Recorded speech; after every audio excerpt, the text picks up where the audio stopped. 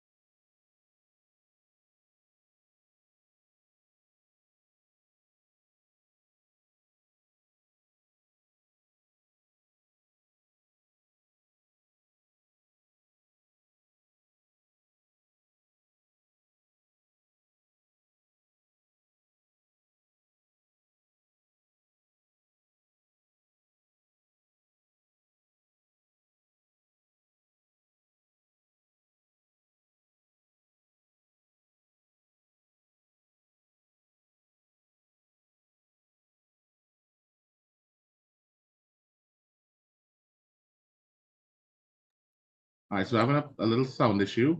Just trying to sort it out. So Sasha, just bring up the splash screen when we try to sort it.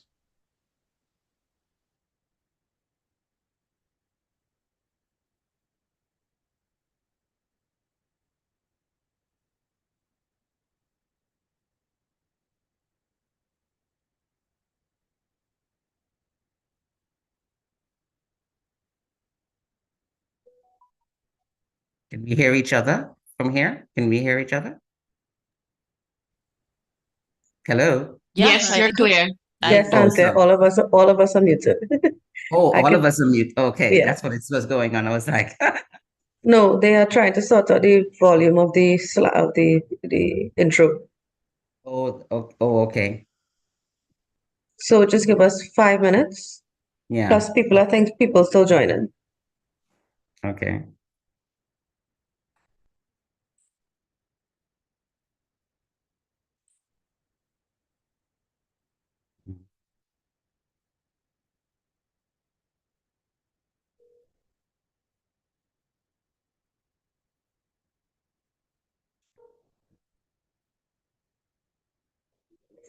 Wait. No, don't.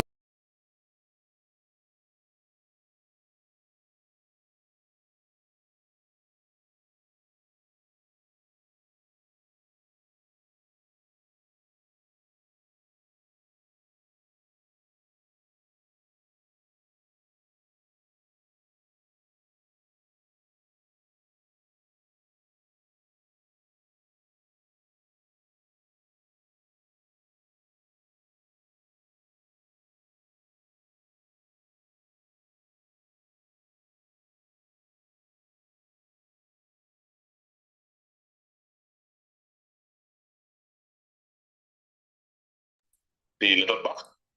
Huh? Okay, so no, but I'm gonna I'll stay right here. Okay. So put me on video. Hello? Kevin? Yeah. Okay, I'm on video. Okay. I'm not hearing anything though. I mean,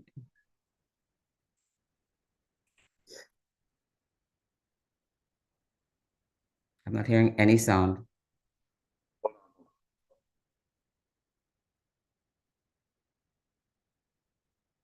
It's okay. It's like the intro volume. I don't know what's wrong. It's not working. So whenever.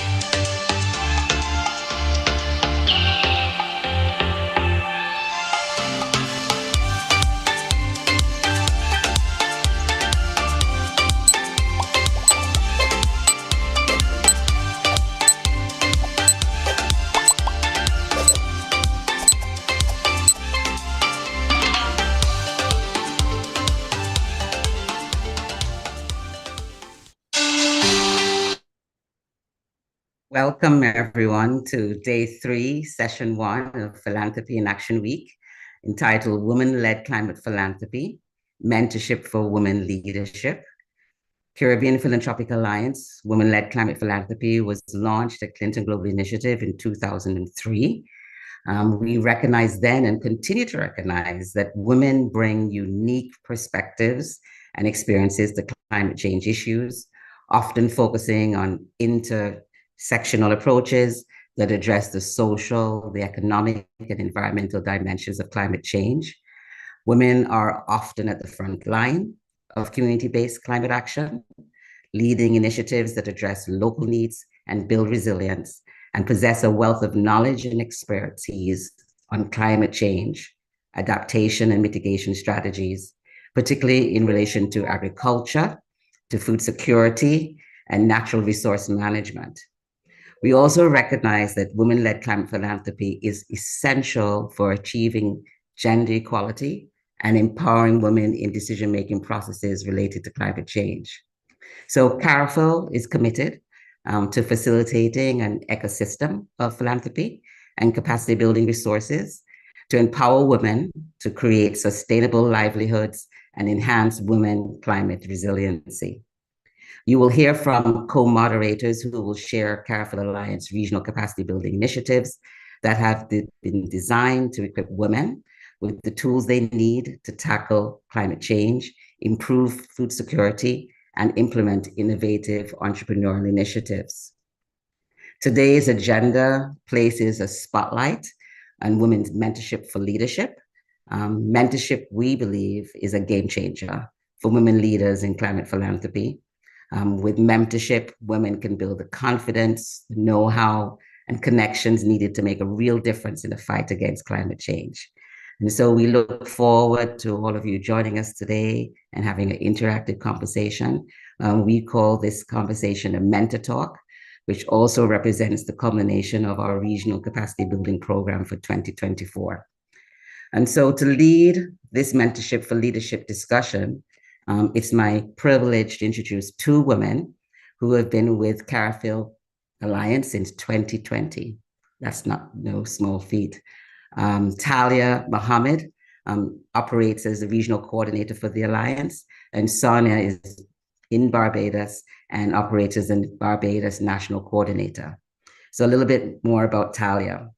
Talia has over 19 years of experience performing in environmental compliance, monitoring and analysis, HSC and waste systems approaches, grant and proposal writing, including project design and management to promote equitable social and environmental development.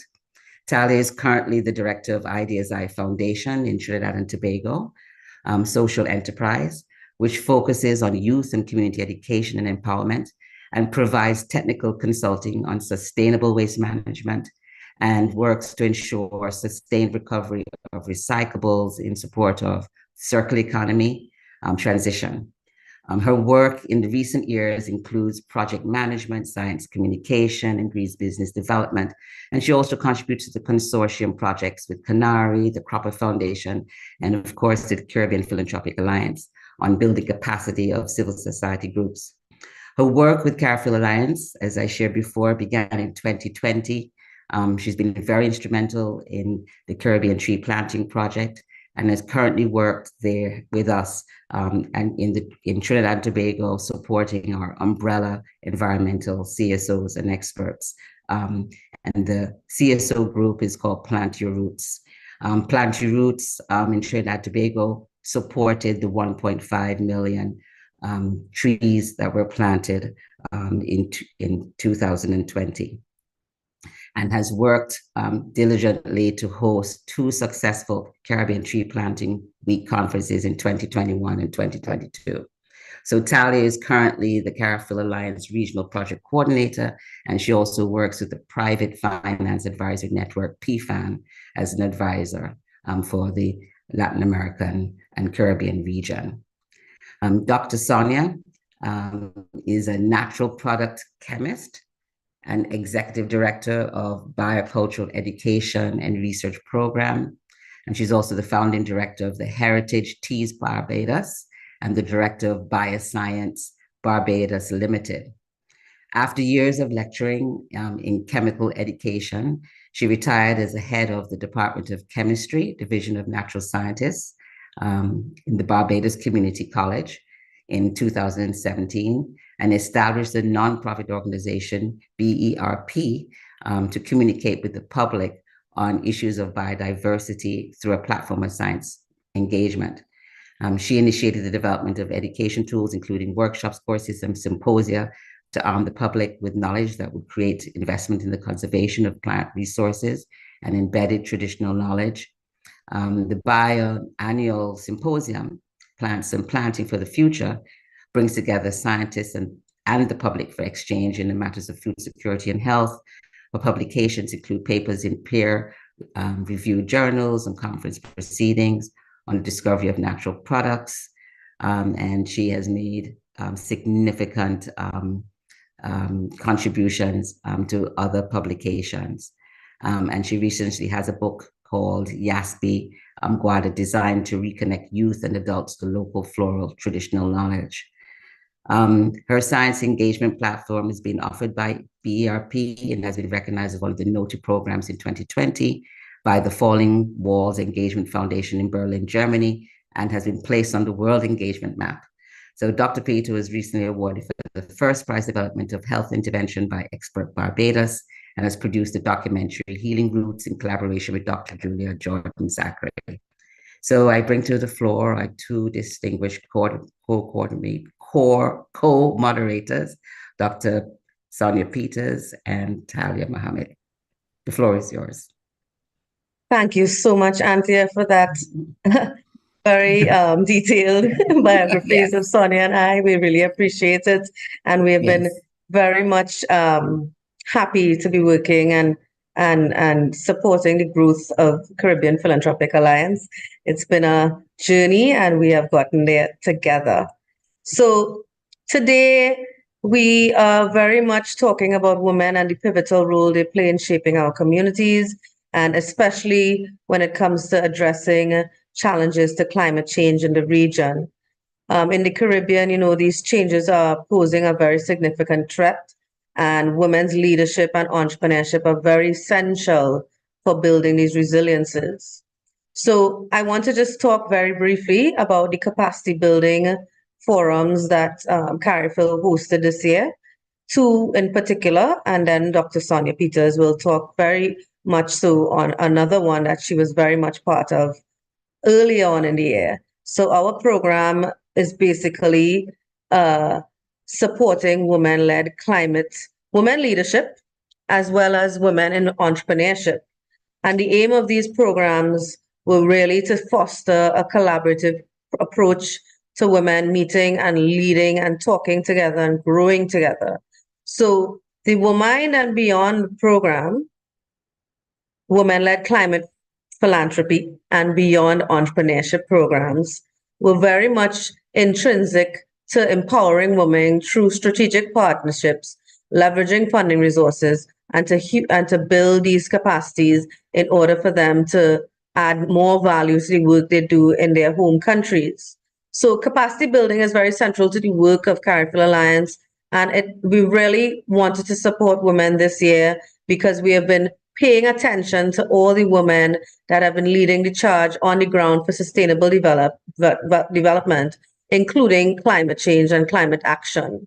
So one of the most important gaps that we identified since our work and in the Caribbean is that there are leadership needs among women. We need very specific training on how to elevate women for them to maintain and grow in their own spaces.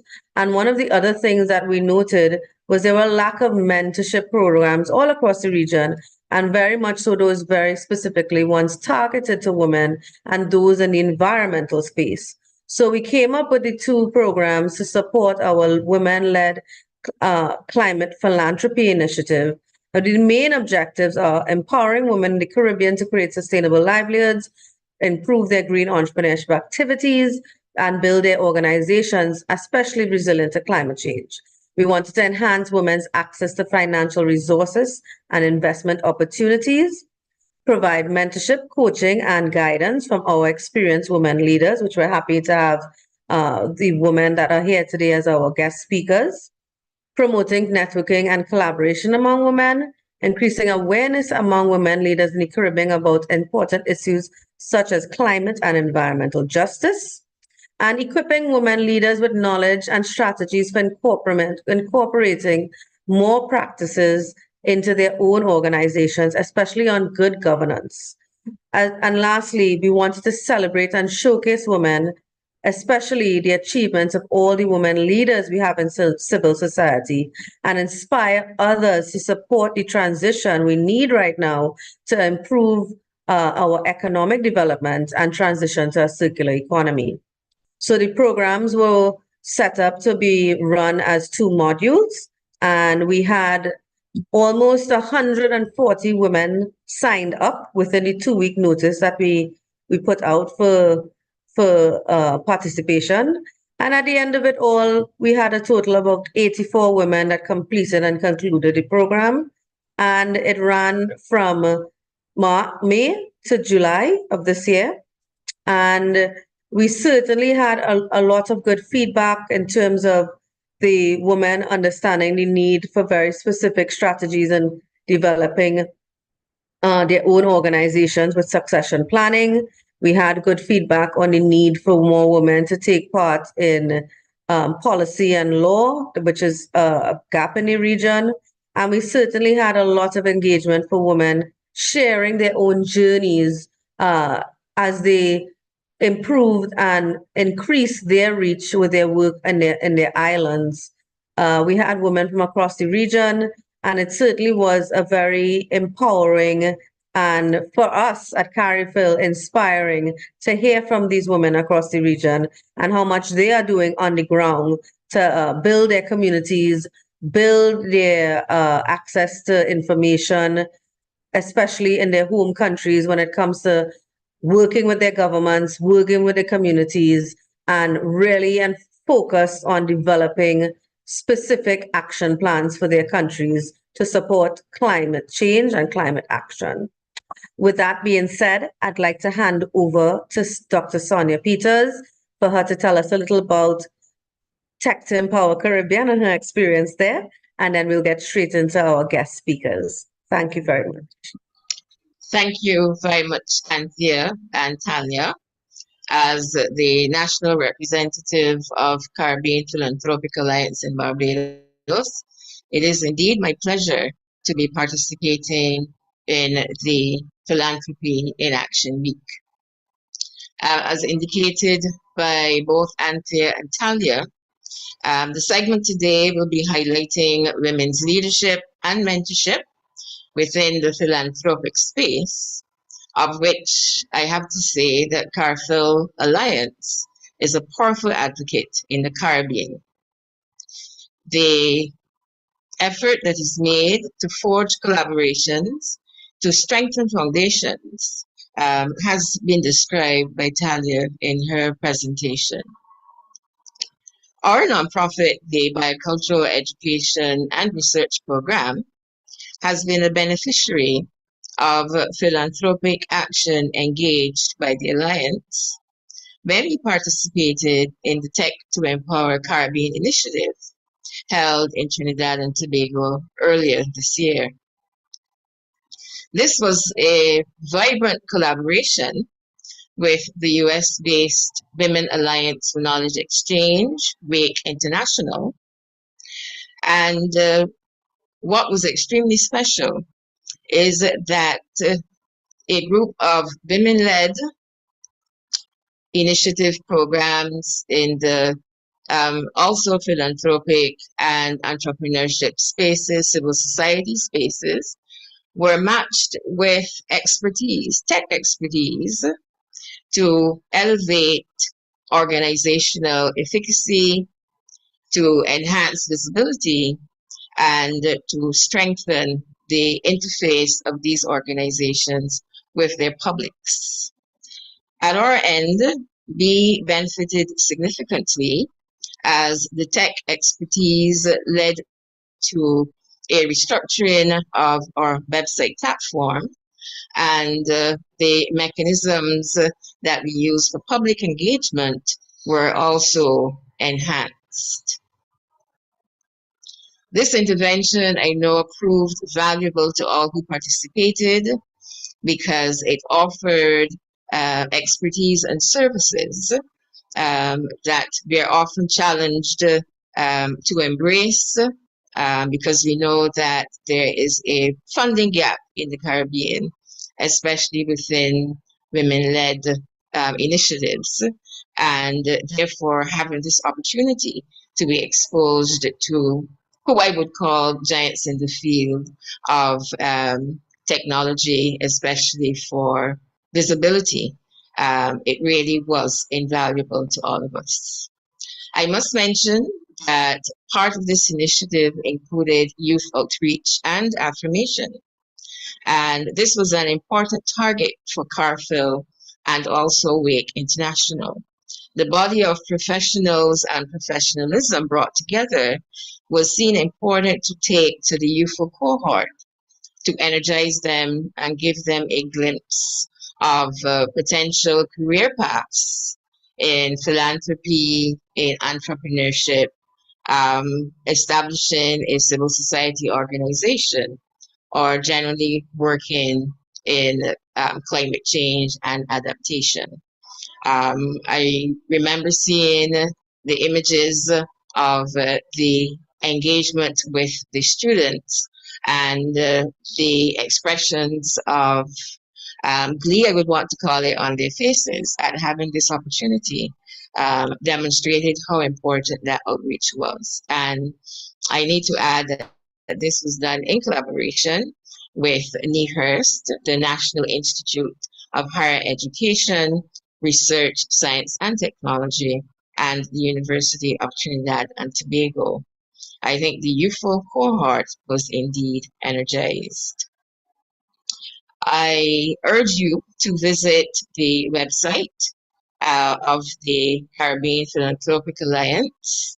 There is a wealth of knowledge at the website, and you can explore these achievements that are being made. And I think it offers such a great platform for us to build upon. So having said that, we have a panel that is working within the space of advocacy, climate justice, gender equity. And I first want to introduce our first speaker, Derval Barzeh. And I'm going to read a bit of her bio. Derval Barzeh is the founder and host of the Climate Conscious podcast, a platform dedicated to enhancing public awareness and amplifying the Caribbean perspective on climate action and sustainable development. With a background as a sustainable development professional, she brings over a decade of expertise in energy and climate, specializing in areas such as environmental impact assessments, risk management systems, and sustainable energy policy. Derval holds an MBA in sustainable energy management and earned her bachelor's in environmental and natural resource management and agribusiness from the University of the West Indies. She also played a pivotal role in founding the Caribbean Women for Climate Justice conference and currently co-leads the Gender Working Group within the Caribbean Climate Justice Alliance. When not engrossed in her work, Derval finds joy in traveling, immersing herself in diverse cultures, and reconnecting with nature, which I know we can all identify with. I now invite you, Derval, to share your presentation. Good morning, everyone, and thanks to the Caribbean Philanthropic Alliance for the opportunity to be with you for this very important and impactful event. So I'll get straight into my presentation. So I will be sharing briefly about my journey and my experience in shaping climate action in the Caribbean. So as Dr. Peters mentioned, I am the founder and host of the Climate Conscious podcast. In April 2020, on Earth Day, I launched the podcast in response to a gap I observed in terms of the international climate change conversations that were being dominated largely by the developed world or the global north, as we see. And I think there was not enough attention being placed on regions such as the Caribbean and other small island developing states who were already being disproportionately affected by climate change impacts. I also recognize that, amongst the local population, there was limited awareness and understanding around the topics of climate change and the larger issue of sustainable development for persons who were not functioning in that space. So given the widespread vulnerability to climate change impacts, to the physical hazards and the socio-economic risk, the mission of the Climate Conscious podcast is really to amplify the lived experience of climate change through a Caribbean lens, as well as highlighting relevant and, in particular, homegrown solutions to address the climate crisis. So for the past 4 years, I have been interviewing activists and academics, entrepreneurs, policymakers, and more on the various dimensions of sustainable development and, in particular, climate action. And topics have ranged from sustainable agriculture, fast fashion, climate justice, gender equity, and renewable energy. So the goal of the podcast is really to share knowledge and to showcase expertise with the objective of promoting and supporting inclusive climate resilience and sustainable Caribbean development. And it's important, we often talk about sustainable development, but it's important to me that as Caribbean people, as a region, we define sustainable development on our own terms. And I think an important way to do that is for us to have conversations. I mean, Caribbean people, we like to chat, but this is a serious topic that we need to discuss and to, brainstorm and come together to really develop viable solutions. So entering this space as a podcaster in the Caribbean region focused on climate change. There weren't many, at the time, there weren't many Caribbean podcasts, and there definitely weren't many that were focused on climate change. So there was no defined pathway. And the lack of a blueprint, can be considered either an opportunity or a challenge.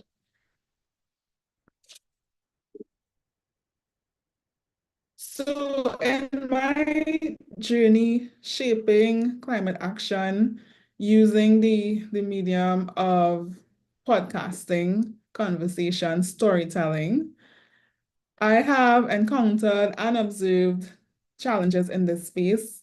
And this is just a snapshot that I think is relevant not only to my experience, but I think is shared amongst women who function in this space.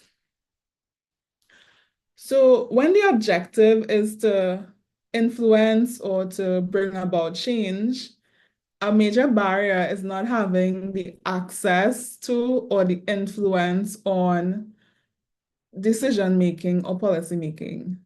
And so sometimes you find yourself standing there with solutions that you think may work, or ideas that you think should be explored, but there's a disconnect between where you sit or stand and where decisions are made, where policies are developed and implemented.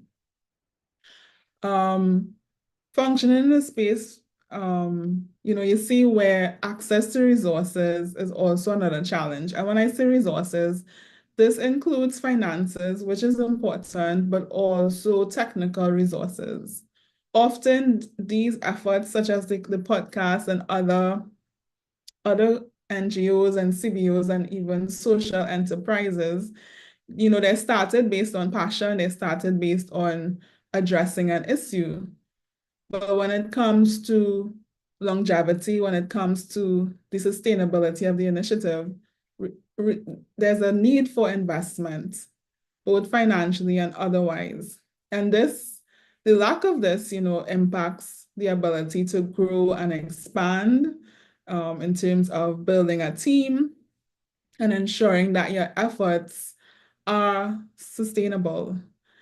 And again, when the objective is really to bring about change, you want to bring about change most times on a systemic level, and that requires, considerable work. It requires a big commitment, and oftentimes this work is being implemented by women in this space who already have full-time employment and also have other commitments. So it is a big challenge for persons functioning in this space. So despite those challenges that I've mentioned, the podcast has achieved, I would say, relative success. It has been able to develop a global audience, and it continues to grow. So in terms of our impact, beyond just being a digital platform that has, audio conversations, the Climate Conscious podcast has evolved to become a major player in climate advocacy, focusing mainly on climate justice and gender justice in the Caribbean region. So we were instrumental in hosting the first 2 editions of Caribbean Women for Climate Justice Conference, which were held in 2022 and 2023. We also contributed to the Caribbean Climate Justice and Resilience Agenda convened by CANARI. And we also hosted a social media campaign. We see our role as really being able to engage with a wide audience, bring in technical information to a non-technical audience so that we can increase awareness and also inspire action. So we use various media in order to reach a wider audience, reach people where they are, and bring them in to, that critical mass that can continue to agitate for change, continue to lead and bring about change in our communities. So how do we shape climate action in the Caribbean? One of the main ways is by increasing visibility. Visibility for persons who are doing work at various levels, from the boardroom to the grassroots movements, highlighting, again, local expertise, homegrown solutions, because we try to dispel the notion that someone external is going to come to save us in the region from what we are facing, but we believe that we have the capacity, and with additional support, we are able to develop strategies not only to adapt, but also to become resilient to climate change. So again, in shaping climate action, this is not a one-man show. There is so much to be done, and there are already many different players doing their parts across the region. However, you can only do so much and go so far alone, but when we get together, we are able to leverage our strengths, and really amplify our impact. So a big part of my work with the podcast is building community and being able to leverage the power of partnerships. So the work that I have been able to accomplish beyond just producing podcast episodes extending into events and initiatives and capacity building has been because of partnerships. And this is just a snapshot of some of the regional partners we have been fortunate or privileged to work with over the past 4 years. So as I close, one thing I want to highlight is that we recognize the vulnerability of the region and the urgency of climate action. But even within our region, there are groups that are even more at risk or underrepresented. This includes women, girls, Indigenous peoples, persons with disabilities, youth. And I take the approach in the work that I do and with all the partners, our view is that we want to highlight women and other underrepresented groups, not as victims, but as powerful agents of change. And this statement from the CEDAW Convention really captures the essence of our approach to climate action in the region, shifting the narrative from victimhood to leadership and innovation. So looking ahead, the intention is to continue leading change, continue collaborating, leveraging partnerships, and supporting organizations across the region and even in the diaspora with, sharing key messages around climate action and inspiring change. So I want to thank you for your attention. Thank you, Carifil, for the opportunity, and I look forward to hearing from my fellow panelists. Thank you. Thank you so much, Deva. What a wonderful display of the work, all the work. I know it's even not impossible to get all the work put in a slideshow. And I know since you started the Climate Conscious podcast, you have really done a good job to bring experts to the table, get their feedback, and certainly empower a lot of women to become more of a leader in their space, as you are as well. And I certainly want to congratulate you on all your work. I think we need more conversation. We need more people talking, and we need more digital spaces like you have created where we could get together and talk and solve problems together, as you said. So thank you so much. And stay tuned. We are going to come back to Deval to ask at the end some questions to our panelists. So now I'd like to introduce our very special Mary McLaughlin. Mary has been with us from the beginning as well too at Carifil, and has played an instrumental role in the Caribbean Tree Planting Project. So Mary McLaughlin serves as a special advisor for women and climate. Mary, a Jamaican native, has built a diverse and impactful career that spans geology, education, entrepreneurship, and philanthropy. Initially trained as a geologist, Mary worked with Jamaican Geological Survey before moving into the oil and gas industry in Dallas, Texas. Her career path also includes roles as a school teacher in the Bahamas and later as a devoted, of course, stay-at-home mom. In 1996, she founded the McLaughlin Glazeware, a high-end giftware company specializing in enamel and bone china, and served esteemed clients such as Lyric Opera, Abbott, and the White House. In 2008, Mary channeled her entrepreneurial spirit into the cause close to her heart, founding the Trees That Feed Foundation. This organization is phenomenal, and it is dedicated to planting fruit trees to feed people, create jobs, and benefit the environment.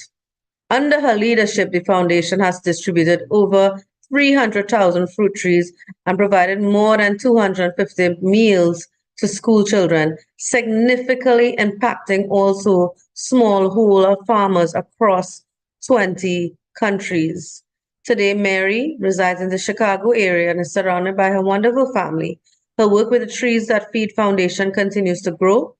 She reflects her deep commitment to environmental sustainability as well as community development. Her multifaceted career is a testament to her adaptability, dedication, her leadership as well, and making a positive difference in the world. Thank you so much, Mary, for joining with us today. So, well, thanks for having me. I think this is probably many, many years since I've been talking, and my story hasn't changed much. We just continue to do what we do, and we dig deeper, and we try to expand. correct. So go ahead. So I today, as you said, you've been supporting us since the beginning, and we've heard all about the great work that you do at Trees That Feeds Foundation, all over the world, and certainly being a fundamental supporter and philanthropist to support the Caribbean tree planting project, one of the first projects out of Carrickville. So what we want to hear from you today, and feel free to expand, is how does your foundation really seek to empower women in the Caribbean, especially in agriculture? And what challenges and opportunities do you think exist, especially for women leaders in this field? And how do you think you at the foundation have been addressing that in your own network of women that you've been working with? And feel free to share any examples of any women-led initiatives that you have been part of. Okay, thank you. And keep me on track if I stray, because I No problem. I believe that women are natural leaders. And what holds a lot of women back is the lack of financial resources. So our philosophy is if we can help women achieve financial security around sustainable agriculture and product development, then we are successful. Women need just a leg up, a help up to achieve what all women dream of. Women want to be financially secure, and that doesn't mean rich. They want to be able to educate their children, take care of clothing, medicine, and education for their children. We know that when a woman gets $1 in her pocket, most of that goes to the improvement of her family. Very different than when a man gets $1 in his pocket. So we work throughout the Caribbean, Central America, West Africa, and East Africa in few countries, and we try to go deep, and we try to constantly improve what we do. Each country is very different, and I want to talk to you about the difference between one of the wealthiest countries in the Caribbean, Puerto Rico, and one of the poorest countries in Haiti. Our approach has to be very different in working in those countries because just the resources that are available, what women have to start with. So let's talk about one of the wealthiest countries. Let's talk about Puerto Rico and how we have been able to help a company in Puerto Rico. There are actually 2 women-led companies in Puerto Rico that are on the forefront of the work that we do. And again, we work in partnership when people have a common interest around the Trees That Feed. And what Trees That Feed's focus is, we plant fruit trees and we help to develop economies in a sustainable way around these fruit trees. Our focus tree is breadfruit, because we all know, I don't have to tell you what breadfruit is, except the lady from Rwanda. But breadfruit is probably the only fruit tree in the world that gives you your basic complex carbohydrate. The University of British Columbia has looked at the nutritional qualities of breadfruit, and they know that if a woman during her pregnancy eats a diet that's primarily breadfruit, she will have a perfectly healthy outcome of her child. So we know that the breadfruit is so underutilized. It is dismissed, especially in the Caribbean. And really what we're doing is part of our mission is we are the big PR agents for breadfruit. So we try to develop businesses around that. But first we had to lay the foundation. We had to get enough trees, so we had critical mass so you can develop an industry around the fruit. We don't believe in planting in a monoculture. We believe in planting in an ecologically balanced system. And one of the best ways to do that is with agroforests or just in backyards. If communities have enough trees in backyards, then you really have critical mass to build a business from it. So in Puerto Rico, we started by getting trees planted in Puerto Rico from locally grown trees and also importing other varieties and larger quantities so we could get large quantities in. And once we have enough production, then we had 2 different companies, women-led, that decided to go into breadfruit production. They both came out of the pharmaceutical industry. These 2 women have come from very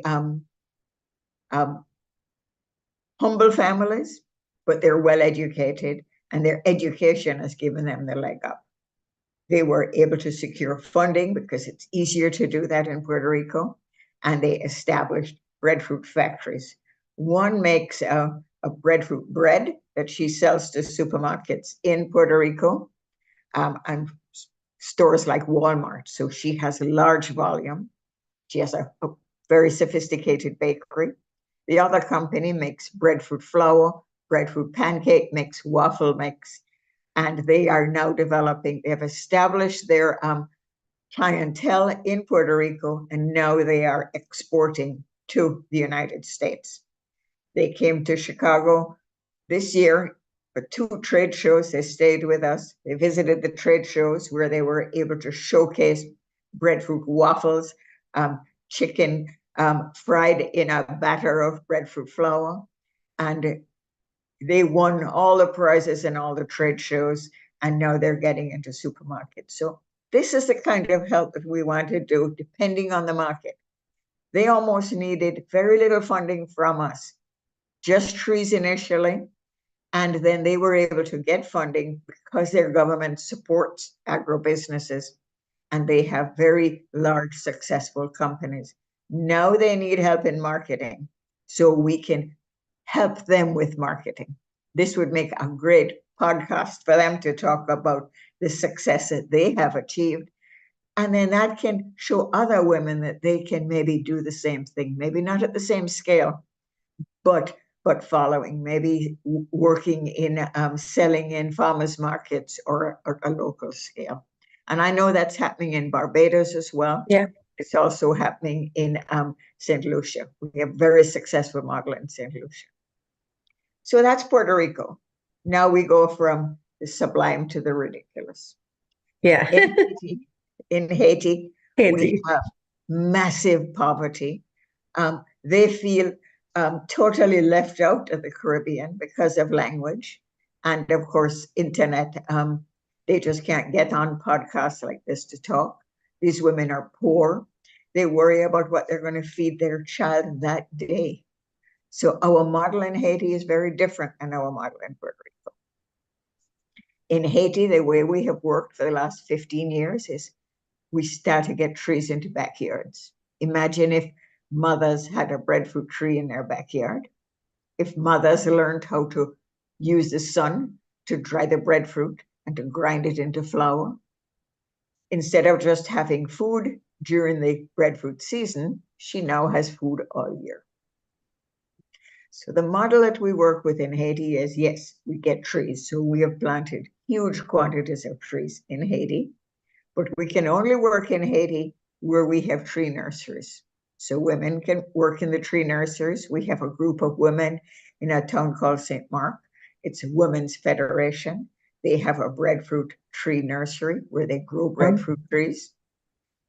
They have planted them within their community. They have GPSed those trees. They've gotten enough funding to make breadfruit flour. And now they work with local bakeries to make a nutritional biscuit using the breadfruit flour. It's made with breadfruit flour, coconut, ginger, and banana. It's a vegan nutritional biscuit, and it's baked in traditional ovens. That's what they have in Haiti. And then it's used in school feeding programs. We have this model in 2 other parts of Haiti, and Haiti is very mountainous.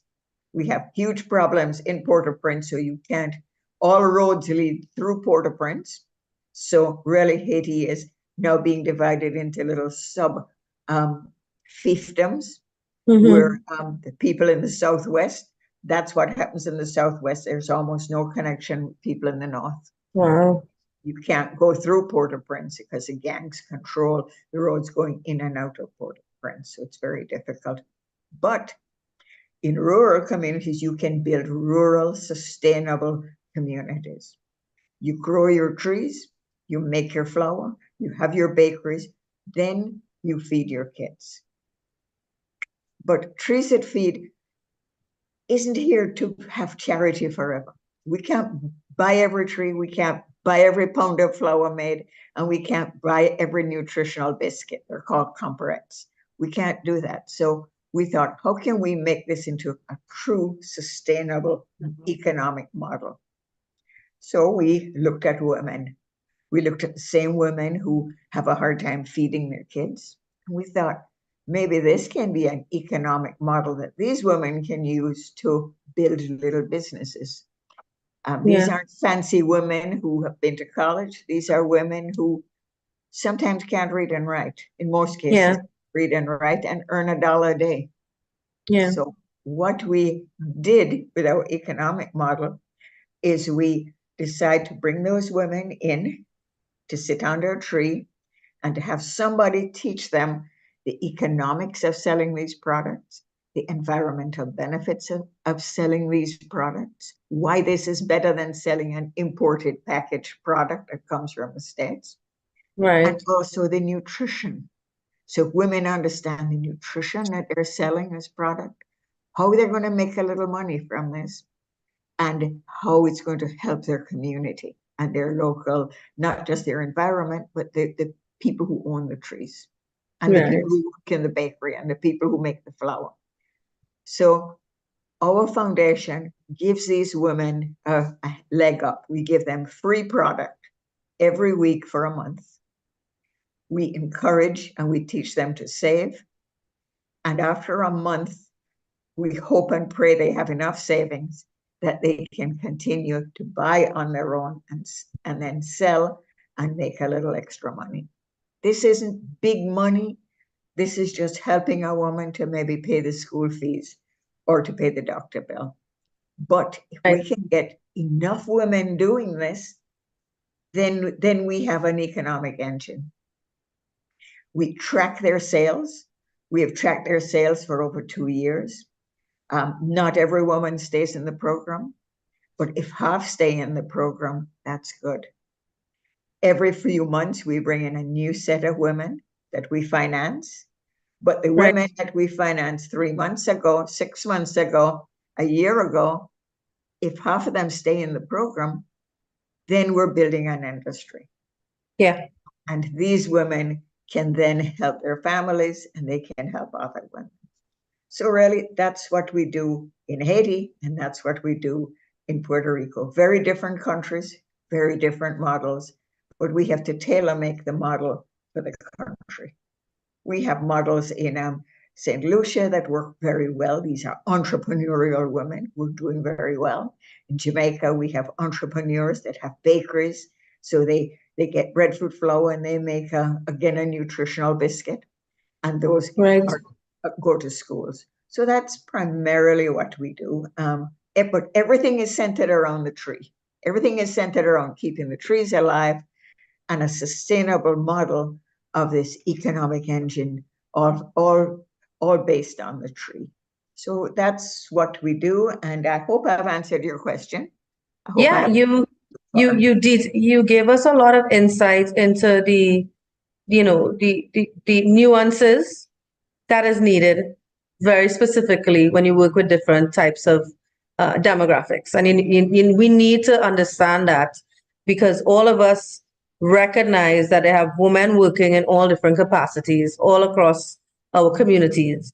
And we have to make sure that when we build the capacity, we have inclusion.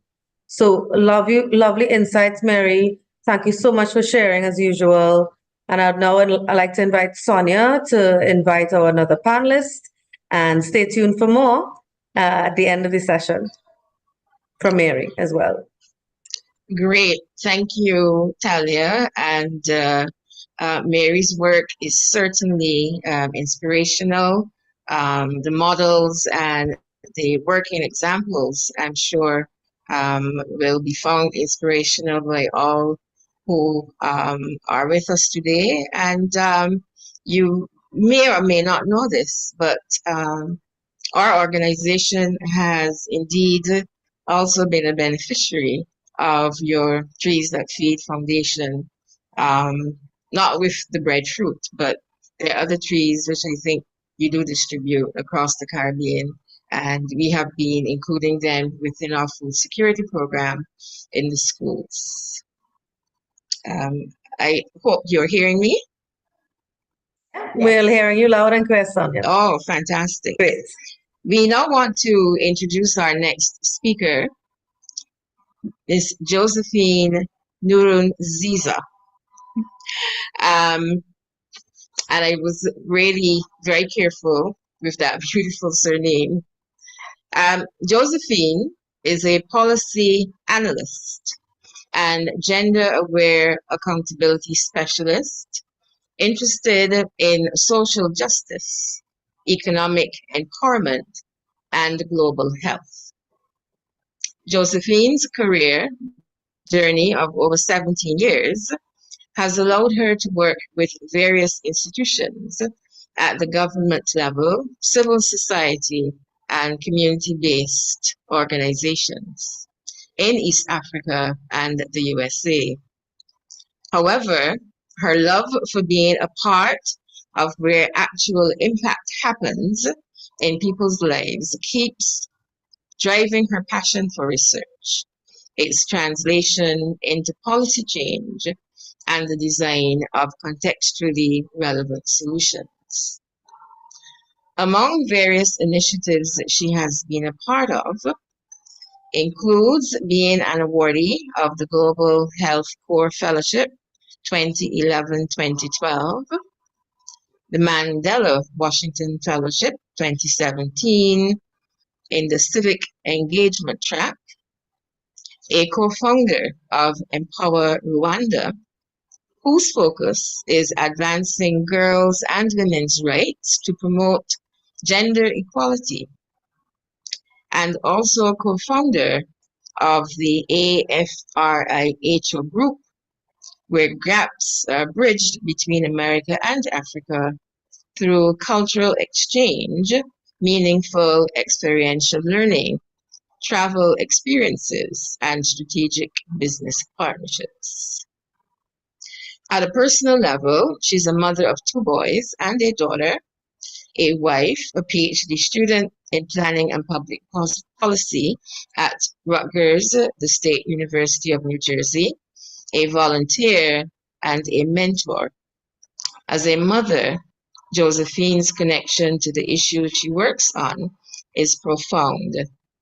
Her application of equality, inclusion, and equity lends to all of her work as a powerful tool in uncovering issues that may have a seemingly neutral effect across different groups of people. Thank you so much for that very intimate bio. I share your underpinning philosophy of taking the agenda to the people to arm them with knowledge that informs decision making. And I offer you kudos with the depth of work that you have been achieving. In our conversation, Josephine, I want to ask you, what are some of the socioeconomic strategies that you have observed in Rwanda that can serve as a model as we consider elevating women leadership in the Caribbean and moving them towards economic independence?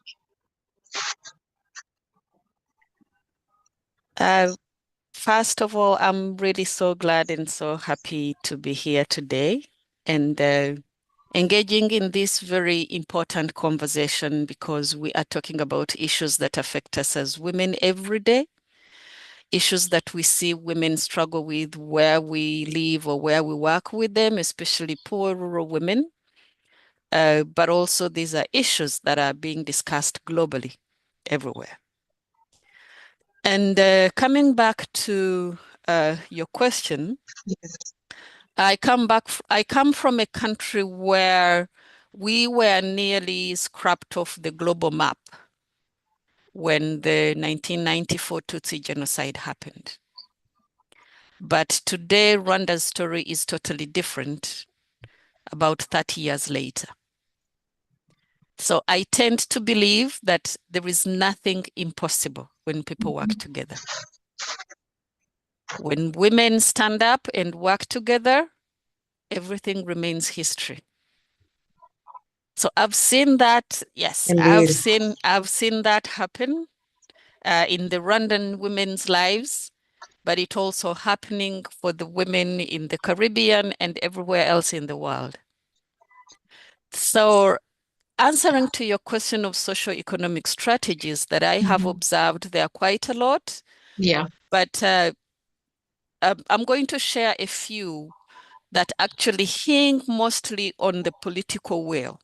Okay. Because if there is one thing that actually pushes us back as women from advancing in whichever sector that we do wish to see our lives differently, is the will of the people whom we call our leaders. Yes.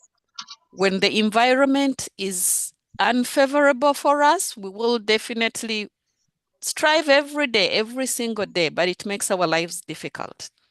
So I've observed a very strong political will in the Rwandan government to include women and ensure that women are there on the table, whether it is up, whether it is down in the communities, that women's voices are heard.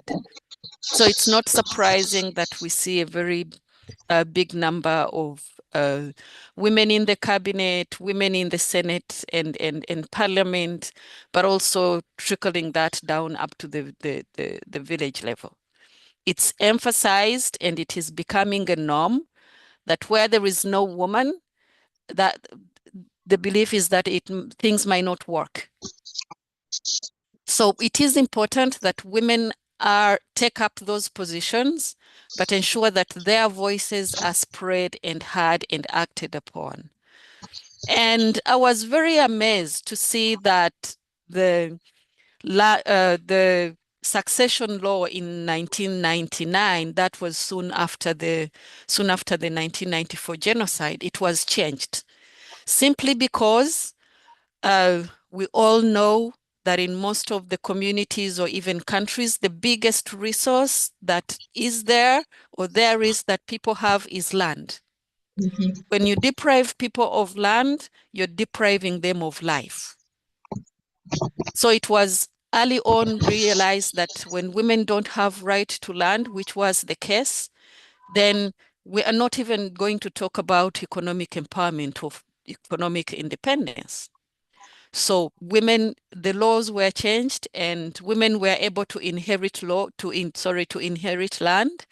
And today we are happy to say that a lot of women actually have a say, own land and have a say on what happens or what should take place on that land. And it doesn't just stop there. We have also seen institutions being established, because if we are talking about translating all these discussions that we have, big and small, in people's lives, we need to have policies in place. We need to have institutions in place that actually drive this change and even hold people accountable. If you are a leader and you say you are gonna empower women, how do you say that you're gonna do that? How do we even know that you will actually do that at the end of your mandate? We hold them accountable. That's why we see institutions like Gender Monitoring Office, the National Women's Council that comes from the top up to the last administration unit. They have what they call contracts. Performance contracts. You tell us you're going to do A, B, C, D. You have to account to us as people, as women, who demand you who hold you accountable to what you say you're going to do for us. And if you say you are going to set up a fund that is going to help women entrepreneurs, at the end of the year, tell us what you've done about that. And we've seen that work.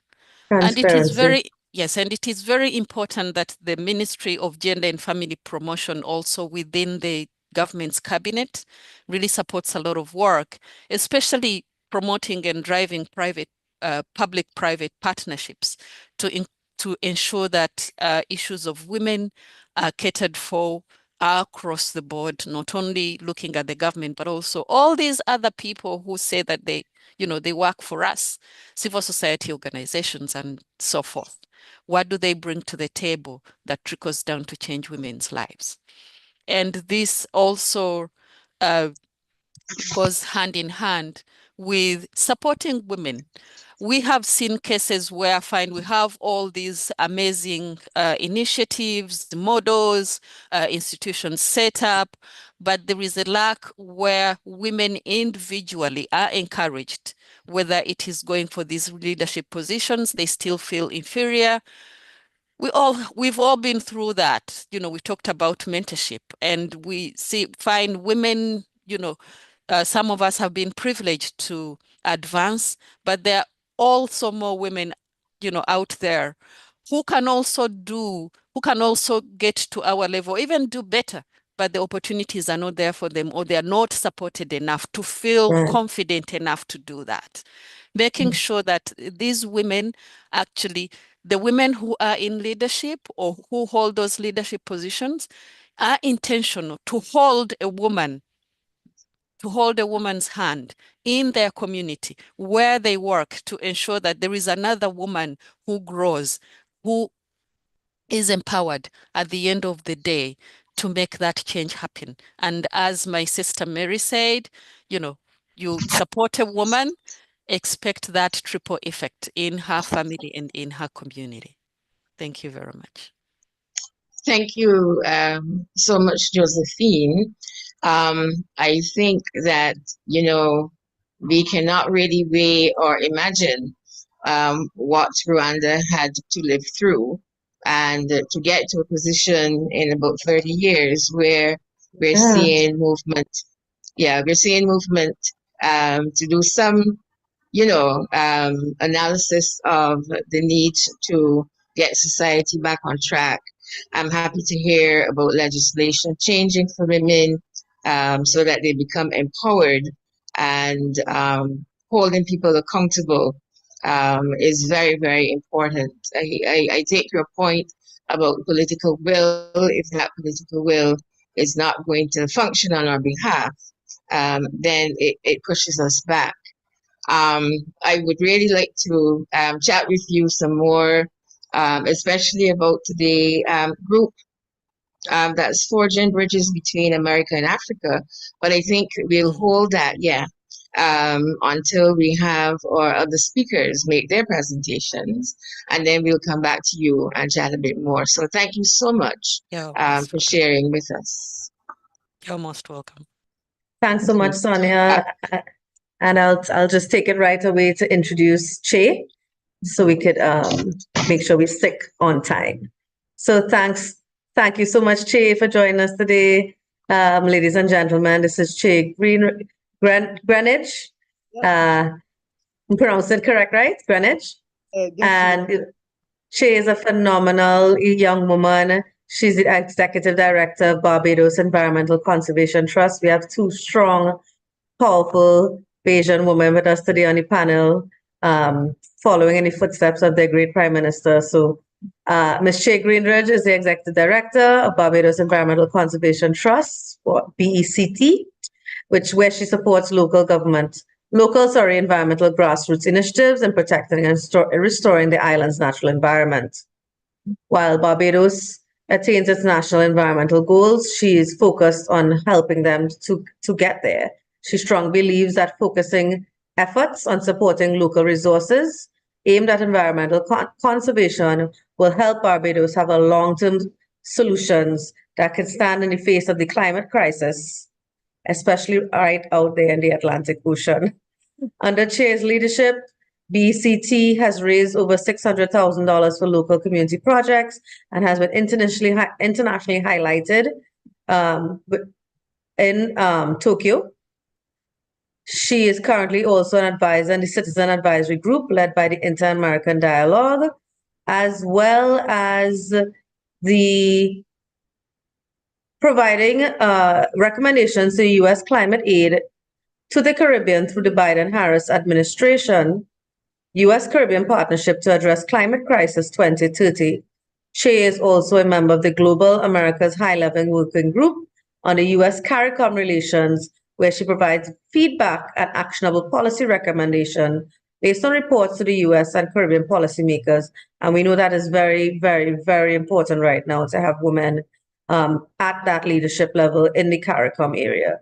Chair completed her studies in political science, international relations, with a focus on global environmental politics at the University of West Indies Cave Hill and York University in Toronto, Canada. She has a decade of experience and brings a wealth of knowledge and high-value social and environmental impact in sustainable climate resilience and strategic philanthropy, locally, regionally, and even internationally. She's passionate about educating the next generation. She's a woman after my own heart, of environmental advocates, and endeavors to continue mentoring young environmentalists and take action towards an environmentally secure and sustainable future for Barbados and the wider Caribbean.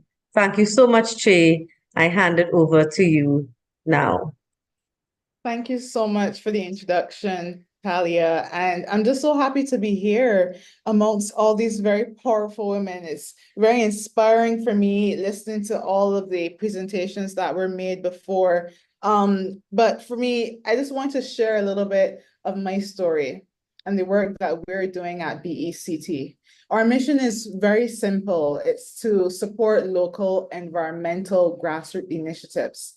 And what that has taught me more than anything else is just the need to be as adaptable, as flexible, resourceful as possible. And that's what we've been doing here at BECT. And so since we were started in 2019, we've had over 60% of our grantees are actually from women-led organizations that have been founded, environmental solutions that have been ideated and created by women. And so for me, that's been something that we're extremely proud of. BECT is a grant-making organization. So my role is really to raise as much funds as I can from persons around the world or persons who are in Barbados, corporates, and others as well, to see how then we can best distribute to the most meaningful and impactful work happening on the ground. And I've seen changes happen because since I've started at BECT, it's not just about giving people money. Right.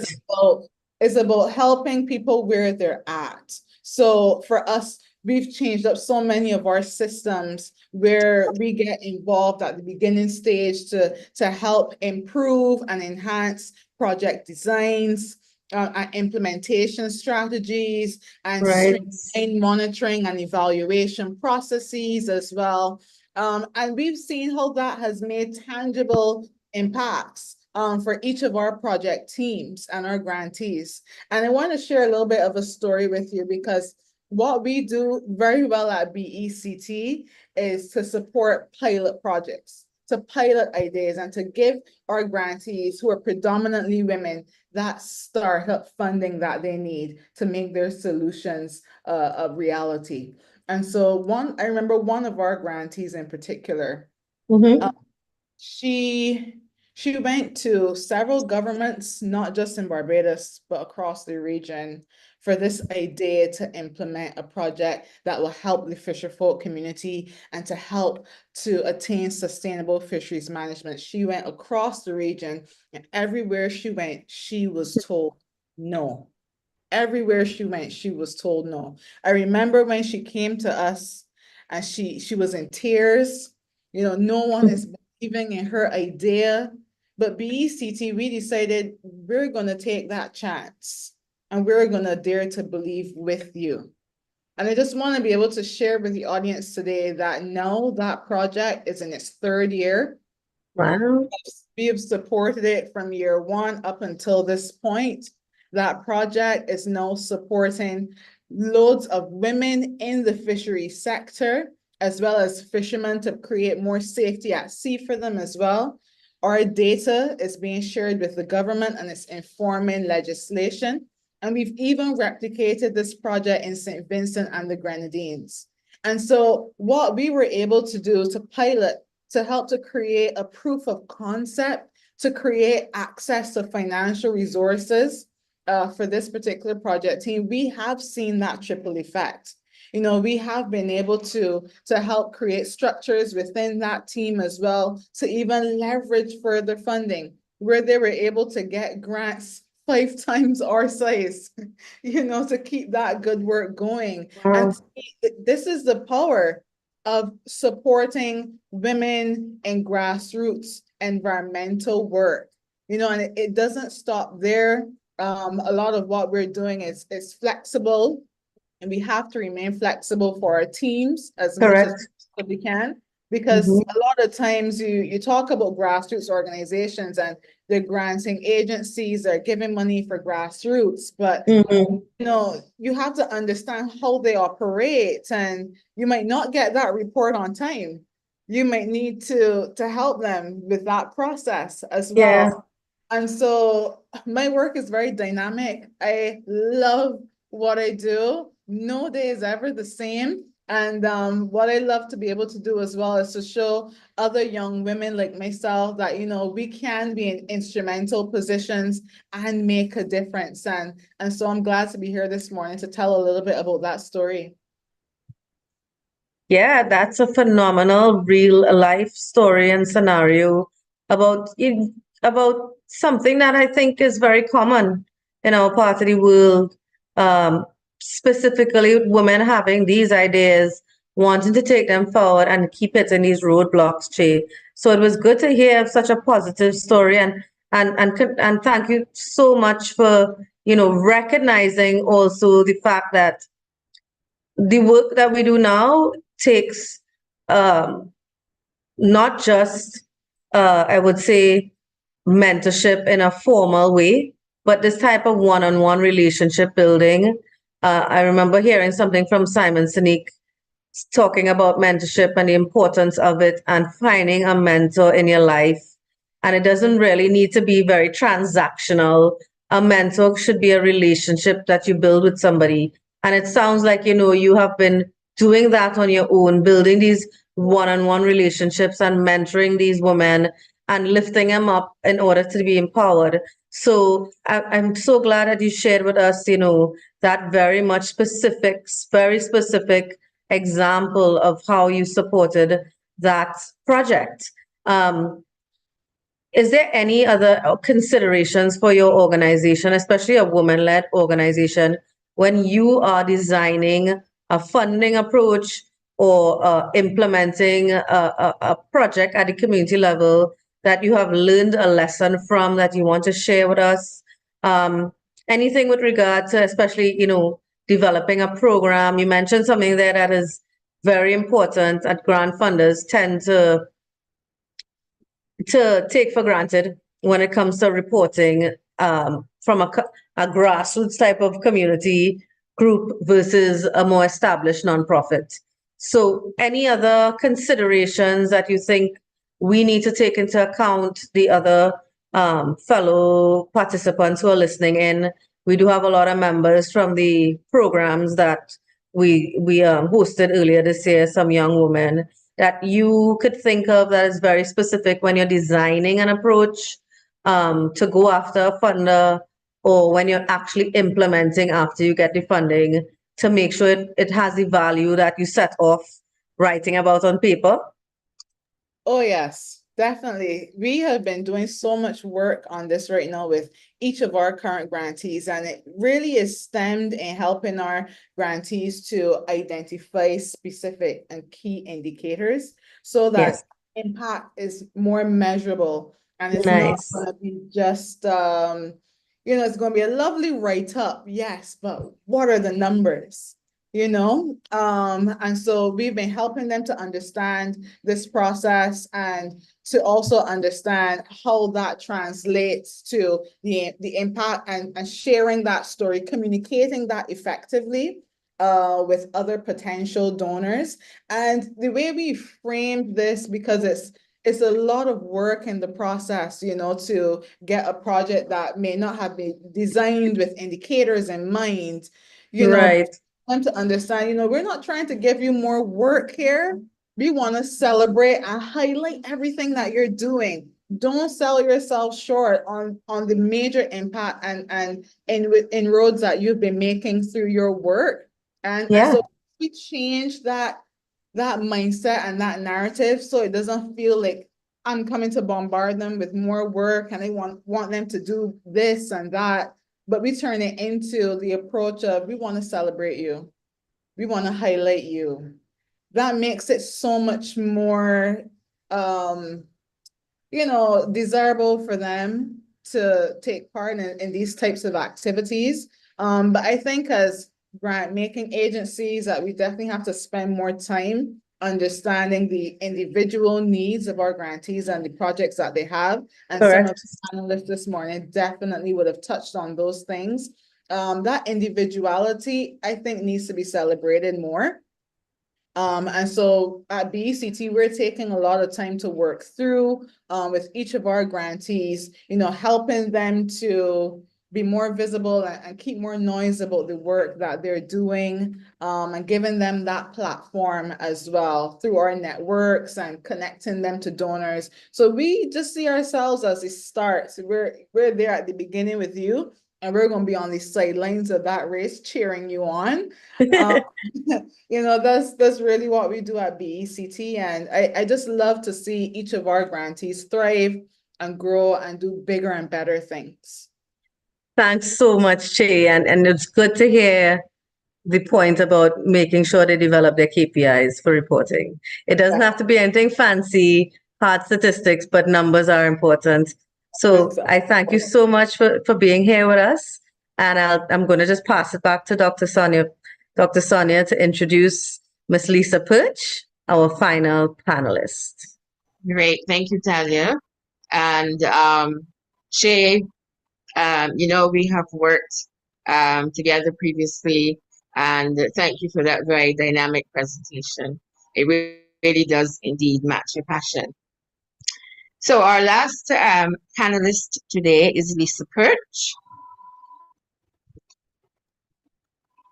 Lisa is the Managing Director of SAEDI Consulting Barbados, Inc., founder and practice manager, has more than 25 years in international development.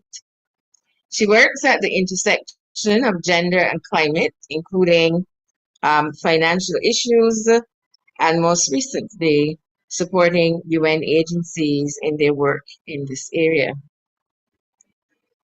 She has been working for more than 20 years on environmental management issues and has provided technical expertise at national, regional, and international levels, including research to inform policy and decision-making processes from a social and gender perspective, particularly on environmental issues. She has worked across the English-speaking Caribbean, Latin America, Southern Africa, as well as Asia and the Pacific and Europe environments and CIS. She's widely published. She's a lead author of the IPCC FAR, the One Gender and Environmental Outlook, as well as the GEO6 report. I now welcome Lisa to give us her presentation. Thank you, Sonia. Good to see you and good to see everyone. I hope you can hear me well. Great to see you. So greetings, everyone from Colombia, where I am right now, hoping to attend part of COP16. I was very happy to catch some of the presentations from my fellow panelists and to hear the incredible amount of work that's being done to mentor, to lead, and to also bring these issues to the fore. My presentation this morning is going to be a brief one, but I did have some slides to kind of enhance what I will say from my perspective as a private sector actor who also is working on issues of social and environmental justice, also participates and works with NGOs, and also contributes in some ways, pro bono work to support different actors, including the Barbados fisheries sector and some women in that sector.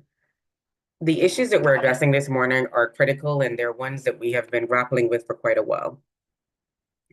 I think that what Josephine was talking about really kind of highlights and enhances several key issues in terms of how we break through.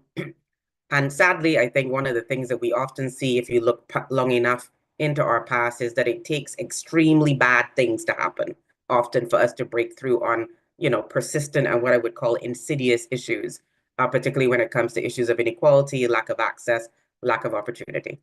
Che would have just raised an important point about one woman that we know of, and there are many, who has an idea, may not be the most perfect idea, but as she goes across and tries to pitch this idea, she can get no bites at all. There's no buy-in. Thankfully, BECT took the leap. And the reality is that we do need part of the work that we do.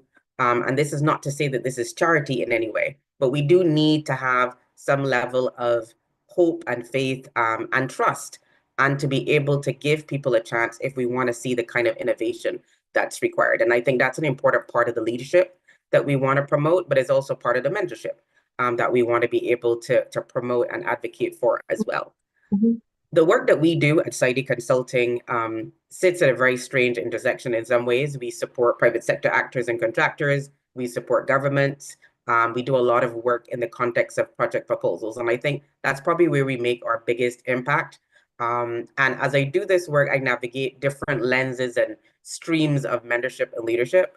As you're driving the gender assessment and developing the gender action plan, you're often leading the process, clarifying for the client, and also in some ways mentoring the persons who are your clients, who often are not gender specialists or have very little capacity or very little knowledge or experience in this area, and they're looking to learn. You're often also doing the same for governments. You're also doing the same for the persons who are the beneficiaries and trying to help to identify and to really define your beneficiary beyond women, men, youth, elderly, persons with disabilities, even though all of these are very important, don't get me wrong. But you're also trying to identify an archetype of a combination of intersectional issues that is preventing that individual, their household, and even sometimes a community of persons with similar experiences to see how they will be able to navigate the potential of a project, but also to be able to take advantage of that project and hopefully to be able to be empowered and to have agency to take those opportunities and also to build on them and to go beyond them. One of the things that I think is important when we think about women's leadership, particularly in the climate and environmental space, is how only recently, you've actually seen women being taken seriously at a technical level in these spaces. Even as we look at the climate COP, for example, recognize that we still have a number of issues regarding women's representation. And we did some work with the International Institute of Environment and Development on this in the last year, which will be published later this year, hopefully before COP29. And some of the things that, emerged there when we looked at some of the data is even when you looked at the combination of persons in a delegation, and it looked great. You had men and women participating. When you dug deeper, what you found was that women were still in a lot of administrative support, communications, logistical roles, and not necessarily in technical roles. When you look at the kind of training and investment that's had to be made to ensure that not just women, but young people have opportunities in those spaces, you recognize the level of continuous work that needs to be done. And that is not just the training. You need to continue the mentorship. You need to continue to push and advocate for their presence. And so it's a whole package of support that is required. And I think sometimes we often think that, yes, there's a gap and we focus on the gap, but we have to continue even with the things that we're doing well, because sometimes with a lack of attention, these things also slip off the radar. Critical in all of this, throughout the work that we're doing, are two things that I would want to raise today.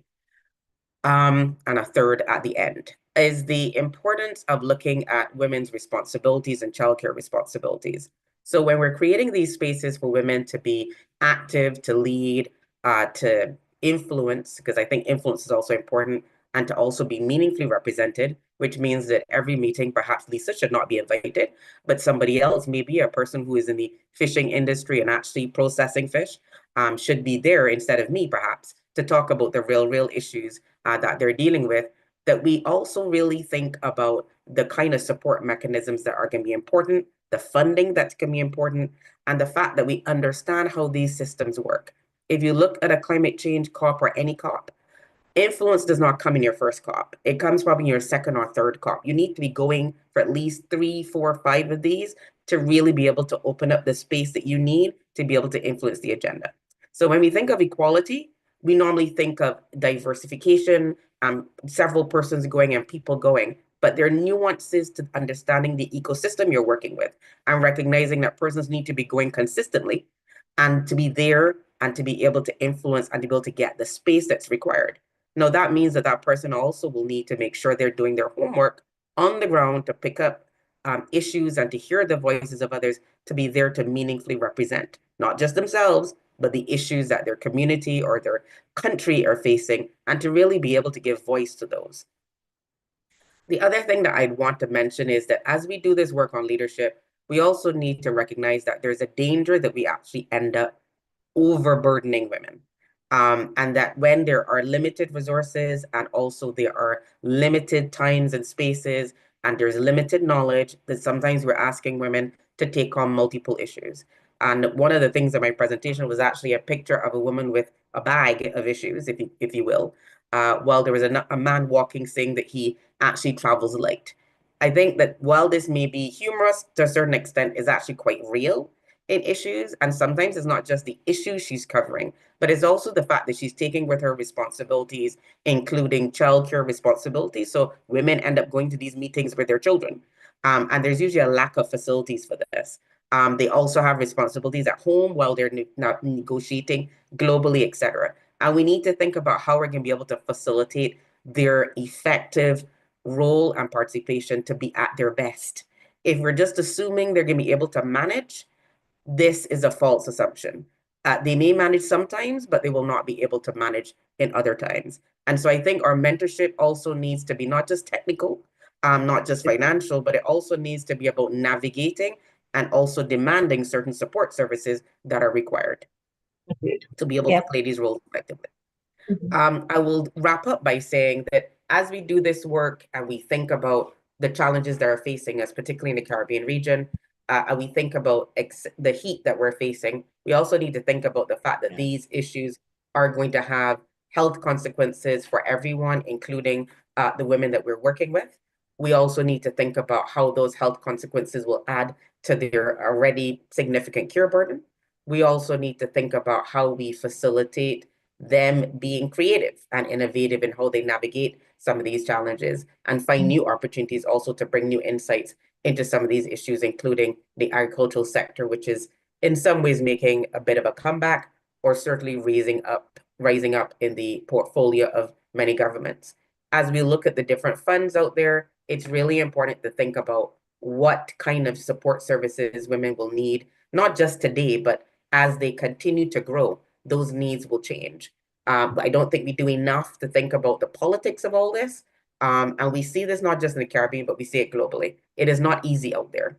And if we want women to be able to navigate and to succeed in these spaces, we're going to need to find spaces, not necessarily to have all the answers, but to also provide a space for persons to discuss, to argue, to cry if they need to, but also to advance and to come up with ideas and to be able to build coalitions that help them to move through some of these very painful and very difficult experiences to continue to succeed, to be able to be heard, but also to open up the doors for others. I'll stop there and look forward to the questions and the discussions that we will have. So thank you so much, Lisa. It was excellent hearing from you. I know you have a lot of experience. You've been doing this work a long time. And whilst we are right on time, and we do have to leave some space for Anthea and Durval to make their announcements, I really want to just touch on and comment very specifically on some of the things mentioned that I think is intrinsic to the work we have to do going forward, and then just invite each one of you all very briefly in one line to kind of say what your dream and desire is for women in the Caribbean in one line. But some of the things I just want to reflect upon, and I'll also ask Sonia to do a very short reflection as well too, is some of the things I heard. One of the things is women need to pull other women along with them. We belong to post-colonial societies, and we all know those challenges that we have in the Caribbean when it comes to people's behavior, without getting too much into it. But this came up a lot in the Women and Beyond program in terms of how we even treat each other. And the other thing I want us to reflect upon is the idea that we all have to be going the same space and at the same pace, which is not true, because women live very dynamic lives, which Lisa really much spoke about there. And we have to be mindful of how these nuances in each other's lives affect the work that we do. And lastly, conflict resolution and mediation and emotional intelligence are these words that kind of get thrown around, but it's very important in the work that we have to do going forward. Certainly for myself, just observing and entering the civil society space more than 2 decades now, or about 2 decades, I would say a little less, 15 years. Just the behavior of how organizations work together. We used to be in a very competitive space when it comes to grant funding, and I think no more so now. Grants have opened up, money has opened up, philanthropy has opened up, collaboration has improved, but we need to find ways to work together. Not every partnership is going to be perfect, and having those things built into your project, communication plans, conflict resolution in case there is a problem that happens, because a collaboration takes work. So that's my 2 cents to add to what the phenomenal conversations that we've been having here today. I want to invite Sonia to also reflect upon this very briefly, and then the panelists in one line or in one word, what specifically is your dream for us as Caribbean women? Yes, thank you, Talia. I want to commend the panelists in today's session. I think that they all clearly defined the challenges, and what I found inspirational is how they have all tackled solutions to the issues, and do understand their public. I really was taken by Lisa's summary when she said that, yes, we want to have our women more involved at the table in policy making and being active on the ground, but we have to be sensitive to their needs of family and also self. And it's a dynamic, that we have to consider and look at. And that sensitivity has to be championed as we continue. And I think that our panelists have indeed been demonstrating that they are well aware and are working to be those champions. So I want to then turn it back to them with that question that you posed, Talia. Could you just reframe it for us? Yeah, sure. What is your one desire, goal, and dream for us as Caribbean women to take this work forward in one word or in one line? Actual aspiration and dream and goal. And we'll start in order of presentation. So Deval, you could go first. Thanks, Talia. And I'm so energized by my fellow panelists. My aspirational dream is that as a Caribbean region, we could design and build a society and our systems that caters to women and our multiple roles. Like, I think we design systems for this generic individual, mostly male coded, But women, we have so many different roles that we play as caretakers, as leaders, as mothers, as aunts, So I think that our systems should accommodate that. And if we do that, then we would be facilitating greater participation in our decision making and policy making across the board. Thanks, Deval. Your turn, Mary. Check your mic.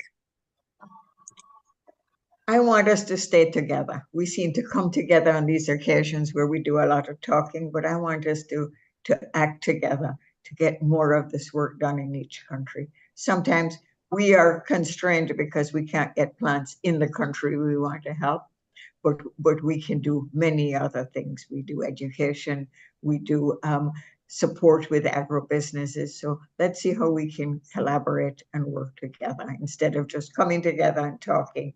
Let's now act. Great. Who is next? Josephine? I agree, Mary. I think Mary was just reading my mind because I was thinking that continuous efforts to build sisterhood networks is very important because the world out there has never been fair to us.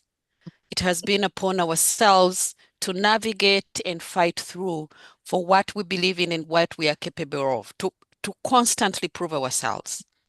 So the sisterhood network is very important, and I really applaud the work that the Caribbean Philanthropic Alliance is doing. Thank you. Thank you, Josephine. Who's next? Do we have Shay? Yeah, I'm still here. I have one word, and my word is grace.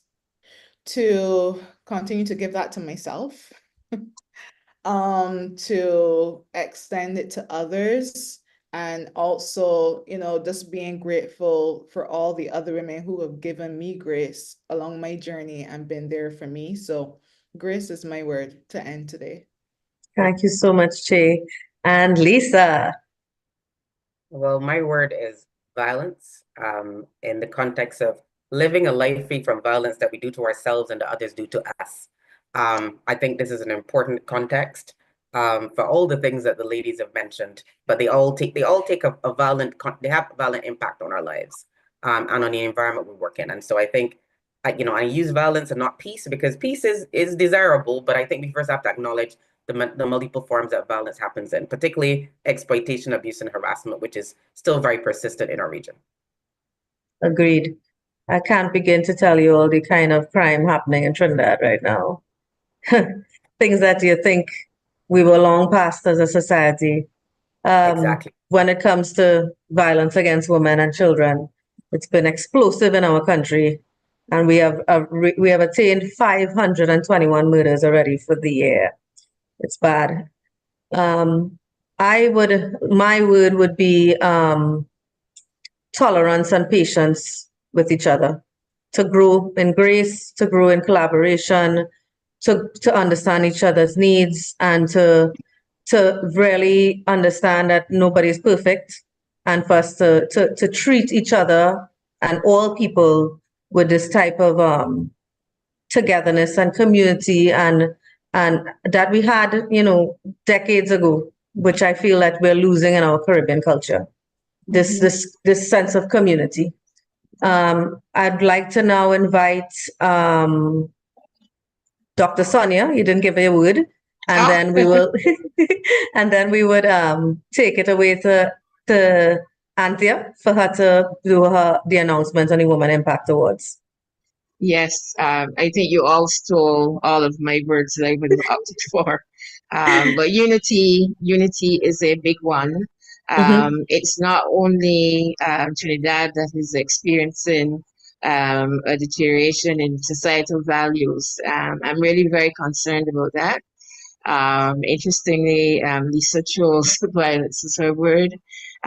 It's troublesome, it's worrisome. Only in the last few days we've heard about missing young girls and even young boys And it's something that really has not been a frequent occurrence. So there's something happening within our societies that we've got to work together and bring us back to a singular focus. And it is going to be a big challenge, but we continue to work together. We must not give up. Amen. So, Anthea, straight over to you. You still with us? Yes, great. I'm here. And I will say my word is much Yes. respect is respect. Respect. Respect. Respect and recognition for all the work that we do as women in our spaces, challenging as well as where opportunity lies. I think it's important that with respect, appreciation comes, and with appreciation, we'll get to a space where we'll understand that we need to work with each other. I think collectiveness, unity, inclusion is key. But to get there, we all have to respect each other's personalities, our contributions, our capacities, and even our challenges. And so respect is my word. And with respect comes recognition. So I want to segue into our awards that recognizes women's contribution. I'm going to ask Kevin if he could bring up the slide so that we can get started.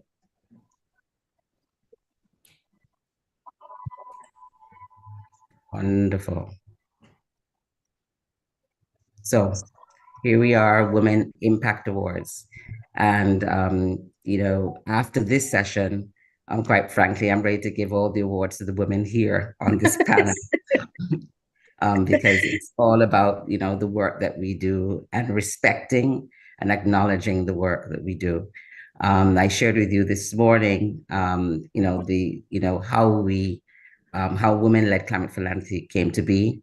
And we shared that we are committed to an ecosystem of philanthropy and building capacity, building resources to empower women in the space. And to do that, we have to then figure out why recognition is important. I would say that our discussion today of women leadership aligns with our efforts to recognize the remarkable contributions of diverse women here on this panel, driving positive change through philanthropy and through the respective work that we do, and especially as it relates to climate-related challenges and societal issues across all the domains. We have catalyzed actions and movements in the Caribbean, Latin America, and the diaspora, and we need to be recognized for it. Today, we talked a lot about what we are doing in the region and in our different parts of the world, in our continent of Africa. And it's important that we acknowledge what we do and how we do it. So the why in Women Impact Awards is because women are growing financial independence, fueled by the engagement in philanthropy.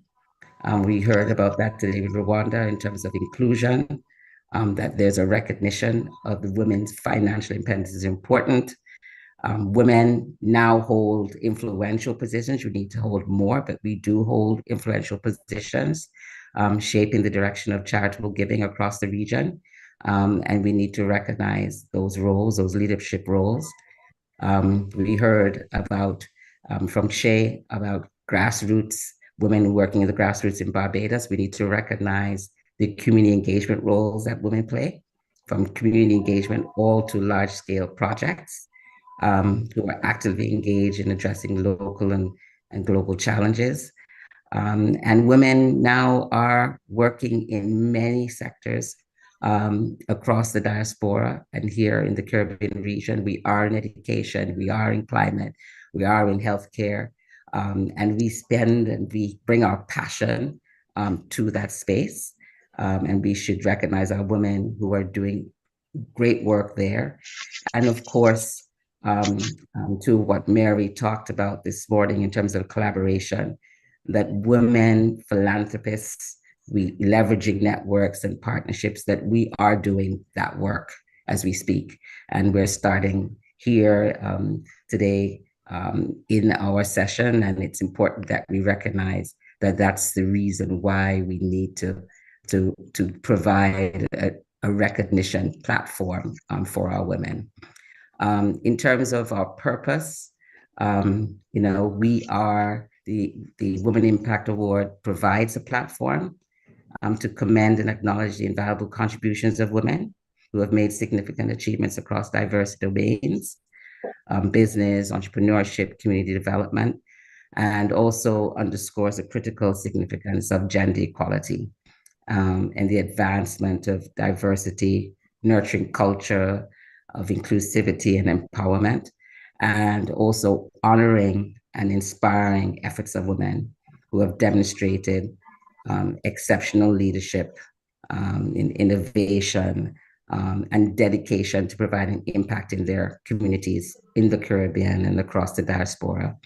And just to say that recognizing the critical significance of gender equality is something, and the advancement of diversity is also something that our Impact Awards would like to platform.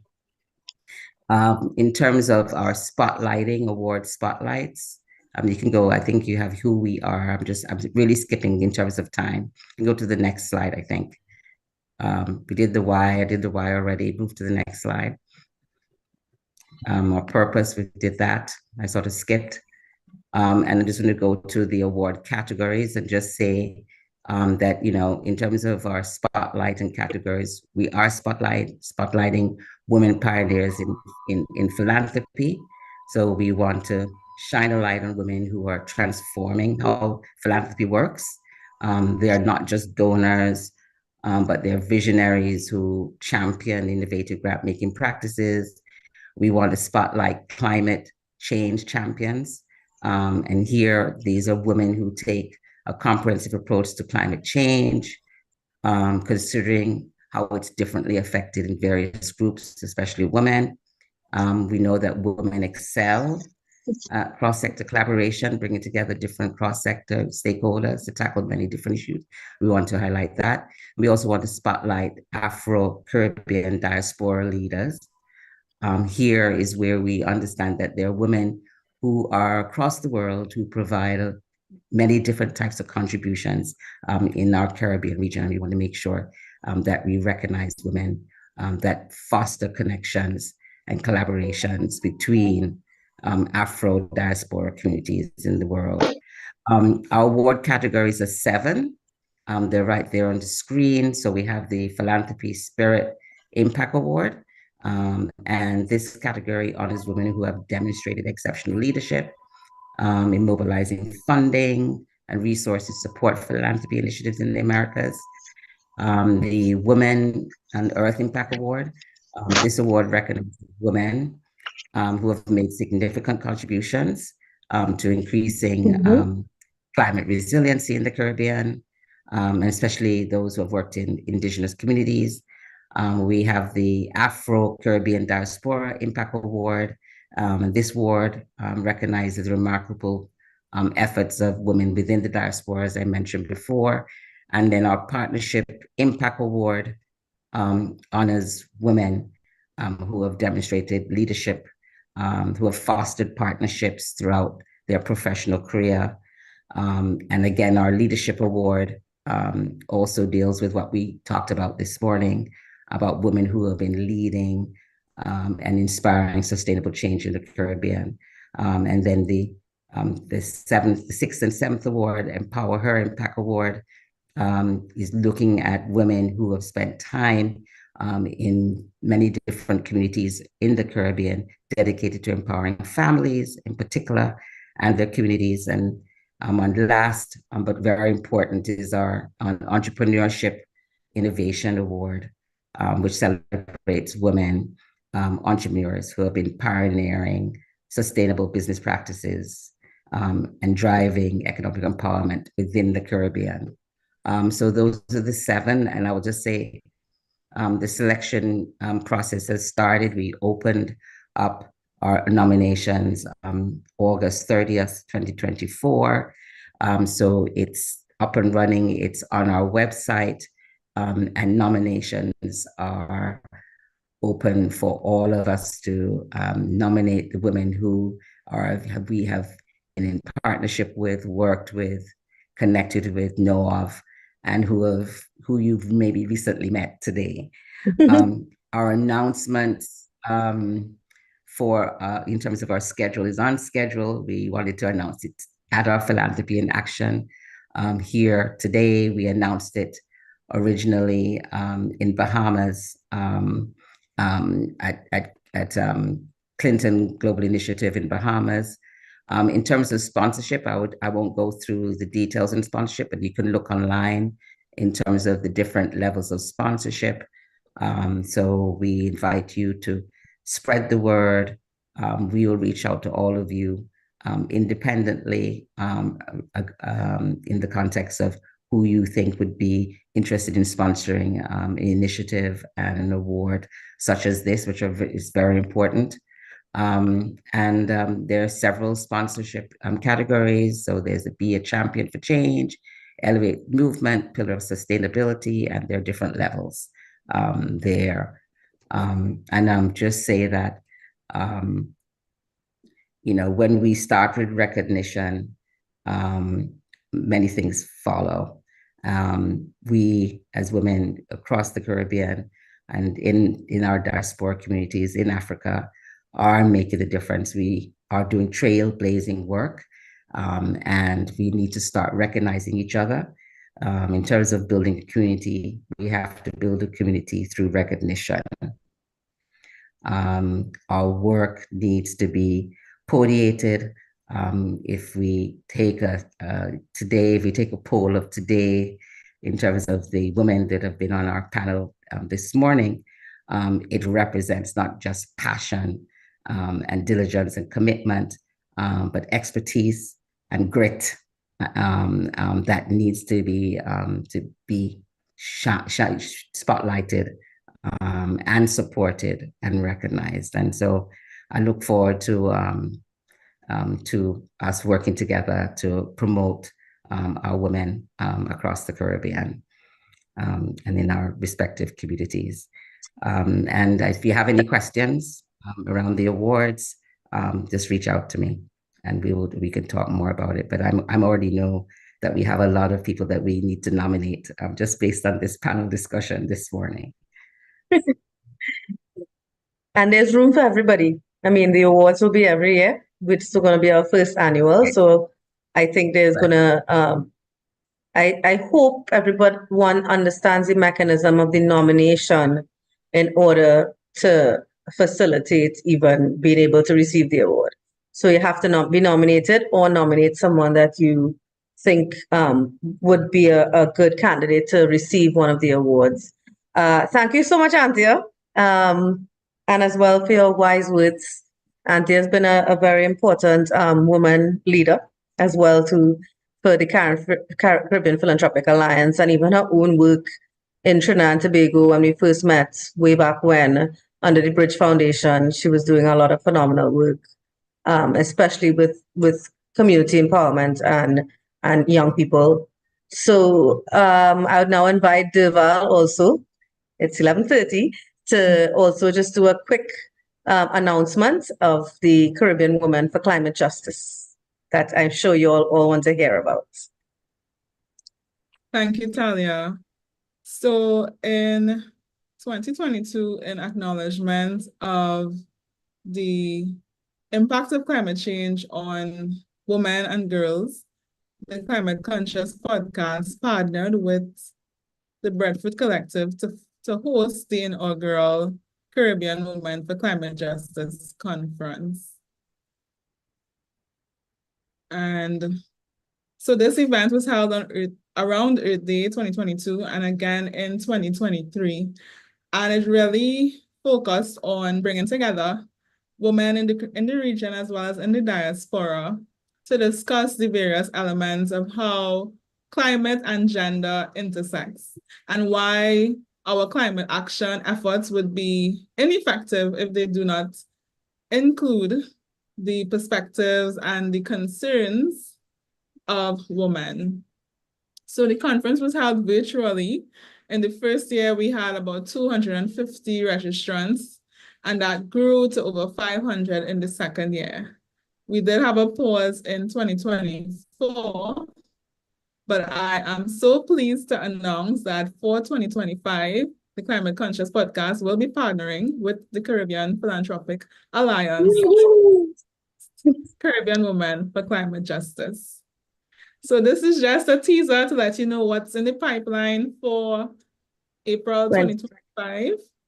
And this year, having, discussed and unpacked a lot of the issues at the intersection of gender and climate justice, we want to focus now more on what I like to call funding the vision of women, funding them and resourcing them to actually implement the solutions that we have been discussing, over time. So for 2025, the focus will be more on finance and how we can dismantle the existing barriers and unlock more finance to be able to actually implement the solutions that we have been discussing and developing. So definitely stay tuned to our social media platforms, Facebook, Instagram, LinkedIn, and our respective websites, so you can be involved in Caribbean Women for Climate Justice 2025. Thank you. Thank you. Thank you so much, Durval. And with that, we are right on the time. I know we went over by a half an hour, but we said we were going to try and make sure we finished before 12, and I think we did that. So everyone here today has been so inspirational to me personally. We all get burnt out and we all feel the effects of the work that we do. And I think that's one of the most important roles of women, just, lifting each other up when, we feel it. So it really was inspirational to meet some new faces and to reconnect. Like Mary said, let's not leave this here. Let's see how best. We just heard about 2 specific actions that we could all get together and help support. And I would leave Sonia to close this out, but thank you very, very much for being with us today and wishing you all the best for the rest of Caribbean Philanthropy in Action Week. We do have one Indigenous Caribbean starting at 1 p.m. I hope some of y'all could tune in. And we have our Saturday's event, and we have some in-person activities happening on some of the countries. So please pay attention, as Durval said, to our social media and our website, so you can stay in touch with us. Over to you, Dr. Sonia Peters. And we're just inviting you to, and we'll invite you to the reflections of the week on Saturday. Yes, I think it'd be important for you to join. So please join if you can. Thank you. Great. Thank you, Talia and Anthea. I think we did have an amazing session. I like the sensitivity that has been brought on this panel. Some days are better than other days, and that's something that we need to recognize within the space in which we're operating. Thank you again to all of our panelists. Thank you for those of you who joined us in our space. Thank you for those who are watching us on YouTube, as I have been doing from the beginning of the Philanthropy in Action Week. We encourage you to engage us as indicated over the rest of the week, and certainly do join us when we look at Indigenous issues, which are very important and also vital for us in the Caribbean. Thank you so very much to all. Take care. Bye. Thank you. Thank you.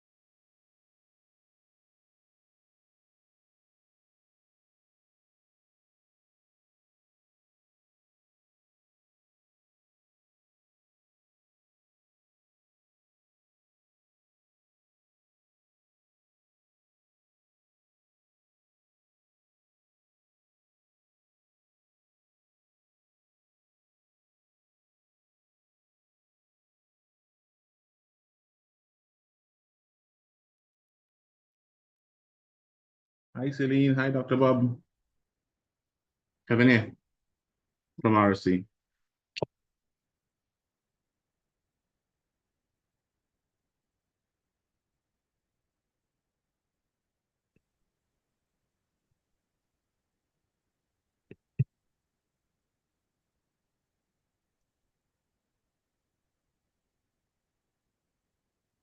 Seeing you, not hearing you. Okay, can you hear me now? Hearing you now, real nice. Loud and clear. Is that okay? Oh, yeah, very good. That camera, Chris boy. You know what I was noticing is when I Zoom with other people, I'm on your system now, that sometimes when I speak, my beard seems to be moving. With the virtual background, that or the background, yeah. If it's like a light color I background. tried different things, but I am, and yesterday I was in a Teams meeting, which was quite good. This is very good. Yeah, connection probably good. Yeah. So how Time are you of day, doing? time of day connection is good. All right, so straight to the point. I didn't get your PowerPoint yet. I only got they haven't sent it for me. Right? No, I'll just check my email. it's what you say, the PDF you have. So you go with the PDF. No, you will run your slides with the PowerPoint slides. No, it's the same thing I sent. No, okay. So you run it for you. So if you don't mind, when I finish the bit on my paper where it says PowerPoint now, whether we call it PDF or PowerPoint. Okay, no problem. Fine. That's and then fine. if you just do the slides, each page, kind of enough, about 10 seconds, so people can read it. Right. Okay. Let me just show it here. Right. Yeah. If you put it on. Right. No, not that. Haven't you got one with images and all that sort of? Don't show this at all. That's what I'm saying. I didn't get that. Okay, well, I'm sending it to you now. Please do. Look, take my email. I'll put it in the chat one here. you put in the thing. Yes, please, because Kevin, and I checked with Diana. She told me she sent it. She sent everything. I messaged Diana early this morning to say I didn't have it. And I was sitting and watching my email whole morning. And I sent you a note. Did you not see my messages to you? Yeah. So is it kevinkhan.rsc? Correct. Let me do that right now and tell me. Please, yeah. I'll probably get it. Don't worry. From you. kevinkhan.rsc. Okay. Attach. Yeah, because I saw your note, but there's nothing attached to the note. Yeah. So, yeah. And I messaged her before the first session this morning, their team. But there's some little breakdown. I don't know if she's there. I don't know what. But anyway, past that, I'll get from the source. Hey, Jamila. You should have it in 2 seconds. So tell me. Of course. All right, there's Jamila. Yeah, tell me if you've received it. Give me a sec. Message back. Hey, greetings, team. Hi, sis. Hi. Hey, I'm trying to. Jamila, Oh, here I am. how are you doing? I am well. How are you? I'm fine. Welcome. We're just trying to work out this bit of tech with Kevin. Yes. Good. Jamila looking good as usual. Quality, camera good. Yeah. Thanks. Celine, can hear us? She'll understand us. Hello, do you hear me? Yeah, I thought you wouldn't hear. You were hearing us. Hi. Oh, hi. Yes, good afternoon. Afternoon. Finally, I got to see your faces. Yes. I just sent my PowerPoint. I don't know if you already received it. Did not. To the youth lead at paraphiliaalliance.org. No, I don't have that email. That's not. Oh, you sent that to me. You have it? All right, let me see. Kevin, can you drop your email again in the chat so that she can? In the WhatsApp, sure. Yeah.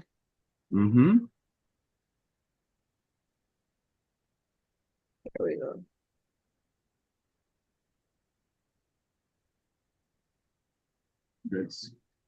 It's my name dot rsc at gmail.com. I just put it there again, right? So anything you get, because Bob said he sent the PowerPoint, the actual PowerPoint slides to somewhere that didn't come in. Got So you. please tell me, have you received it now, Kevin? I'm checking now. Not yet. Strange. Or Well, let me see if I can have maybe try sending it to me, Bob. Let me just send you my email and then I'll try to forward it if I get it from. 1 second. Let me just see. And also Edmond was on earlier. He said he also sent his. Okay, you have it from we did the tech check. I sent it to you via WhatsApp. You want me to send it to you again? It's in our WhatsApp, right? From me to you. Yeah. I'll scroll back up and check. Let me You sent see. out not the OneDrive link. Oh, yes, the PDF from Yeah, you see it? Yeah, okay, so save that, right? Yes. Yeah. Well, maybe mine might say PDF as well. Jamila, is your address Jamila financialjames@gmail.com? No, I just sent it to you in WhatsApp, the Okay. email that you should send it to. Let me know if you got it. Use lead. Yeah, that's me. Okay. At carryfilalliance.org. Yeah, that's it. Okay. So I think everybody's calling it a PDF. I'll do that. Okay, sent. So please tell me if you receive it. All right, will do. Let me check right now.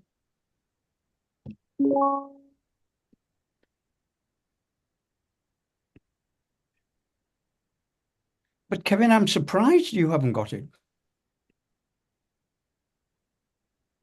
Me too. Oh, okay, I have one place to check. Yeah, I got it.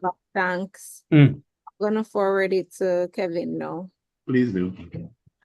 It's not in the spam, not in any of my other folders.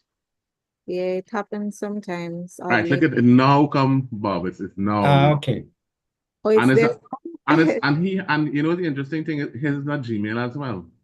So yes, that should come immediately. Yeah. Well, Yeah. Well, assuming. hey, Right. don't forget the Caribbean in a Perfect. This is good. This is good. Right. I see it with all the pictures. You've got it right. I've And got all it. I'm saying is you could see the point I put in red when I finish, because I only will talk for about 4 minutes.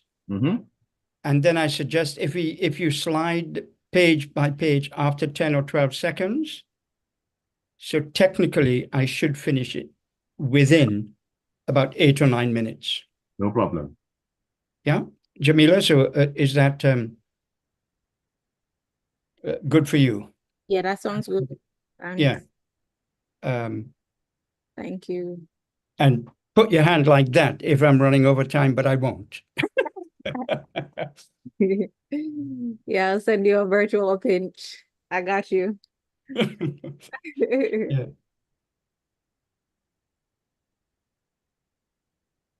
So you said you got it, Kevin. I sent it to you via WhatsApp as well. Yeah, I got it as well. Yeah, perfect. Okay. I'll put it in our drive so my team can get it.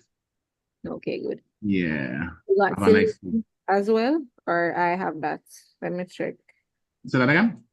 You have Celine's presentation? No. Let me that's you. I just got it. All right, so I'm loading. Darius, could you share the drive link with Alician, please? Hi, Alician.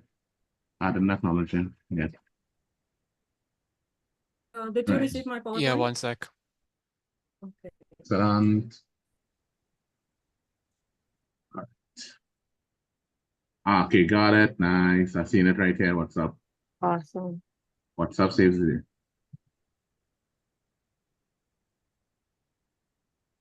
Silly.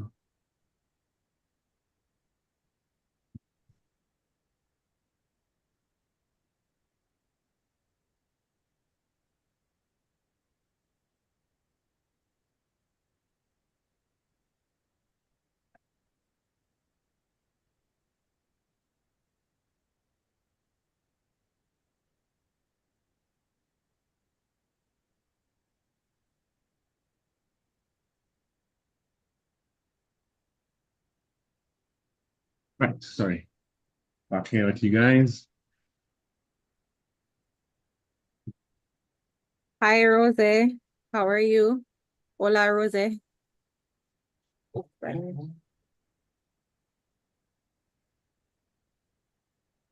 Um, She has stuff up. Is the interpreter supposed to come in?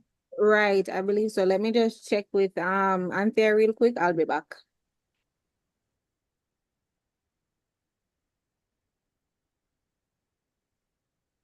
And Kevin, Yes, sir.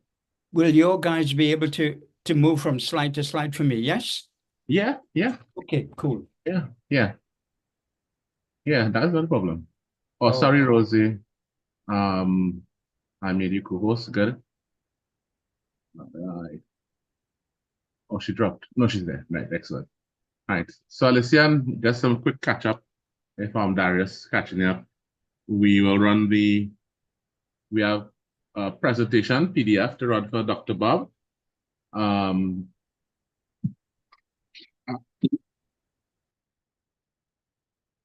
But not the notes I sent you. I'll talk from my notes. Yeah, sorry. Sorry.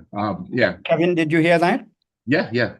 The notes, I will talk from the notes. Correct, and we'll show you colorful one. You know the point at the end of, yeah. And then after that, I'll just say 2 lines. Perfect. And for Edmondo, his presentation is there, and Celine as well. I just dropped them in the Google Drive. So let's see, we're waiting for a few more.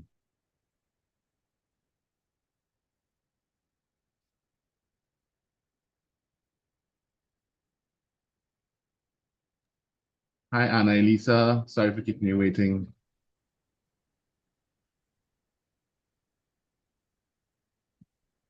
Hello.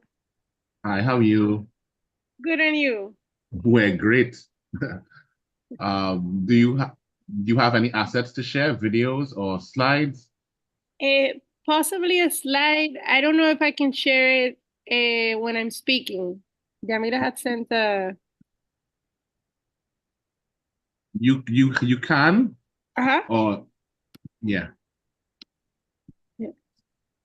You can. We have or you want us to share it? I can share it. Fine, no It'll problem. only be 2 or 3 pictures. Sure. You want to test them now? Yeah, give me 1 sec. And also test your video. Okay. Yeah.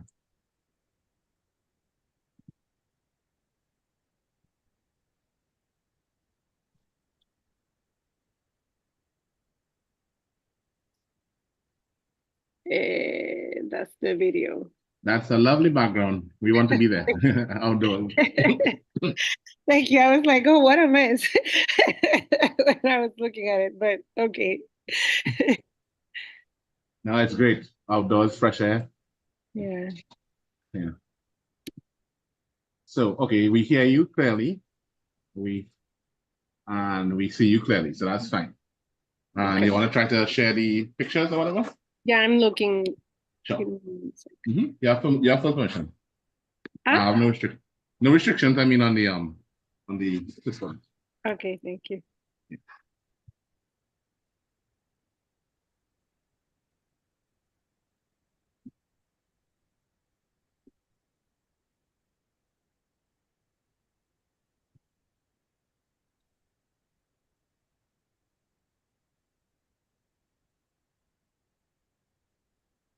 Hey, Annalisa. Hola. Hola. What's up? I'll be with you guys in a bit. 1 second. Yeah.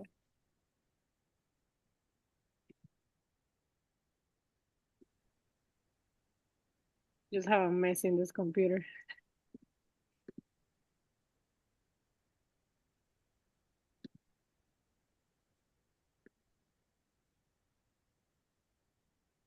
So, Annalisa, do we say buenos tardes or buenos dias? Buenas tardes. It's already very late.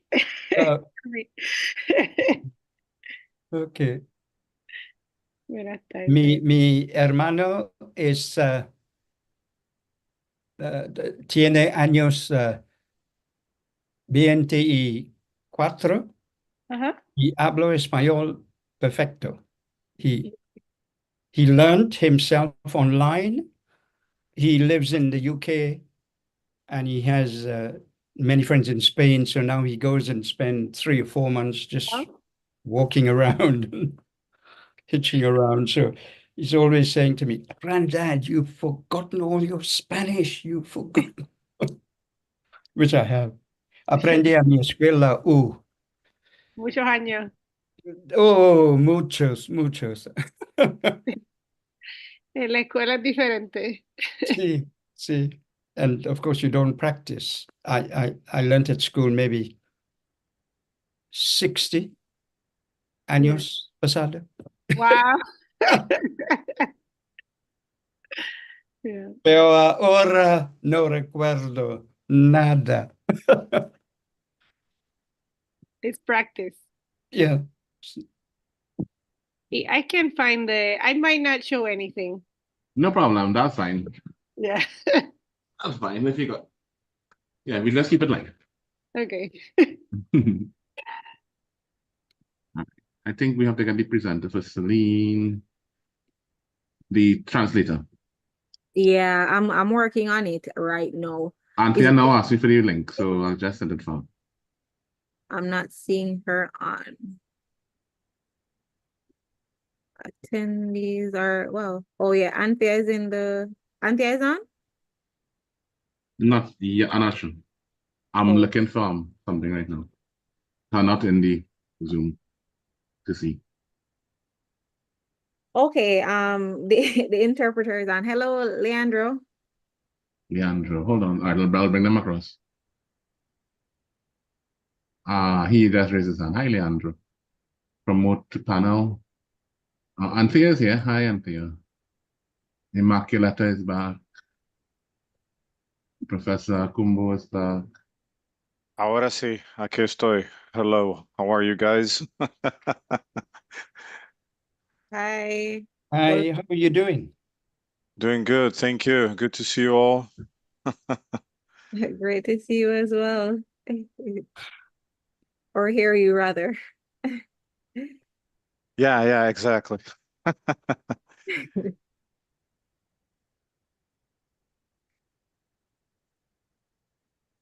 Co-host. Yeah, co-host.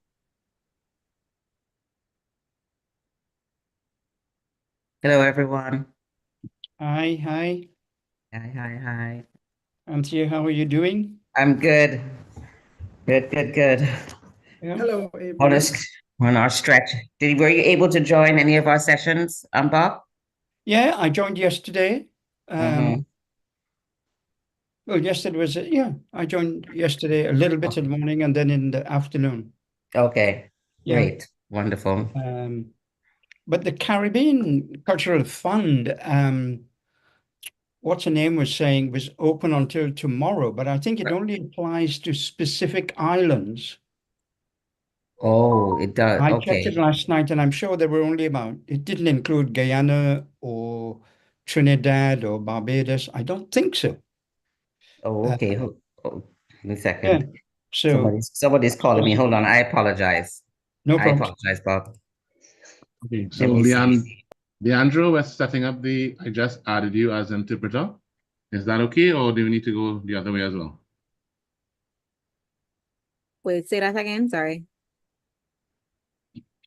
I set up Leandro as the interpreter, but I put English to Portuguese, correct? Leandro? He's probably in the channel. Let me use it. But he said he's one of the interpreters. Yes, well, yes, you're okay, perfect. Yeah, he's Portuguese. All right, there's Kellan.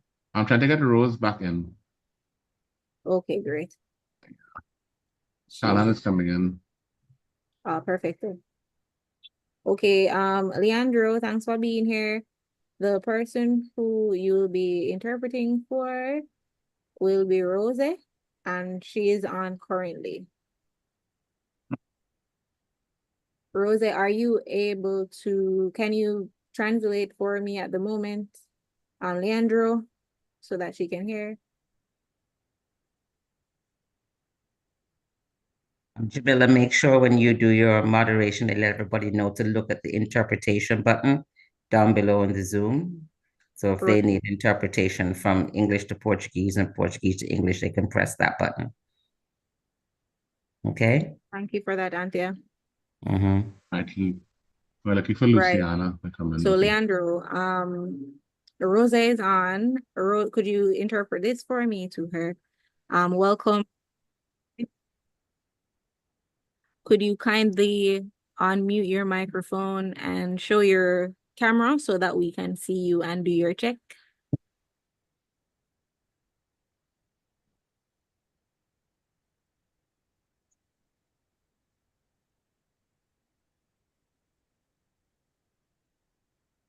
Celine. Hi, Celine. How are you? Good afternoon. Hi. Thank Happy you. to have I you hope you're on. fine too. Great. Thank you. Thank you. Thank you for joining with us and contributing your time. Thank you. Thank you. Immaculata, hi. Okay, great. No problem, Leandro. Were you able to communicate to kindly open her camera and unmute her microphone so that we can do her check?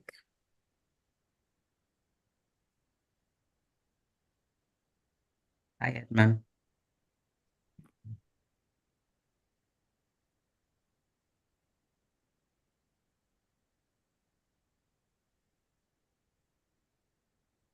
Okay, I understand. All right. Are you able to text it for us in the chat, Leandro? Adding Rosa to select the channel, the Portuguese, so that she can hear you.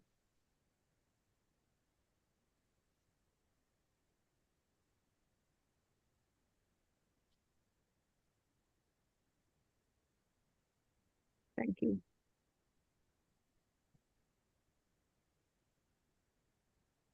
No, Rose. Rose.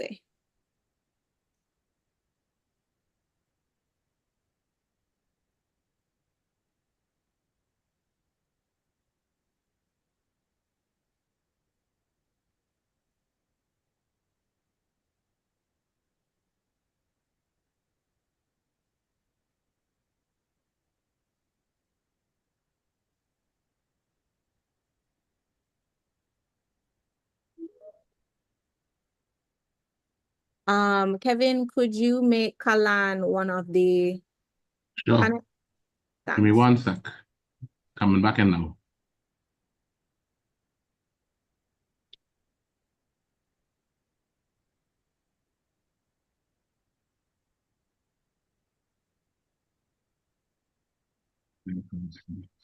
Kevin?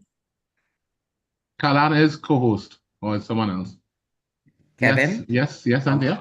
At the end of this session, because we have the national events, maybe you could put that up on the screen so people know what's happening at the end of this session for tomorrow. Could you do that? We should be able to do that, yeah. All right.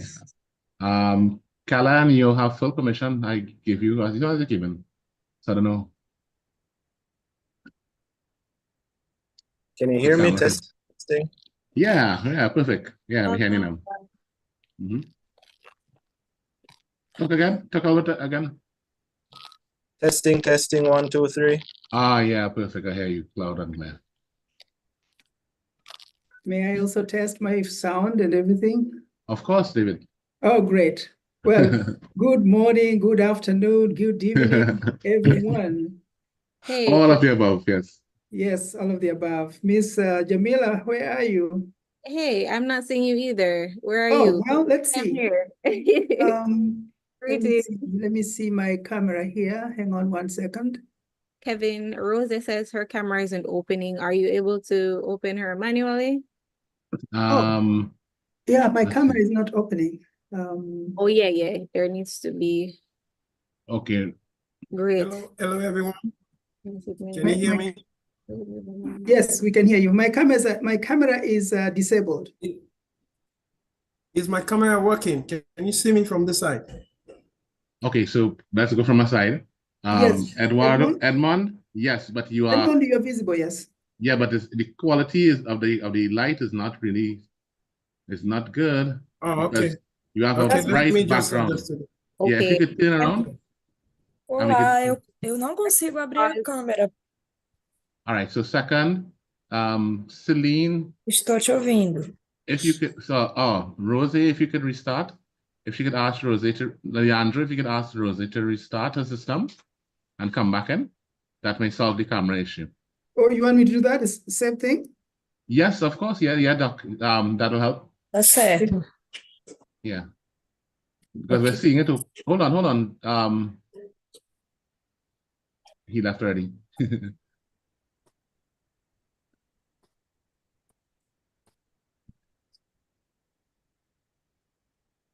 Still really, I know it's night by you, but it's you have any other light you could put on? Or your face is in darkness. We are not seeing your eyes at all.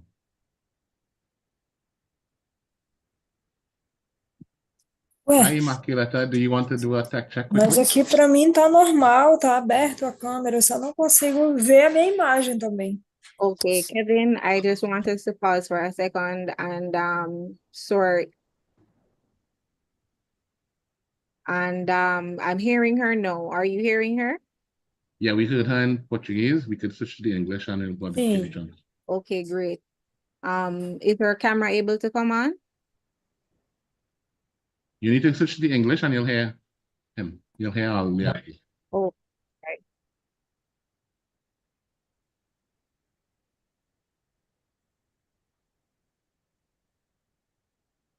Right. So I'm asking her to restart the system. Okay. You can tag me again. Certo, vou sair e entrar de novo.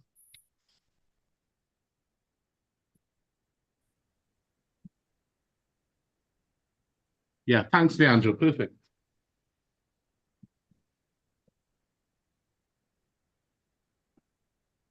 Edmond, let's see you again. There was like plenty better.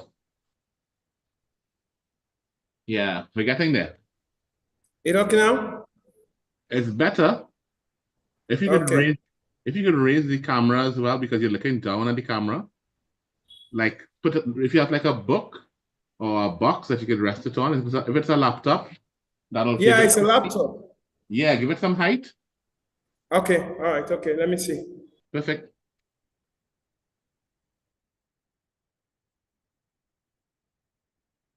Oh, is Immaculata hearing us? Can she hear us? Did she do a check?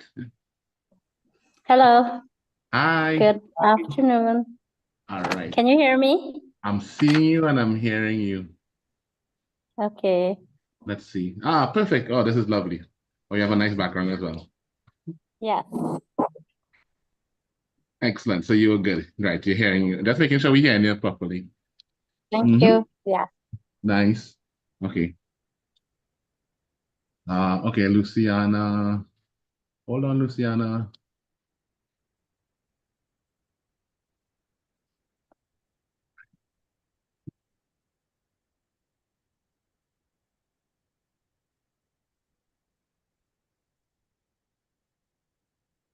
Okay. Hello, this is Luciana Quezmoro. Can you guys hear me? Yes, we do. I hear you. Okay, I'm the Portuguese English interpreter. Excellent. I'm starting out now. Portuguese to English. Update. Right. You should have permissions now. You can check the channels.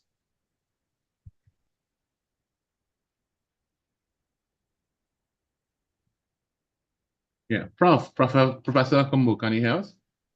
I can hear you, but my video is still disabled. Even okay, it's on now. You try it now. I just set it on.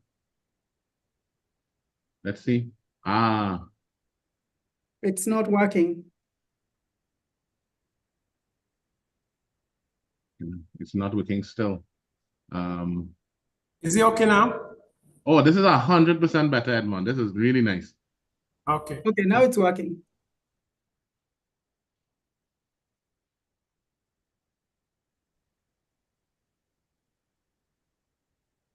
Welcome, Professor. How are you doing?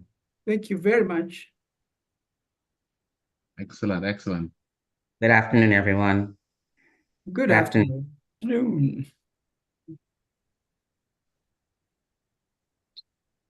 Okay. Anthea, hi. I sent you the link for. Yeah, it's good. You can use it. Okay. All right. Just go ahead. You want to start with that? Yeah, we do that, and then you're gonna do the regular introduction. Yeah. The regular stuff, one, two. Sure. And then Tanima, and then I'll start after Tanima.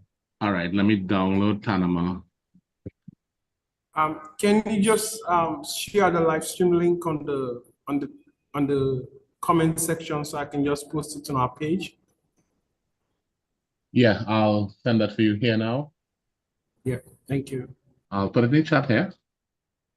The YouTube, it's on YouTube, right?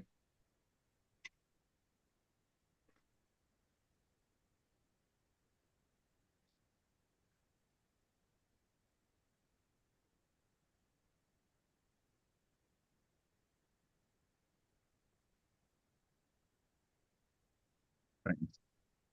I see another Rose and Tony is here. Okay. All right, Jamila, all good from your end? Yes, all set, ready to go. All right, everyone is okay. Any questions? Any last minute questions? Interpreters okay? We can't hear Professor Akombo. We can't hear him. Permissions, can you hear me? Okay, I can hear you now. Hi. Does every presenter have permissions to share their screen if they so desire? Yes, of course. Yes, you do. Do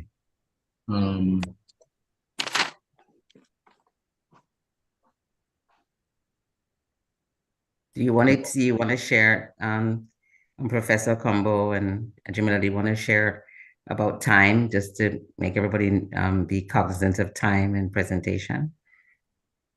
Yes, I did mention to everybody that we have a large, wonderful panel. So we want to reiterate to just keep everything concise and potent, so that we can keep within the bracket of timing. Wonderful. Thank you. Thank you. Thank you. Thank you. Okay, that's lastly, we need to sort Rosa. Okay, Leandro, she's good now? Hey, Leandro, she's all good?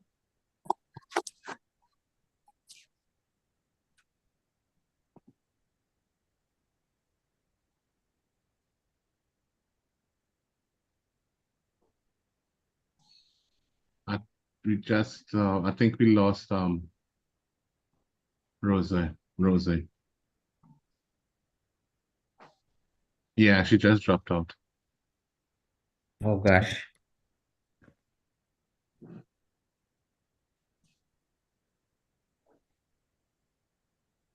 She was in a second. Okay.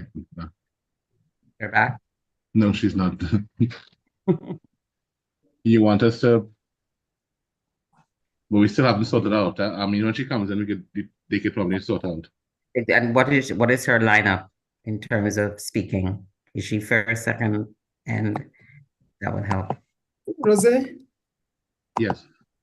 Rose is towards the end.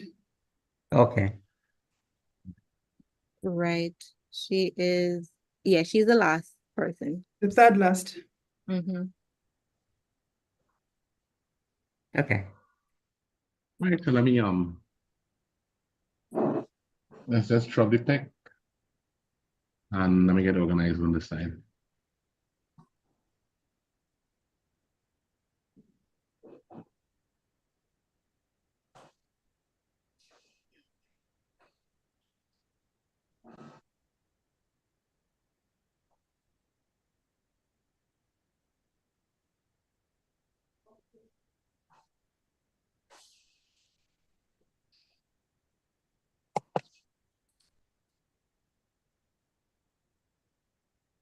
Jamila, on your go, right? Yes. We can go ahead. Okay, awesome.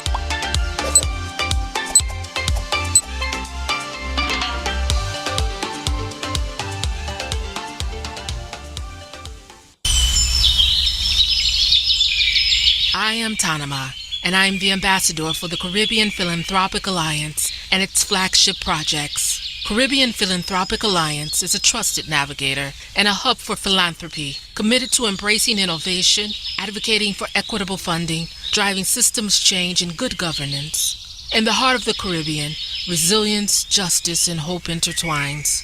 Now more than ever, philanthropy stands as a beacon of transformative change, addressing urgent climate challenges and igniting strong partnerships to drive the Sustainable Development Goals. Philanthropy is a catalyst for progress. Let us embrace the power of philanthropy to create a future where every individual thrives and every dream takes flight. Stand with us to transform philanthropy and build a strong foundation for a sustainable and equitable future.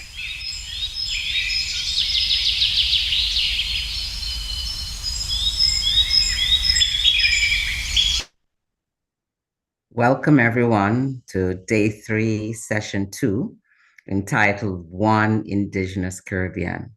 Welcome everyone. First, I'd like to extend a special thank you to Tanama for her message.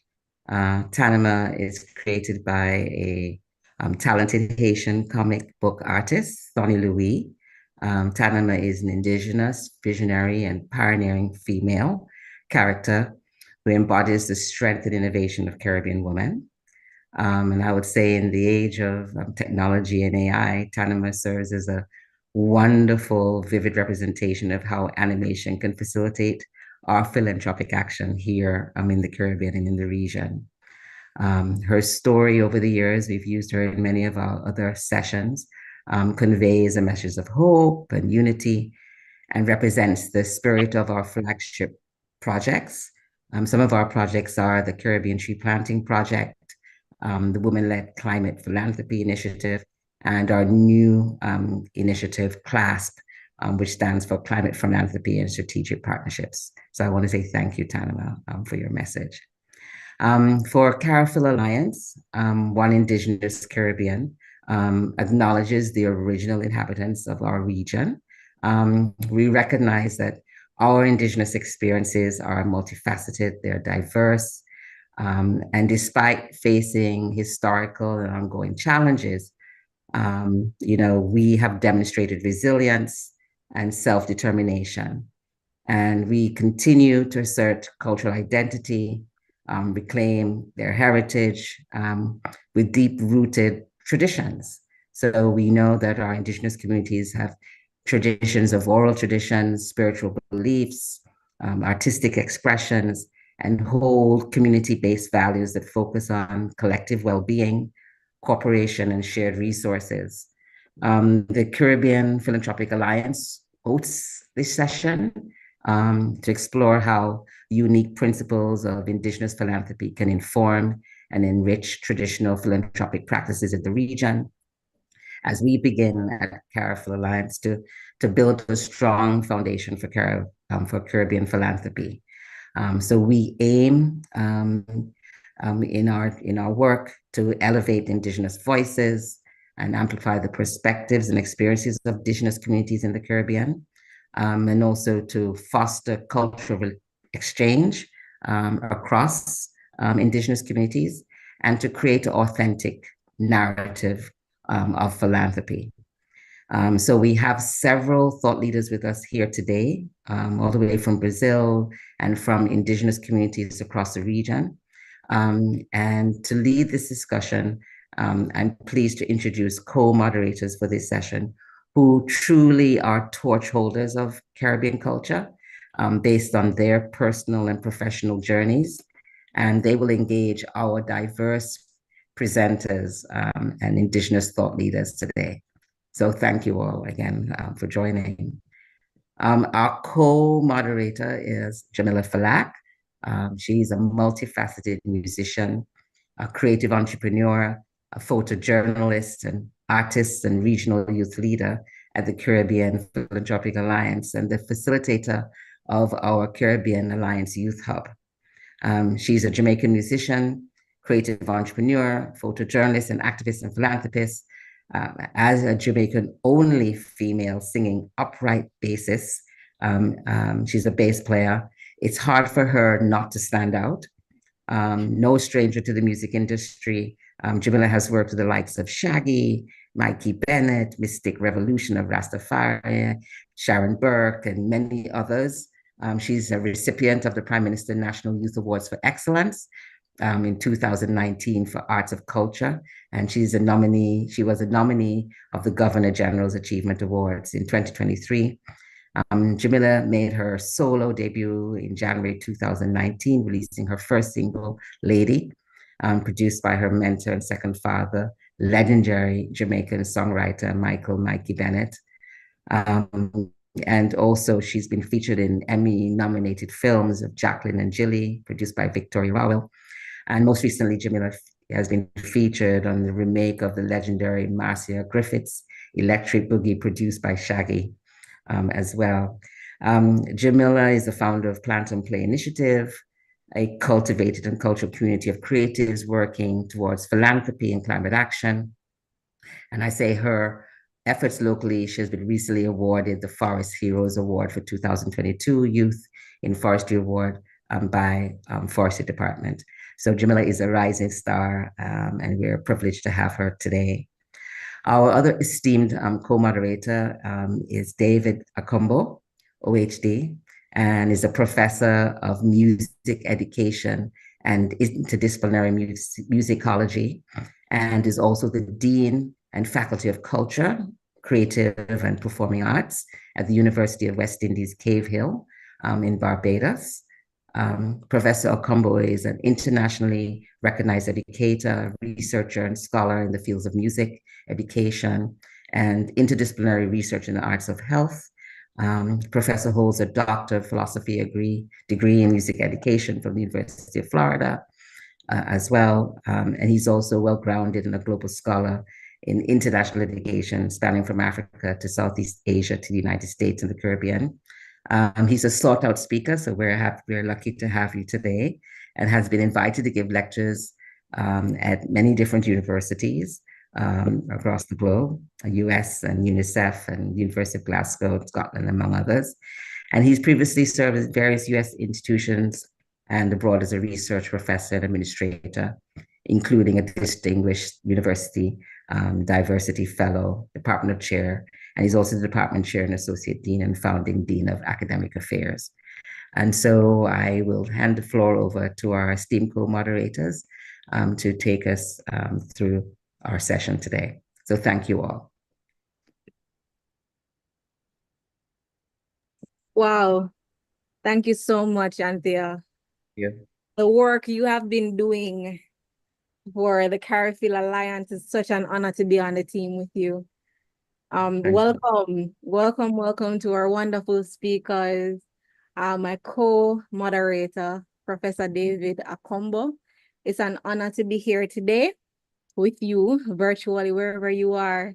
Grab a glass of water, make yourself at home, and let's have this very necessary conversation about the one Indigenous Caribbean, together in strength, together in giving.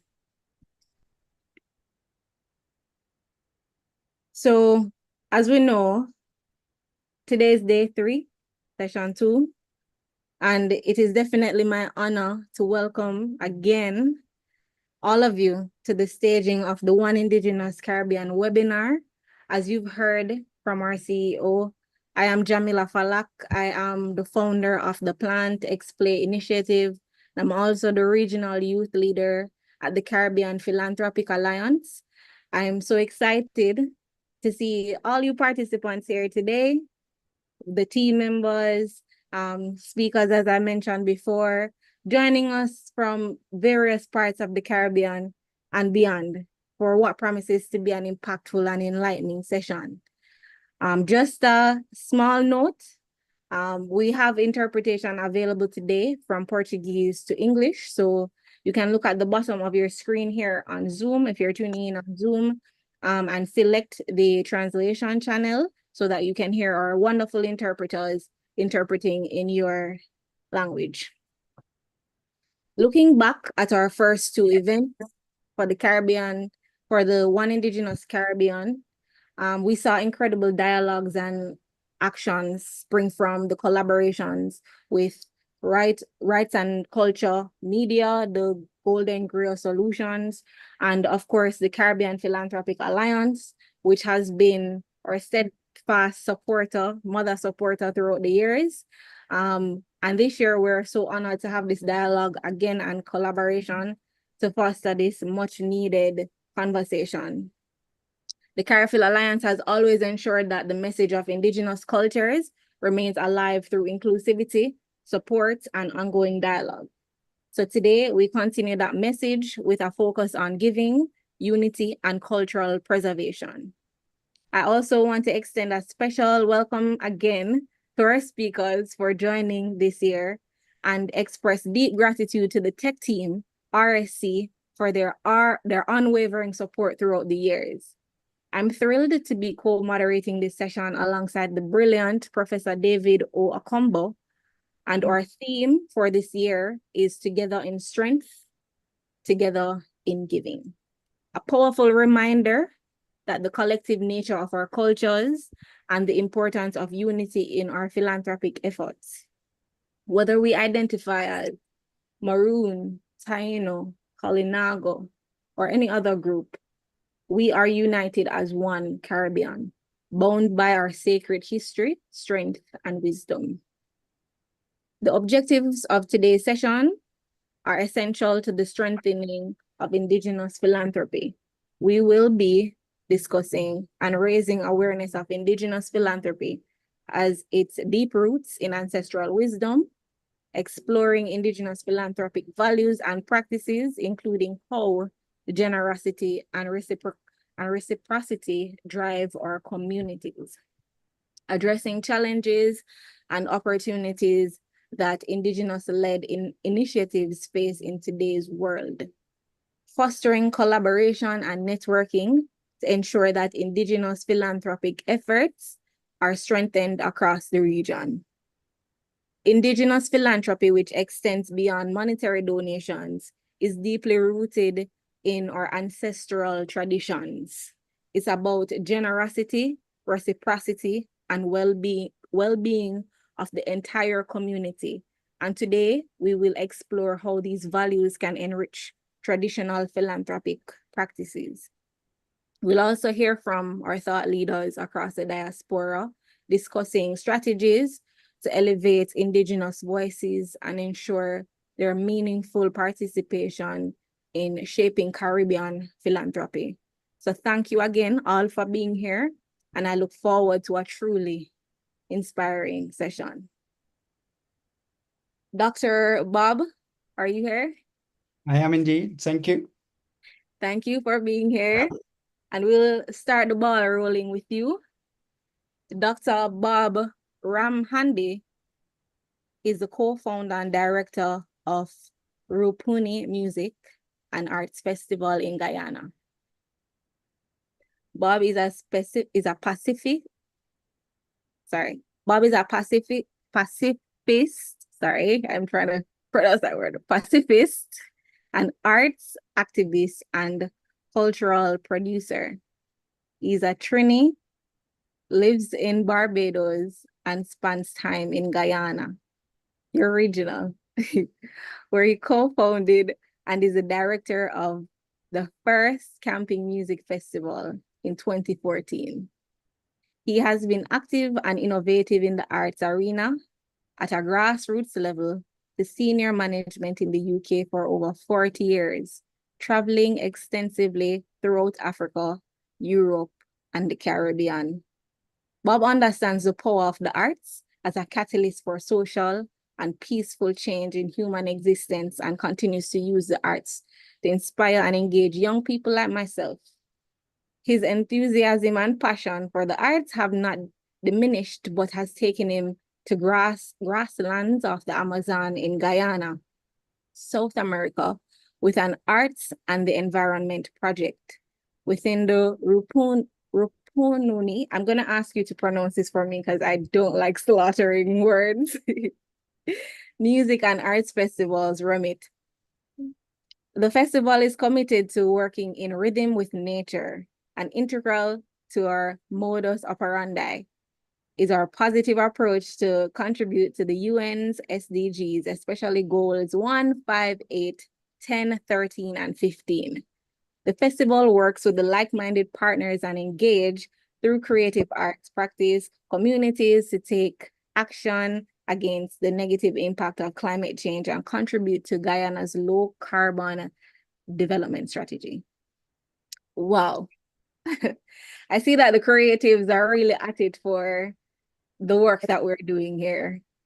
So while you go into your wonderful presentation that I'm so excited to see from Professor Bob, can you give extensive experience with the Rupuni Music and Arts Festival, with what types of funding mechanisms or partnerships would be most beneficial in supporting the festival's goal of preserving cultural heritage and promoting economic development, addressing climate change within the Rupuni region? Rupununi. Rupununi. And Immaculata is laughing there. She probably says, oh, the native, we even saying it wrong, but it's Rupununi. Okay, Rupununi. Yeah. Over to you, Bob. Well, Jamila, thanks very much. And may I just say greetings to everyone, wherever you are. And thank you, Andrea, for inviting me, for you and your team, inviting me to share a few words about our work in Guyana under the umbrella theme, One Indigenous Caribbean. You know something? For centuries, we've been seduced to believe that the indigenous populations of the Caribbean and Latin America were on the verge of extinction, that colonizers had decimated them, and we know today that is not true. Although personally, I should add that some colonizers did try.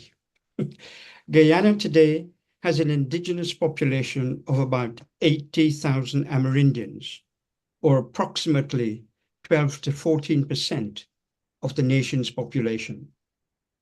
These communities live mostly along the coastal region and also within the interior. The coastal communities consist predominantly of the Kalinas, Caribs, the Loconos, the Arawak Tainos, and the Warus. And those who live in the interior are predominantly Akawayo, Arikuna, Patamona, Waiwai, Mapuches, and the Wafishanas. If we extend our reach above Guyana across the wider Caribbean and Latin America, there's information to suggest that the indigenous populations is approximately 45 to 55 million people, speaking over 700 to 800 indigenous languages. What we do know is that most of these communities are marginalized and exploited, refuse land ownership and land rights, and treated not as they are as First Nation citizens, but as second-class residents. Indigenous communities have evolved and are evolving and share many, many common values. The respect for us and each other, their values and their relationships. They live in harmony with the environment. They share indigenous knowledge freely, and they consider the natural world as sacred and see themselves, rightfully in my view, as stewards of the land, protectors of the environment. Today, global societies can learn an awful lot and benefit from indigenous knowledge about the balance of our ecosystem, about sustainable water maintenance and management, about biodiversity and conservation, and about management of our natural resources. Sadly, the world seems to be largely deaf to their voices and blind to the frequent disastrous climatic changes we are witnessing. Cultures, we at the Rupununi Music and Arts Festival have always been inclusive and have unashamedly embraced the indigenous cultures of Guyana. 10 years ago, a group of us started the Rupununi Music and Arts Festival in Region 9. Our vision then, as it remains now, is to create, co-produce, and promote artistic and cultural programs which celebrate, reflect, and are inspired by creatives across the Caribbean and within South America. i.e., we as a team are committed to the use of the arts as powerful weapons for social and peaceful changes in our societies. As has been asked, I will do a very short PowerPoint that looks at what the festival has done, what we have done, what are the challenges, and what we face in our vision.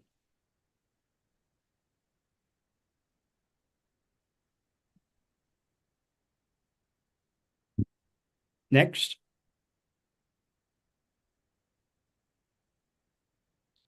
And to the tech team, thank you very much. And you can move the slides along slowly. I won't be speaking over them as the few words on the screen convey our sentiments. Thank you.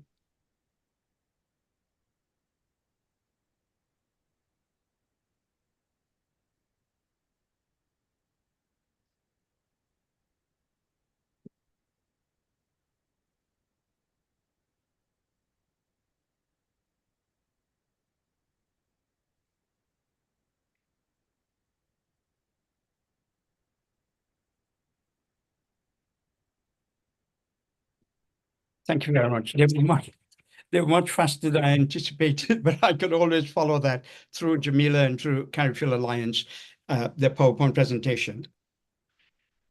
Whether she is or she isn't makes no difference to me. So I'd like to end with the words of a singer-songwriter whom I've always greatly respected and admired for decades. Born on the Pierpont Reservation in Saskatchewan, Canada, the words of the beautiful Buffet Sainte Marie. I don't need no city life. I don't need no city life. I don't need no town. Stay home with the one I love and watch the sun go down. Watch the sun go down, sweet baby. Watch the sun go down. Watch the sun go down, sweet baby. Watch the sun go down. Oceans full of fishes, skies full of stars. Baby, baby, I love you just the way you are. Thank you very much, and I'll be happy to answer any questions. Thank you so much. Thank you so much. Rupununi.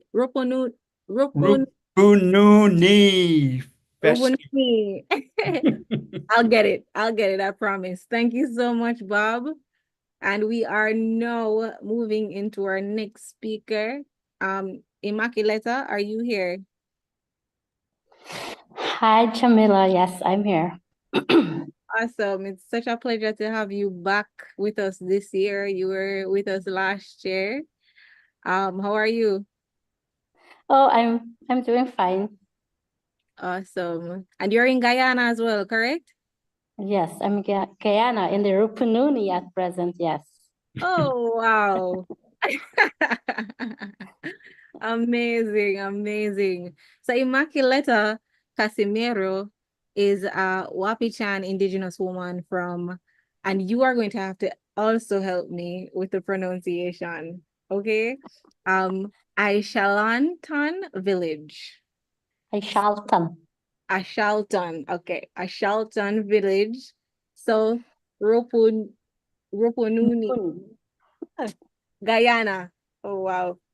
She works with the South Rupununi District Council and is a co-founder of the Wapichan Wizi Women's Movement. So I have a question for you, Immaculata, to guide the discussion. And I'd just love to know your thoughts on what women's leadership is often centralized around indigenous philanthropy and the scope. So how have indigenous women in Guyana contributed to the growth of local philanthropic efforts? And what unique challenges do they face that require global collaboration and support? Also, can these efforts address gender-based discrimination to promote sustainable livelihoods and advocate for climate justice? I'd love to know your thoughts around that, Immaculata. Okay, Kaimen Unau. Greetings in my language, the Wapichan language. I am Immaculata. I'm joining you from Aishartun, the original name, but corrupted by English, Aishalton Village, South Rupununi region number 9. And I'm very thankful for giving me the space, to speak about the work that I have been doing and what philanthropic efforts we have worked within our own space, within the Wapichan Wish. So when I speak today, I'm going to speak about the Wapichan territory.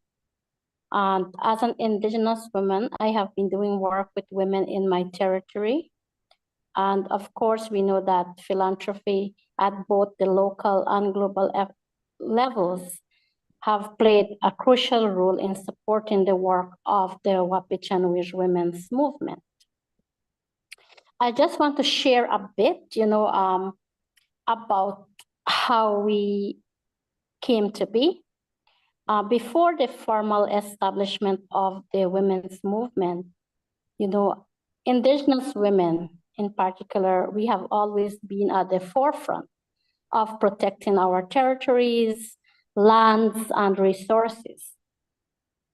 This is because we care about our homes, our land. We would give freely of ourselves to defend the rights of our people. So when we think about the efforts of women, it's always been part of our tradition as Indigenous women to give freely. And recognizing this, my sister, Faye Fredericks, we had a conversation with her about forming a movement to empower women and girls in the Wapchan territory. I just want you to note that when we had this conversation, we had no money, we had no training, but it was something that we wanted to do and something that we knew our communities needed. So we began work without any, I would say, monetary payments, but giving of our own time and our own resources to move this work forward. In 2019, despite our lack of resources, we were able to gather evidence about the issues faced by women in the Wapichan territory. And this has helped us to compose a submission to CEDA committee about the issues that, after gathering that information, we were able to submit to CEDA committee. And I had traveled to Geneva, Switzerland to do an oral presentation to that committee. So that was something that we did, even though we had no resources.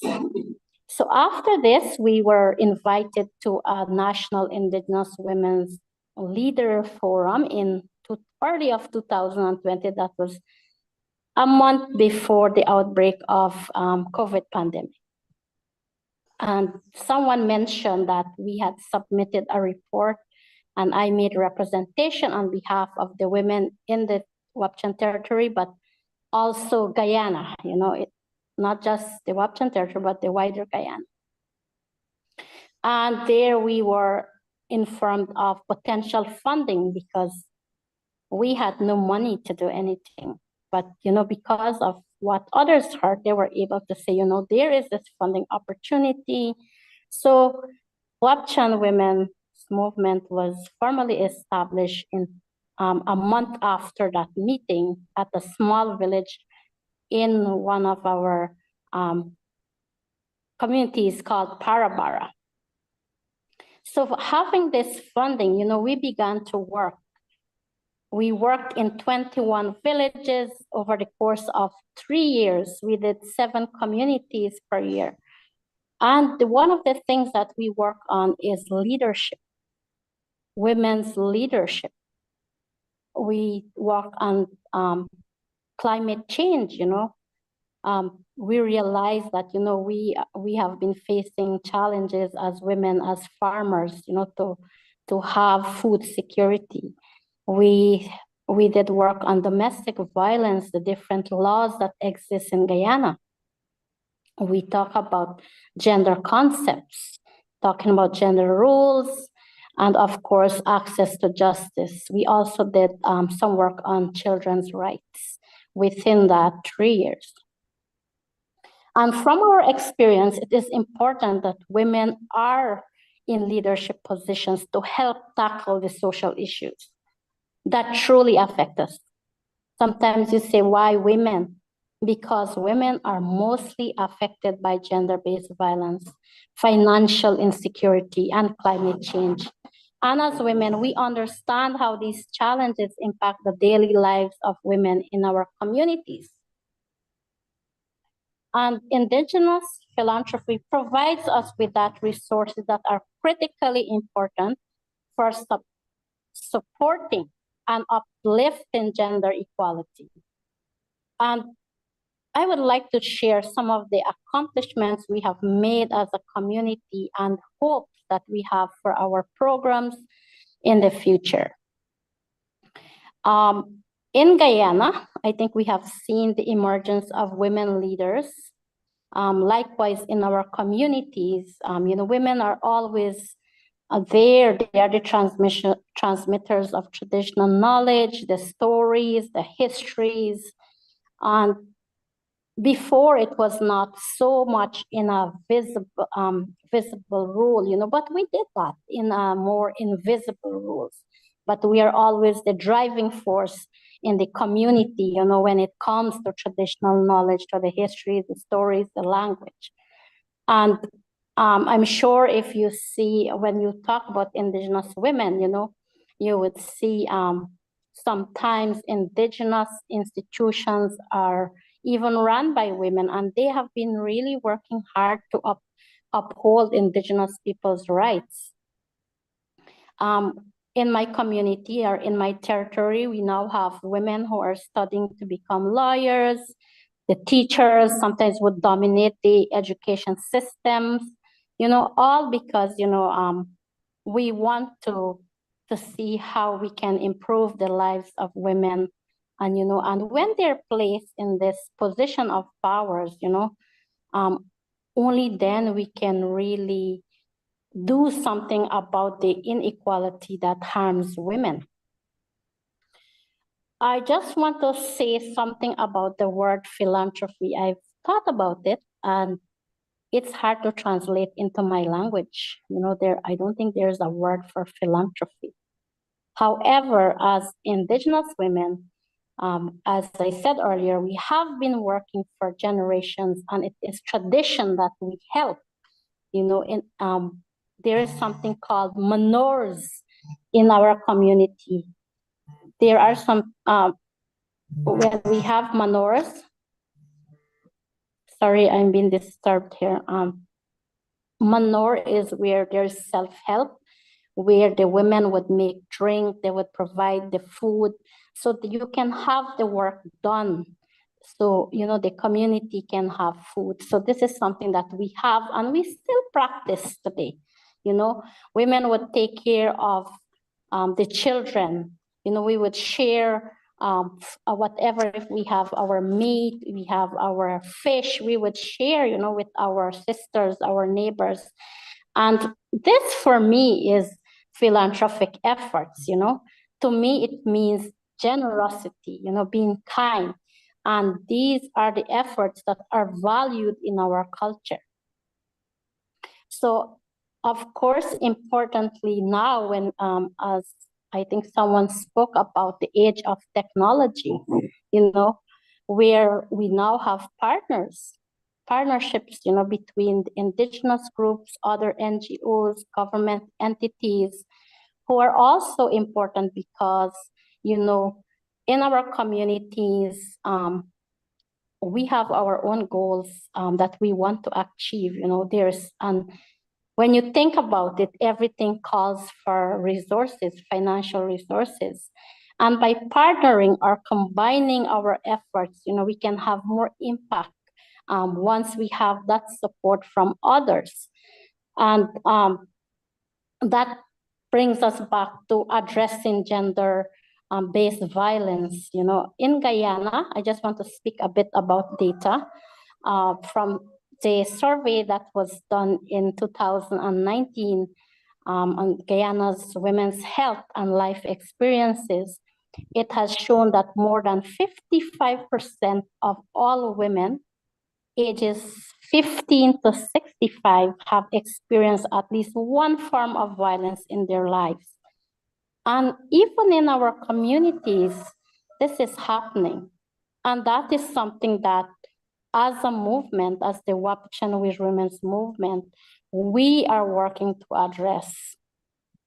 We have had some different programs, different initiatives, where we collaborate with others, because I would say we do not have all the expertise, So in Guyana, we have groups like the Guyana Red Thread, the Red Thread, Guyana, the Help and Shelter. You have other groups such as Tamake Feminists, so we can ask their support, and we often get it when we ask for help. And so, having those partnerships or those collaborations with others can really have an impact. And of recent, in the Wapichan territory, we have seen more women speaking out, and their reports are being made. And this for me is a positive change in the work that I have been doing. When we want to talk about climate change and its effect, in the South Rupununi, we are feeling at present the sun is very hot and we are feeling the effects of the climate crisis. You know, when we have, it's either we have hot sun, prolonged dry weather, or we have floods that, you know, can affect the farming systems. And part of our work that we are now beginning to do as a movement is to support the initiatives of women, existing initiatives, and even if there are new initiatives, we are working to see how we can support sustainable livelihoods. You know, of course, respecting indigenous traditions. And so these are some of the things that we have been working on and we will be working on from our women's movement. And that for me is very important. Also the work of the women, you know, it's important that we have women working together as it relates to policy advocacy. There is the Amerindian Act in Guyana where, you know, women, they have made recommendations. There is not much talk about carbon rights in Guyana, or there is no law on that. So that is something that women are making recommendations. How can we have something on carbon rights be incorporated into when the Amerindian Act is being revised? So when we look at these different efforts, you know, philanthropic efforts, and having that, I would say other partners, you know, backing us, providing that support is very, very important. At present, we have two funding, I would say, two funders that are funding our work. That is the Equality Fund. It's a feminist fund. And we also have the Global Fund for Women, which we would say we are grateful for those resources to keep our work going. Of course, we face many challenges, but, you know, as women, just recently, we had our village elections where we have seen the impact of our work. Even though there are challenges, there are different barriers, you know, for women to be elected as the two shouts were the chiefs. But I just want to share this here today that women, we have seen gender balance in our village governance system. In 13 of our communities, we have seen more women in leadership in 3 of our communities. So out of the 21 communities, we have seen that, you know, we are reaching to some level to have a gender balance governance system in our villages. Even though, you know, we have the cultural barriers when it comes to societal norms that contributes to limit women's involvement in leadership positions. But, you know, we are working towards that. Thank you And so much. thank you so much for listening to me. Yeah. And yeah, I think my time is up. I'm Yeah. finished. Thank you. Thank you so much for the insight. It's truly amazing the amount of work that you've been able to draw in and do without even funding, you know. But really commendable. And if anybody has any questions, please drop them in the questions box. We have a questions box right below the panel in your Zoom. Just click that Q&A and drop your questions in there. We will get to them at the end in the Q&A segment. So thank you so much, Immaculata. Next up, we have Edmond Margai. Are you here, Edmond? Yeah, I'm here, loud and clear. Awesome. So Edmond Bangali Margai is a highly skilled and dedicated, resourceful social entrepreneur and a humanitarian philanthropist, a youth leader, and a climate change activist, environmental and renewable energy industrial specialist with over 10 years of experience in the field, with a strong passion for promoting the realization of sustainable development goals and advocating for climate change adaptation, social justice, and community development initiatives targeting children, women, and youth in and out of Sierra Leone, Africa. He thrives in a fast-paced environment and is able to manage multiple projects and complete them all to a high standard. So without further ado, I will hand over to you, Edmund. Thank you so much for being here. Thank you. Thank you. It's a pleasure, Jamila. Thank you so much for having me. And thanks to everyone. I want to say thanks to Professor and Mr. Bob and the rest, all the participants. I want to say it's a pleasure. I'm honored to be part of this wonderful panel, to create this wonderful opportunity program. Definitely. I'm happy to be here. Yeah, thank you. And IT, can you please? For you. Yeah. Sorry, Edmund. I have a question to ask. Yeah, So, go ahead. So could you tell us, as someone who is working across the African continent, how do you see the potential for indigenous groups in the Caribbean and Africa to collaborate on philanthropic initiatives? Like, what are the opportunities that exist for strengthening these cross-continental networks?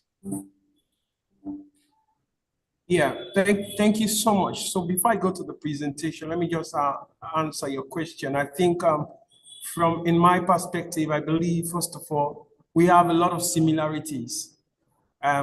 There's no way you can talk about the Caribbeans without mentioning Sierra Leone.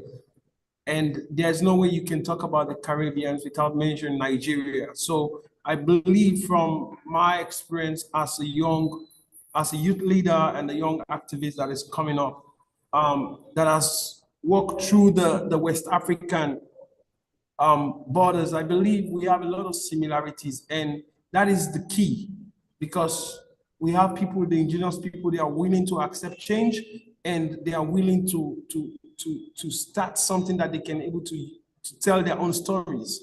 So that is what I've learned, I've gathered throughout the past years of my experience in working with indigenous people, working in coastal communities.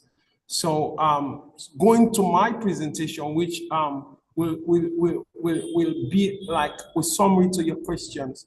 So when we started Reach Out Salon in 2020, I worked for, first of all, my background was an industrial engineer, wherein I worked for 9 years in the mining industry as an operational foreman. So when the COVID came and hit us in Sierra Leone hardly, so I said, let me just come back home, resign, and then during that time, because my wife is a nurse, is a medical nurse.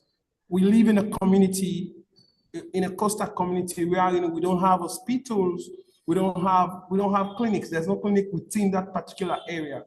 So when there was lockdown, children getting sick, women, pregnant women, they were unable to go to hospital to deliver babies. My wife was there on the front line and I was like supporting the community. So at that time, our home was like a mini clinic wherein people can come to take treatments. And initially, what we wanted to do with the little money I have with me was to open a pharmacy. So we rented a shop there, and then not knowing that when the COVID came, people were coming. We already bought a lot of drugs, about like $2,000 worth of drugs that we already bought for the pharmacy to sell. After the COVID, we're going to start a pharmacy where we'll be treating people within the community, not knowing that COVID is going to change to a charity organization. So it came, and then we started supporting the community. At the same time, I saw the passion in the life of my wife and also from my end. And then we started putting the young people together. We said, we cannot do it alone.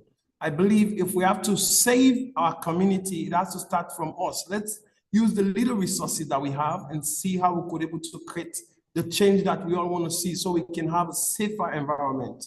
So, which the youth, they were so supportive. We bring them together, and then with the women also, they were also part of it. And then we had to do the mobilization, create the awareness about COVID, the preventive measures within the respective communities, and then it went well. So during that time, I said to myself, probably, maybe this is the direction that God wants us to go. That is why we have to go through these routes, to have an experience, to see actually if we really have that kind of passion for humanity. So we went there, we go through the registration process, you can see, and then we see Reach Out Salon and our motto is stretching hands. Next slide, please. So this is the Bangafam community. Just go back to the beach. That is the community wherein I based. It's one of the most deprived community, a community that has been enclosed on sand mining. They have issues of land degradation, land violence, teenage pregnancy. It's all in the rampage, drugs. So through our intervention, we were able to mobilize the young people together, and we had to say they have the beach, but the community do not have access to the beach.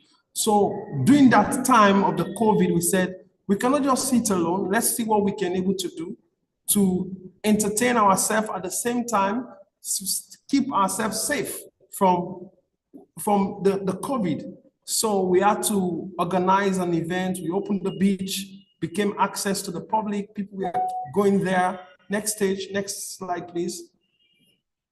Next slide.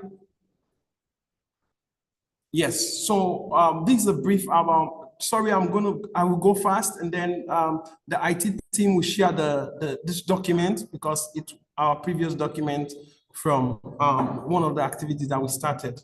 So it has everything about us. So we engage the women, we engage the young people. You can see these are the women focus group that we set up in terms of, because we believe change cannot just start, change starts within. So we had to get the community to understand what exactly we want to do. But at the same time, we engage the women, the youths, the men also, and the children also. They were part of that discussion to say, what do you want to see in your community? What development drive do you want us to go with?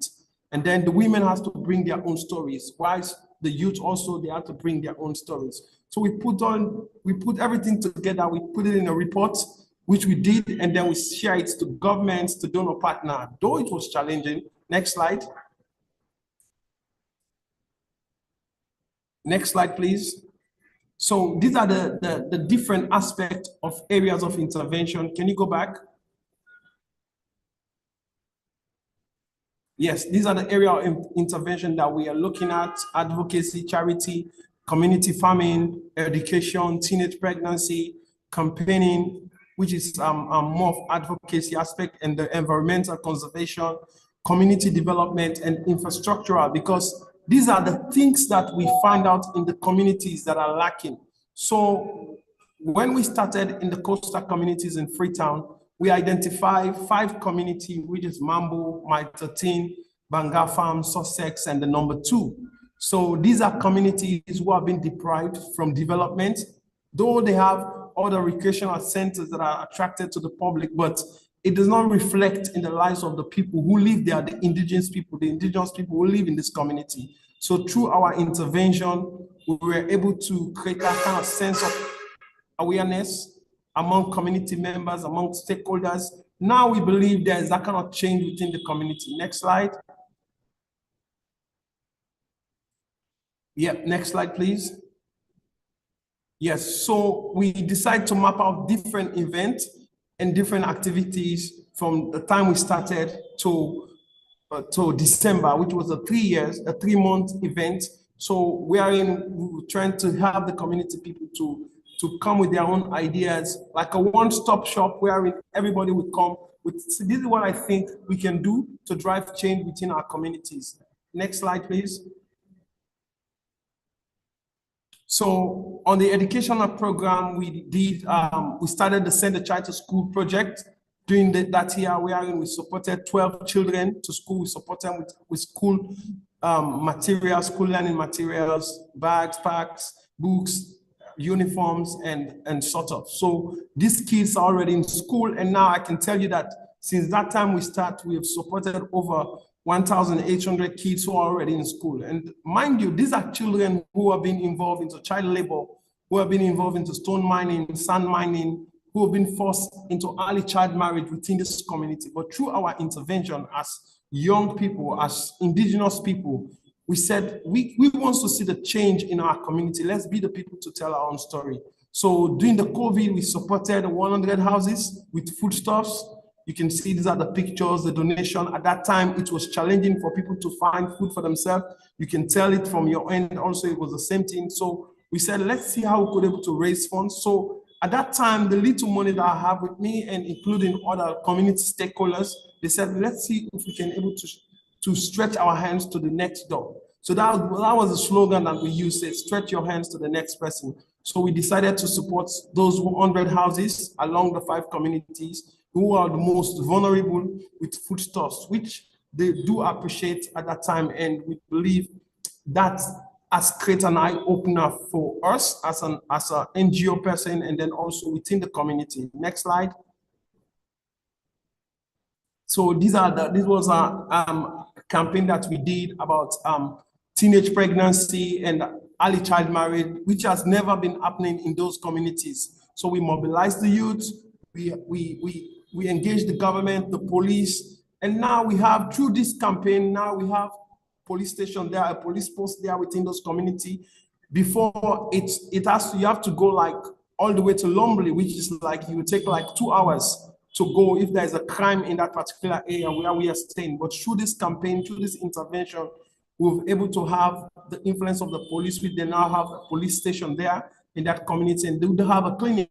So this guy is one of our volunteers who was doing a survey because we wanted to understand the stories from different dynamics when we want to do our developmental approach, because we don't want to wait for the donors to come and make a decision to say, this is what you want us, we want you to do, but we want to say, these are the needs of the people.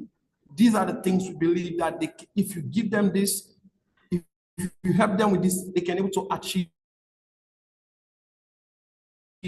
this. We did survey and then the report was out. We share it with government and donor partner. Next slide. Next slide, please. Yes, so this is a land that we have. Go back, please. There's a farmland that we have, which it's a wetland. So we have 100 youths who already that we have trained as local farmers. We are in the coming years, like next year, due to funding, because funding is the biggest challenge.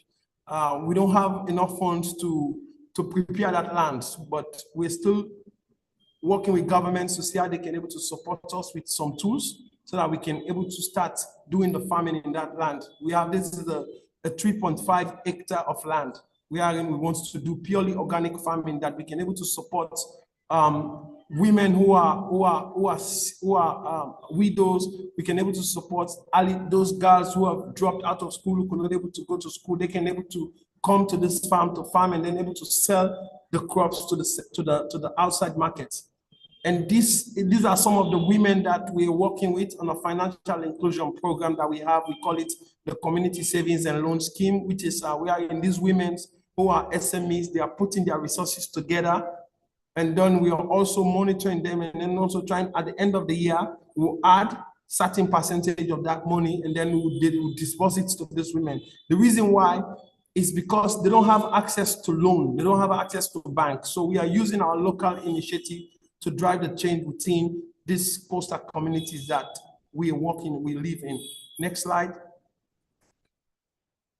So this is a community engagement activity that we have every 3 months because we believe the indigenous people, we are part of them, and the organization Richard Salon is also part of them. So they are also part of it. So we see them as our biggest partner because every year, every month, we have a consultative meeting with them to check progress, to track progress on what we have done, or what the thing that we should do, or what went wrong, how we can improve it as young people, how we can able to drive change. And it was so supportive by the women, and also you can see the other men, and also the stakeholders within those communities. We have community heads, we have the religious leaders who are also part of that particular community to see how we all can come together and drive change.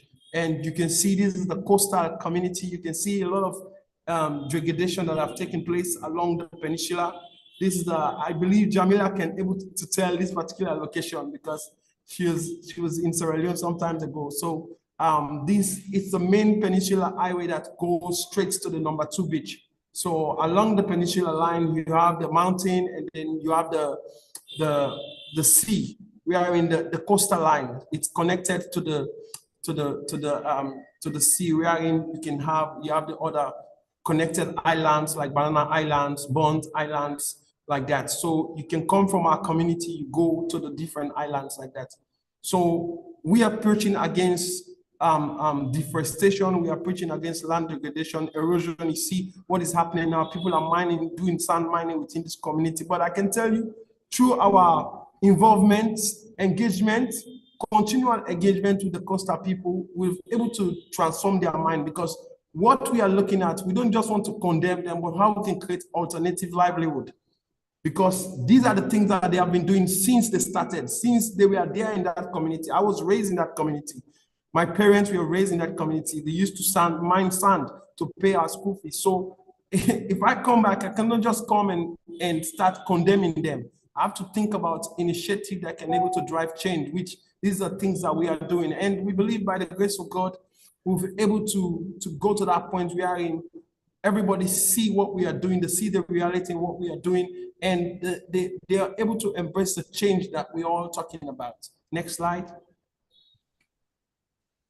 So these are the survey. When we did the survey, these are some of the things that came up. There are no schools. We only have 2 schools along those 5 communities. Kids has to walk all the way to the highway to go to school. So we are calling on donor partners to see how they can able to come to those communities to see some of those needs, to see some of the reality of what that is in the document. It's in reality. Next slide, please. Yeah, lack of electricity, water supply.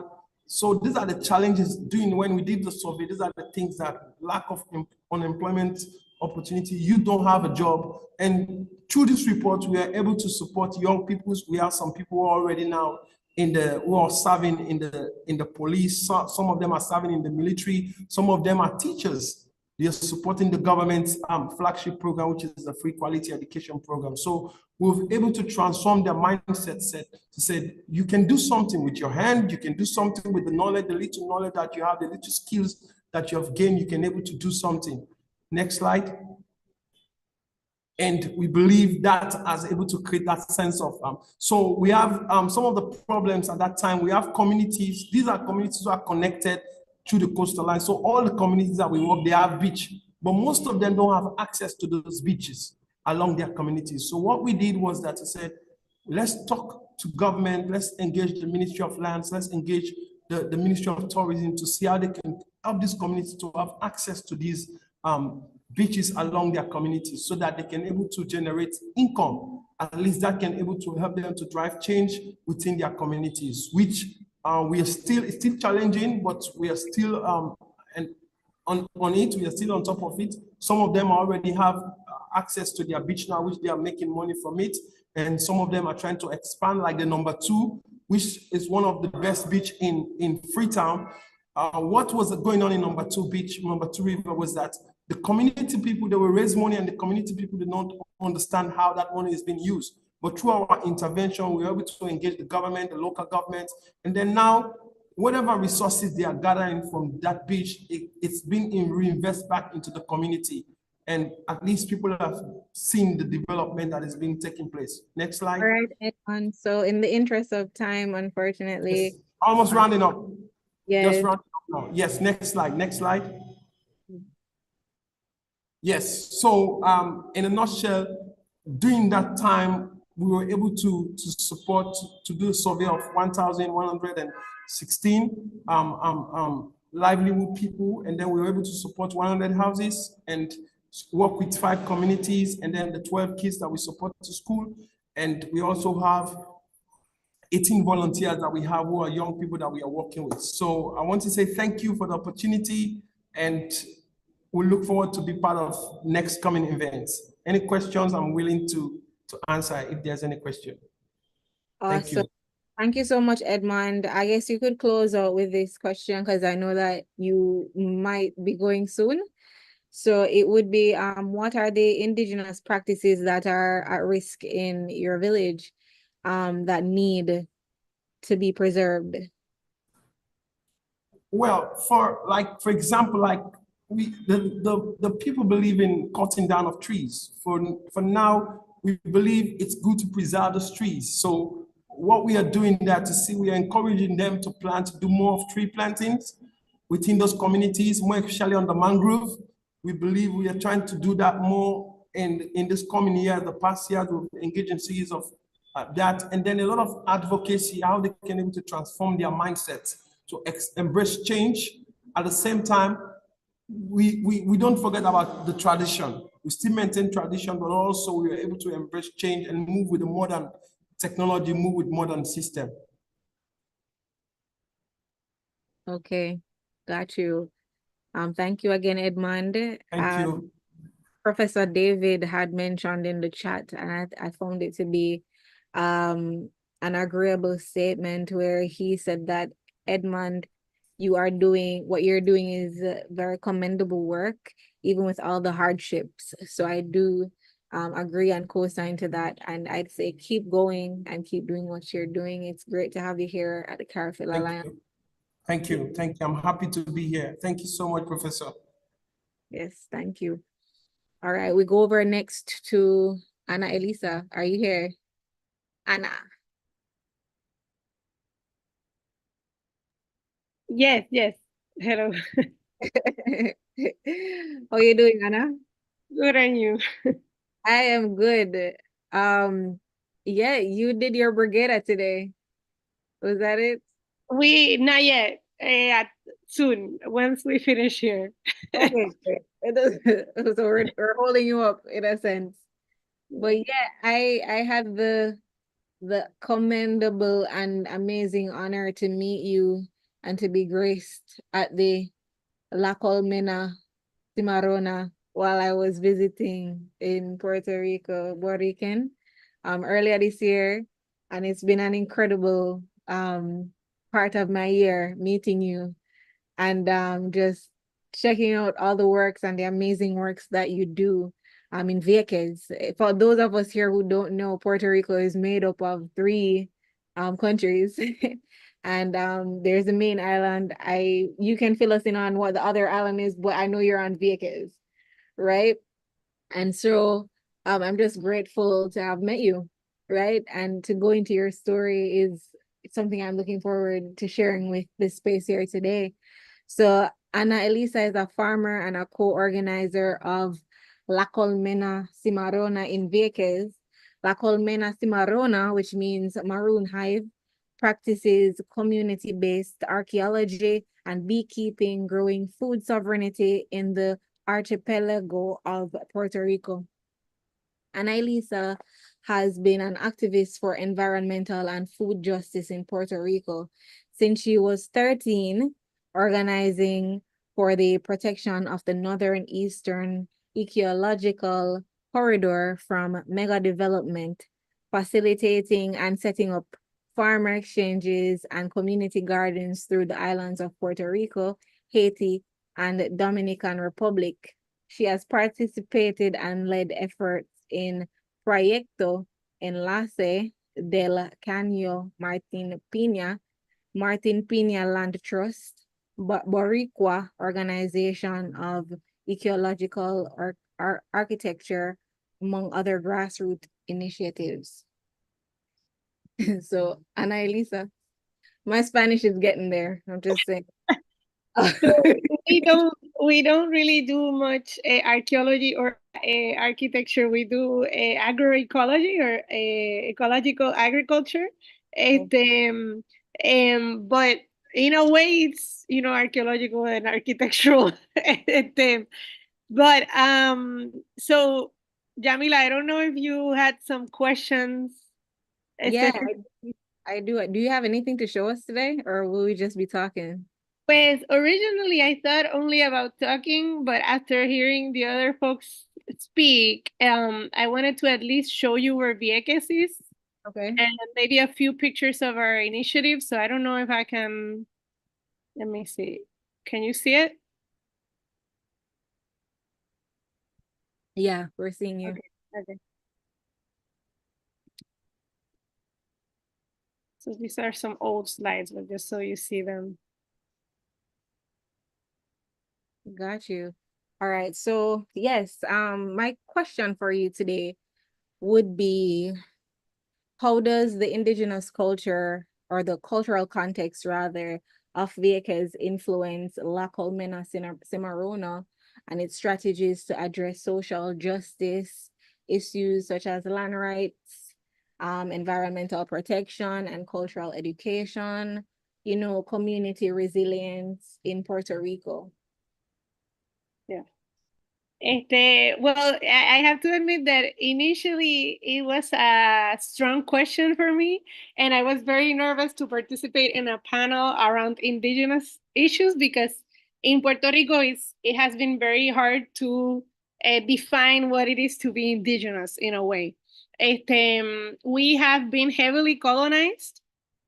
We are so small also, so that colonization is, you can feel it maybe even more.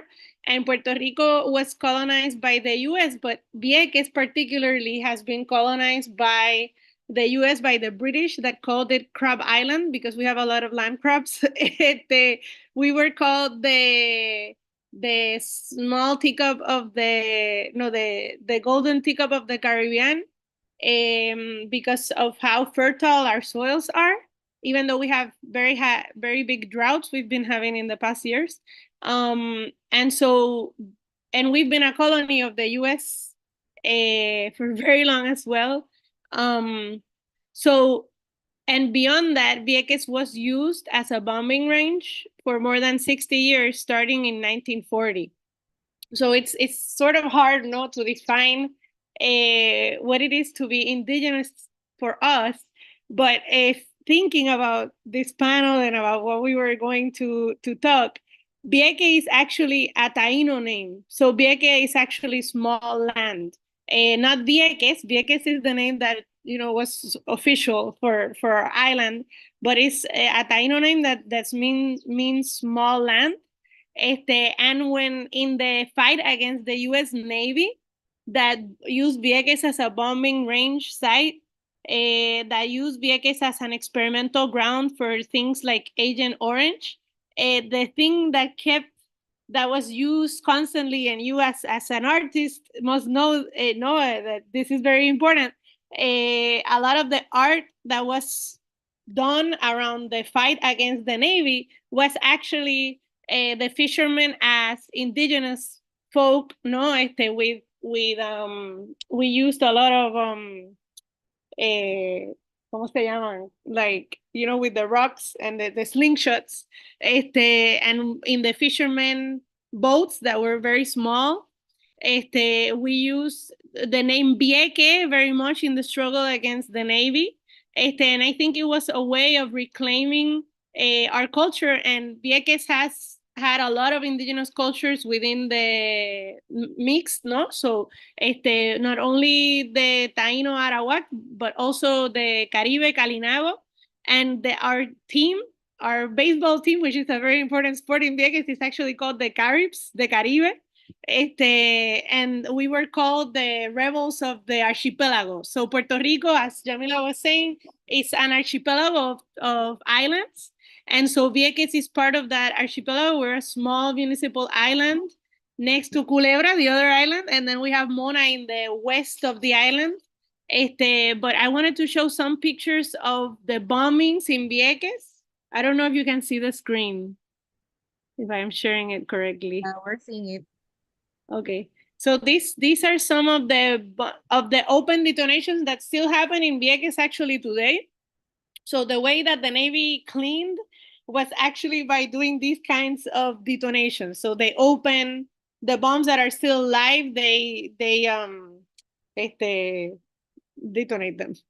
And so this was a long struggle against the Navy that we used many mechanisms to get the Navy out of Vieques in 2003 finally, but it has left a lot of remnants for our island, no? So for example, we depend on a ferry system for all of our produce, and this is a normal day in the supermarket in Vieques. And so we import around 90% of what we eat, and everything is 30 to 40% more expensive than in the main island. So we started La Colmena Cimarrona, the maroon beehive, as a fight for food sovereignty in our island. We started in 2019, right after Hurricane Maria, which was a big hurricane that also affected the island of Dominica, for example, and many other islands in the Caribbean. And we started first as a group of women that did agroecology, so ecological agriculture promotores initiative and health promoters, because as other folks were talking about, no, we, for example, don't have a hospital in Vieques. We have very little resources for health, and we depend again on a ferry system to go to the main island. And like many islands in the Caribbean, we've been struggling with displacement. So I think that again, the indigenous themes come in as to who of us are indigenous to this land and how do we fight for it. So we've been doing a lot of work around a protest, around what it means to belong in our islands. And these are some of the community kitchens that we have started. And we have 4 initiatives: the Hive, the Seedling Farm, which is the farm that I'm in currently. And it's a community farm, kind of a farm school that we have here in Vieques. The Agriculture Collective of Vieques, and the Zambumbia, which is actually a very indigenous name to a mix of vegetables and things that we always put together. My mom always said when we didn't have food, not to just do a zambumbia of the leftovers. So it's kind of like a mix of all the things, of all the food. And that's like our marketing initiative. These are just some pictures of the work and the farm. We have a course on Viequense agriculture. So we're trying to define also the kind of agriculture that we do, which is very different from a more conventional industrial agriculture, working with youth and with the boxes, the farming collective, a little bit of the farm. I'm gonna stop sharing.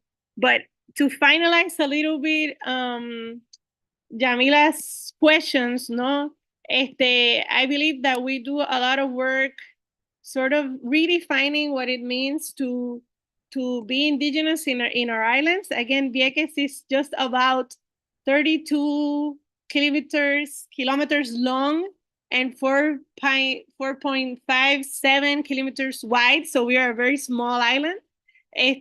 But we, in the things that we do, like for example, the boxes for food sovereignty are very linked to the trueque that our ancestors did, that were like ways of exchanging food and needs. We still practice brigadas or brigades that were the tequios, the traditional way of working together. And so we do brigades amongst farmers to do communally aid each other. And we are working towards a community land trust, but we're looking at the experiences of the Kalinago territory in Dominica that has collective ownership of land, exploring what Barbuda is doing with collective ownership of land. So trying to really keep our families within our island, and working towards food sovereignty. So a lot of the practices that we still do are, for example, terraces that, again, our indigenous cultures did. We plant plants that are resilient and resistant to the changes in climate, like yuca or manioc, and we intercrop with trees and plants that are also traditional to our culture. So I think that there are many ways that we are practicing and deepening our roots to our archipelago. I don't know if with that I answer a little bit, but that's a little bit of what we do. You did. And thank you so much. If anybody else has any questions, please feel free to leave them in the Q&A, and we will get to them in the Q&A section. And give thanks for sharing as usual, Ana Elisa. I'm gonna now hand over to Professor David Akombo. I was just checking if you were here. Yes, you are here, Professor. Yes, can you hear me? Yes, I'm not seeing you though. Yes, but my camera is on though. Let's see. Let me try again. The camera is on.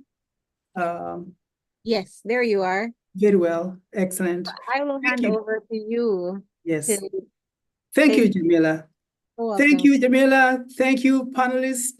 Thank you to all delegation members present here today. As you all know, the theme of this session is raising awareness of indigenous philanthropy, exploring indigenous philanthropic values and practices, addressing challenges and opportunities in indigenous philanthropy, and fostering collaboration and networking to strengthen indigenous philanthropic efforts. Based on those four, I know we have to keep moving because of time, but Dr. Ramdaria, very well done. I want you to think about the strategic plans for the next 24 months and how you're going to address those challenges. And for Immaculata, very, very powerful presentation indeed, with the challenges of violence against women. That's a big shame in the 21st century. And I think there should be a mitigating factor to get to that. And also the fact that you don't have a word equivalent to philanthropy in your language means a whole lot from a cultural standpoint. And I think we can all borrow from that, all communities. Now let's move on to the next presenters. The next presenter is none other than the Director of Bureau VIDS. This is Ms. Céline France. Ms. Céline France directs the Bureau of VIDS, where she leads the association's efforts to promote and defend the rights of indigenous peoples, to speak for indigenous peoples on the national and international levels, and to support sustainable development in Suriname. She supports the VIDS board in formulating policy by monitoring and analyzing social and all political trends and advising the board on relevant matters. She also builds and maintains extranational, functional, and support networks with donors, government, civil society, and other relevant organizations to promote the policies and activities of VIDS. Ladies and gentlemen, now let's welcome Ms. Céline France to make her presentation.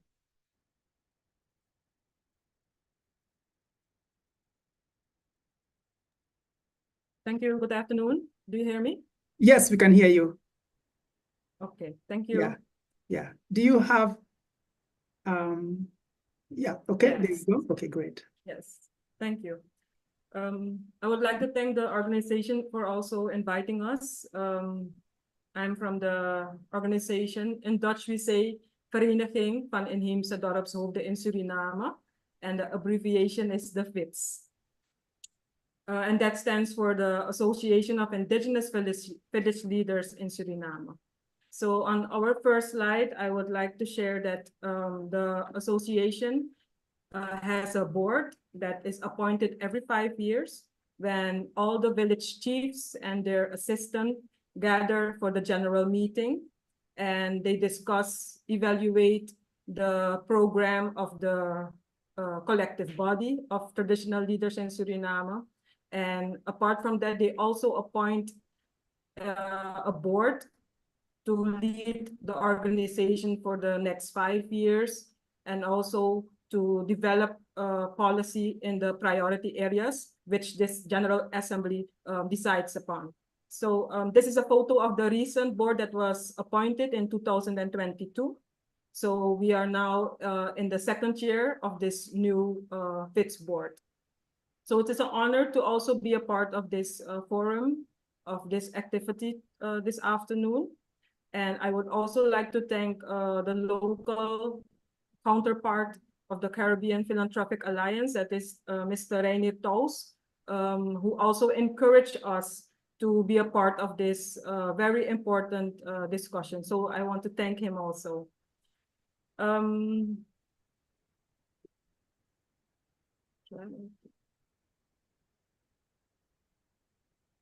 Yes. So I would like to talk a little bit about our organization. It's very important when we're discussing about philanthropic initiatives, that we also, in Suriname, we also have our own characteristics, our own historical background. So I would like to share something with you this afternoon.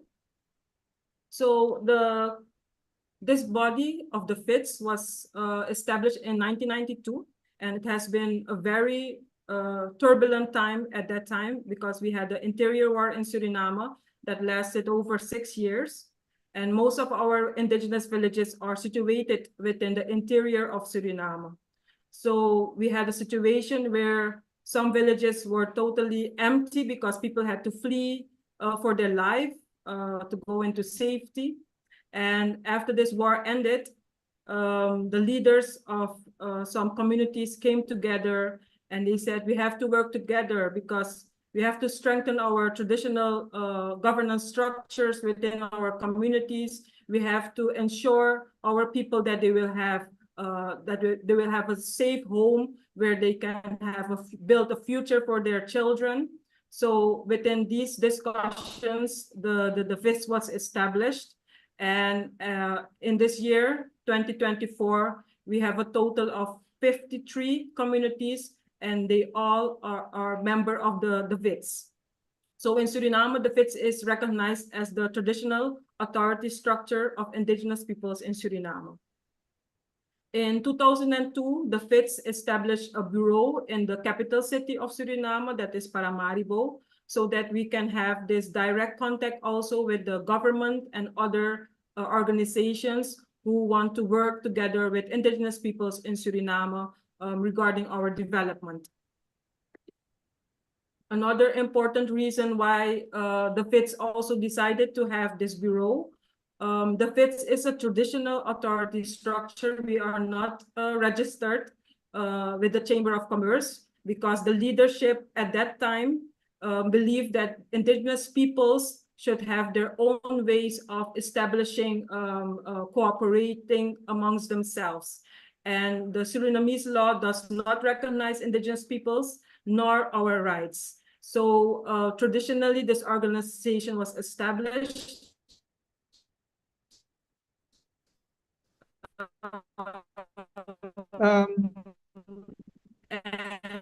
We are having some trouble with your sound.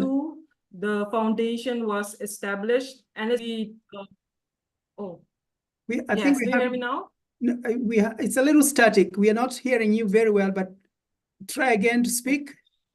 Yes. Is this better? I just turned out my video. Yes, turn off your video. Yes, that's a little better. Yes. Okay. Sorry for that. I was just explaining why the Bureau was also established as a foundation, because the FITS wanted to develop and also implement projects, and we needed a legal entity to receive these funds. So in 2002, this Bureau was established, and we developed and managed the projects on behalf of the FITS, and also the implementation of these projects within the different communities.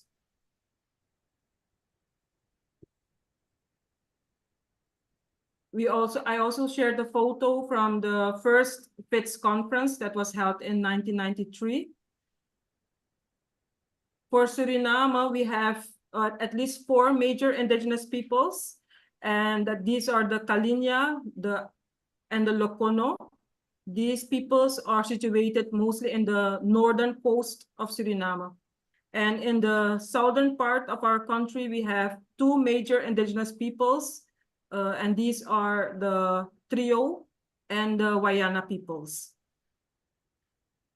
Based on the latest census in 2012, we had approximately 20,000 indigenous peoples. And at this moment, the 9th census has begun. So we will also get the recent numbers in the coming year.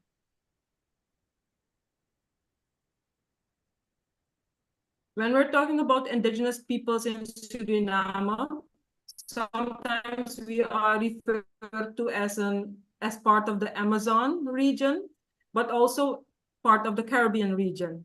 So this situation sometimes is very beneficial, but at other times it can also pose some challenges. For example, when we learn about the policies that funders have for projects, they sometimes say Suriname falls under the Amazonian program, and certain issues are not really addressed as we see them fit.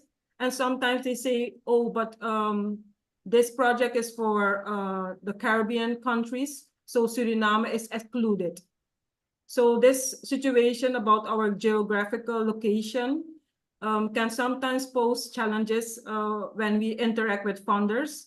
And sometimes funders have different offices. For example, 2 weeks ago, we had a meeting with USAID, and this was the office based in Barbados. And they were sharing some information about projects that they are funding in Suriname. And then they mentioned another project that is being funded, but by an office in Peru. So we tried to get more information on that project, and they said, we cannot say a lot about that project because it falls under the office in Peru. So it is one big organization, USAID, but at the same time, Suriname sometimes works with different offices, and sometimes they have different approaches and policies, and it can be confusing and very challenging to establish good partnerships among indigenous peoples and funders.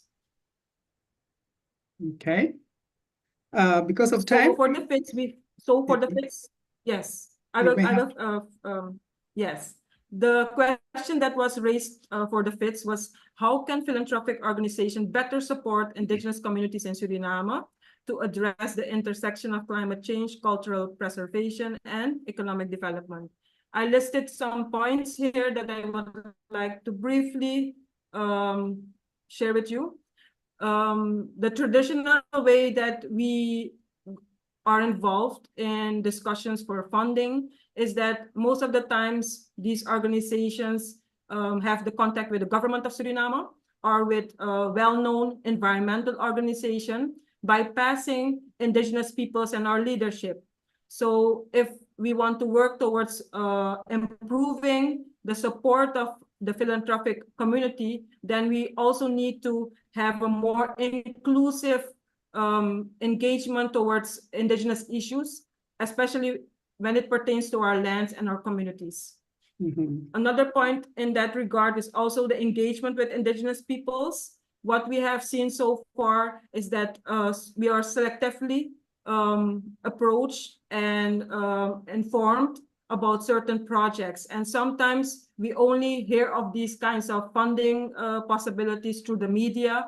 And in that way, we say that it does not improve the relationship that we would like to have with funders. Okay. Another area for support is also, of course, the view that funders have on our lands. We say our existence is in our land, and also our land is in our existence. If we can get this view of our territories over to the philanthropic community, I believe that we can have a better understanding when we are talking about development within our territories. Also, the change of the development course and the financing of it. What we have seen so far in Suriname is that in name of development, our territories are being destroyed, polluted, even more destruction for our survival. The so-called development projects are even funded by friendly countries, donor agencies, and so-called development banks. And we say right now today, action needed to stop this discrimination, inequality, and skewed balance of power.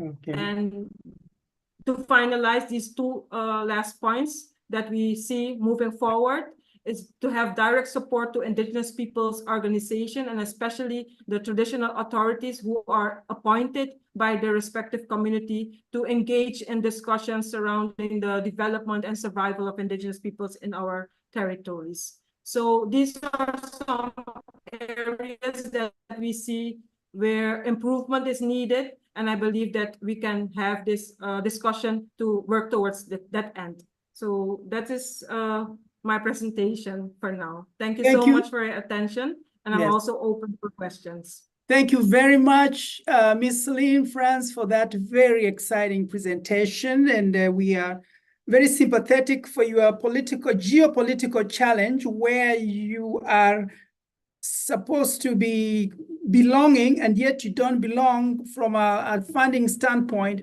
But I think what your organization can do is to write a petition to the funding agencies and approach the petition from a cultural standpoint, because your cultures are very much the Caribbean cultures. And therefore, you can remind them that the colonial boundaries or the geopolitical, historical boundaries should not impact your eligibility for funding going into the future. Anyway, that's just a proposal, but thank you so very much for the work you're doing and what you have shared here today. All right, comments for Ms. Celine can be sent in the chat box where she can address some of those issues. Our next presenter now is going to be Kalan Nibondri. Kalan Nibondri, are you ready? Yes, I'm ready. Very well. Kalan Nibondri Kaiman, otherwise known as Robert Pearman, is the cacique or the chief of the Yamaye Gunai Taino people, Jamaican hummingbird Taino people. He serves as the Caribbean region organizer for Peace and Dignity Journeys in Intertribal Prayer Run, and holds memberships in the Council of Indigenous Traditional Healers of the Americas, the Yamaye Council of Indigenous Leaders, and the Caribbean Organization of Indigenous Peoples. He's the excellent chief of Kalani. Chief Kalani is the excellent Chief Kalani is a passionate indigenous rights activist advocating for the recognition of his people in Jamaica, as well as for the rights of indigenous people across the West Indies and globally. In recognition of his efforts, he received the 2024 Yukahu Humanitarian Award from Taino Awards. He's also the custodian of Yamaye Jamaican Taino traditions and has represented the Yamaye traditions at both the United Nations Committee on the Elimination of Racial Discrimination and the Inter-American Commission on Human Rights, a branch of the Organization of American States. Ladies and gentlemen, now let us welcome Kalan Nabondrix Kaiman to make his presentation. Usakasi Dayokunu. Good day, my relatives. I'd like to also share Mabrika greetings to those who've spoken before me. I mean, at this point in this event and this activity, it is really to elevate the voices of all of the wonderful speakers that have been here and that have gone before me. My sister, Celine, is a member of COIP as well, Caribbean Organization of Indigenous People. And to show the interconnectivity that we as Indigenous people have, this Ushiado that I'm wearing was actually gifted by Muriel Fernandez, which would be a common name for her. That is one of the chiefs, the Lokono chiefs in Suriname, that is a part of the Caribbean Organization of Indigenous People and a part of VIDS. Also bring greetings to my Wapishan relative in Guyana, close relatives of the Lokono people, and of course the Taino people of the Caribbean. And to our relatives from Borinquen, who, like us on the main island, the narrative from the colonizers is that we do not exist. The extinction narrative of the Caribbean First People, especially for the Greater Antilles. So I would like to start by honoring those who came before us, our ancestors, whose shoulders we sit on, whose wisdom we have this task of preserving and promoting for future generations. And with that in mind, I will carry us to the situation of the indigenous people in Jamaica. I am a descendant of the Taino people. The Taino people in Jamaica were the first Maroons. It was interesting that my sister from Biakez has Cimarron in the title of her organization. Maroons are known as the descendants today of African enslaved and the first people of the Caribbean. There are Maroons, Cimarron in Suriname and other places in the Caribbean as well. So today, the issues that we deal with and we have to contend with are surrounding climate change, are surrounding international policies, are surrounding regional policies. For us in Jamaica, the government, why we had to go to CERD, my community, to represent is to send a counter report to the government statement that there are no indigenous people in Jamaica but they have chosen to identify us as indigenous culture. And as indigenous people, there are certain rights and privileges that you will have. All people have rights. And by labeling us as indigenous culture, it is taking away some of those rights from us.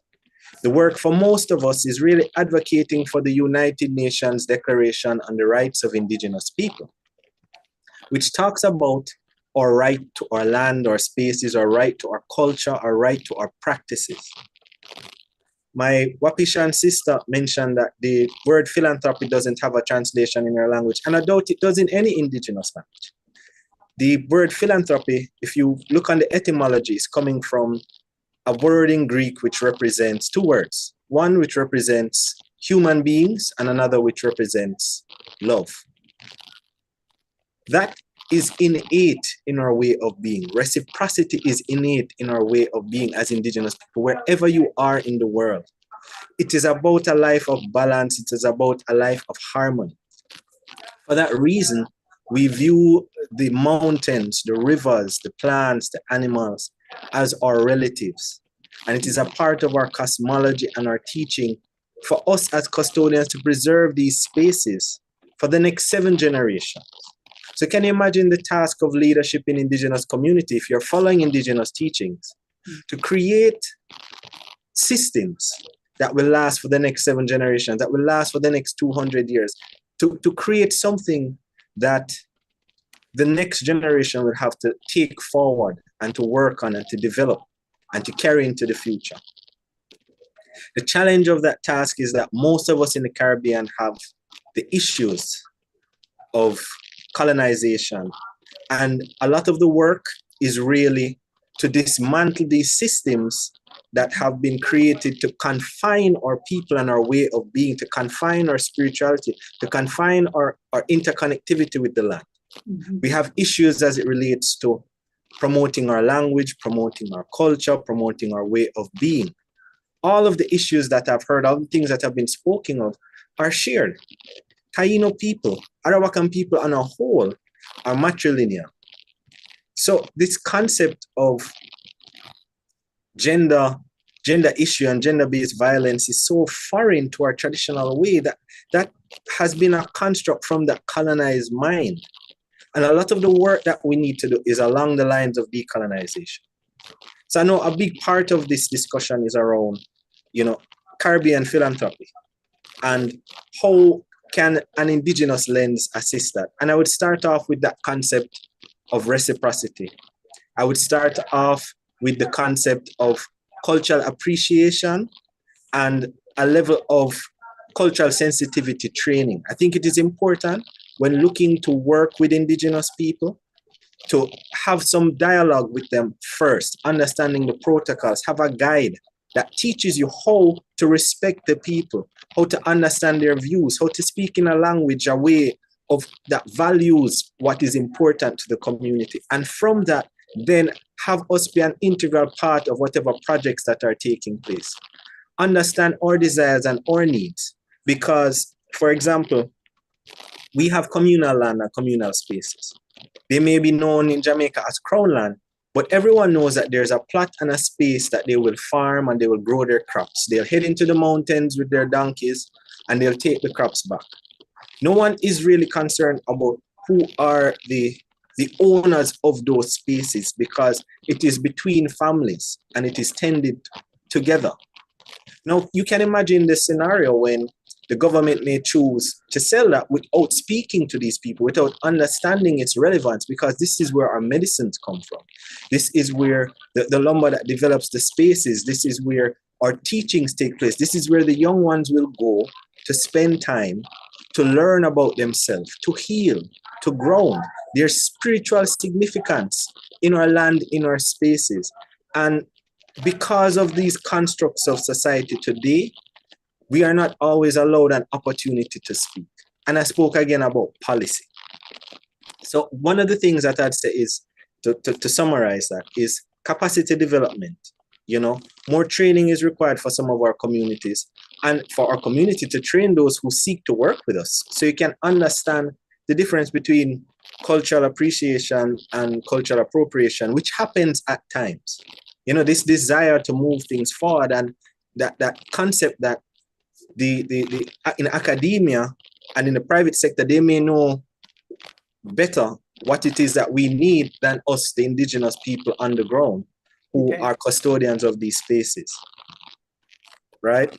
So that's one. And then two, I would speak towards the fact of advocacy as it relates to policy and rights for people, so that when we have that freedom, we can be those stakeholders and we're able to share with the wider nation. You know, it's not just about our communities, but the Caribbean on a whole. A lot of these teachings that have protected our reefs, that have protected our mangroves, that have protected our forests for centuries. When the youth that are inhabiting these spaces, whether they are from this land or from immigrant families, understand the interconnectedness between our actions and the environment and the plants and the animals and the species, it helps them to feel anchored, and it heals them internally. It helps with a lot of the depression and the imposter syndrome that takes place. So for us, it is really about inclusion. It is really about capacity development, capacity building, training for leaders in our community, and advocacy as it relates to policy. Because the more that we are allowed to speak up and to share and empowered we are, is the better that we can develop the region and help others. So like the others here, you know, I share in their sentiment. You know, it made no sense for me to repeat all of what was said before. Of course, rights for our women. Of course, protection for women. Of course, protection of our spaces and our forests. Of course, respecting our indigenous communities. As VIDS has VIDS, we have WICOL, the Yami Council of Indigenous Leaders. And we also chose not to have it a registered entity, because there needs to be that respect for these spaces and these institutions that existed pre-colonization. So I thank you for this opportunity. I'm open to any questions that the audience may have. And of course, to further collaborating with my relatives from the region and throughout the globe. So hahom, as we say in Taino. Thank you. Thank you very much, Mr. Kalan Nabonri. That's an excellent rendition of how things are going in your community. And I really appreciate the fact that you two have brought up the idea of a shared planet, a shared ideals, shared communities where there is nothing where you can declare it's mine, it's ours. So the idea of egalitarianism, which is a big deal, that should be translated into the global communities where they have that idea of sharing what we have, what nature has brought to us, including the planet itself. We share the planet, we share the oxygen, we should share the water, we should share the resources, and that's the essence of humanity. And I think what you're doing is great. And I'm against all the challenges you have encountered, I think you should continue to fundraise for your activities regardless of what comes your way. So thank you very much. So we shall come back to that, and you can expound on some of the challenges you have encountered. Now let's move on to our next presenter. And this will be Rose Marie Apurina. Rose Marie Apurina, did I pronounce your names correctly? I hope I did. Sim, obrigada. Very well. Rosemary Apurina is the Executive Vice Director of the Rosemary Apurina Foundation that she has brought up, which is fantastic. Rosemary is an indigenous person from the Apurina people, Purus region in the state of Amazonas. She has a degree in administration from Uninote and a postgraduate degree in project management from FGV. She worked from 2004 to 2009 at the State Foundation for the Indigenous Peoples of Amazonas in the areas of institutional planning and projects. And from 2009 to 2015, she worked as a coordinator of the Department of Social Promotion, Gender and Intellectual Property within the scope of the State Secretariat for Indigenous Peoples. SENDAM. She was organizational planning manager at the Municipal Military House in Manaus in 2016. And from there to 2019, she served as the technical director of the State Indigenous Foundation, the FEAI, and the planning and project advisor at the Secretariat of Justice, Human Rights and Citizenship. Ladies and gentlemen, please join me in welcoming Rose Meire Apriña to make her presentation. Olá. Olá. Boa tarde. Primeiramente, agradecer por essa oportunidade de estar aqui, né, entre parentes, entre povos indígenas. Agradecer o convite aí da organização do evento, para esse momento tão importante, onde podemos, entre parentes, entre povos indígenas, compartilhar a nossa caminhada na luta pelo bem viver, pela vida dos povos indígenas, pela melhoria, né, dessa qualidade de vida e também por nossa mãe terra. Okay. Então,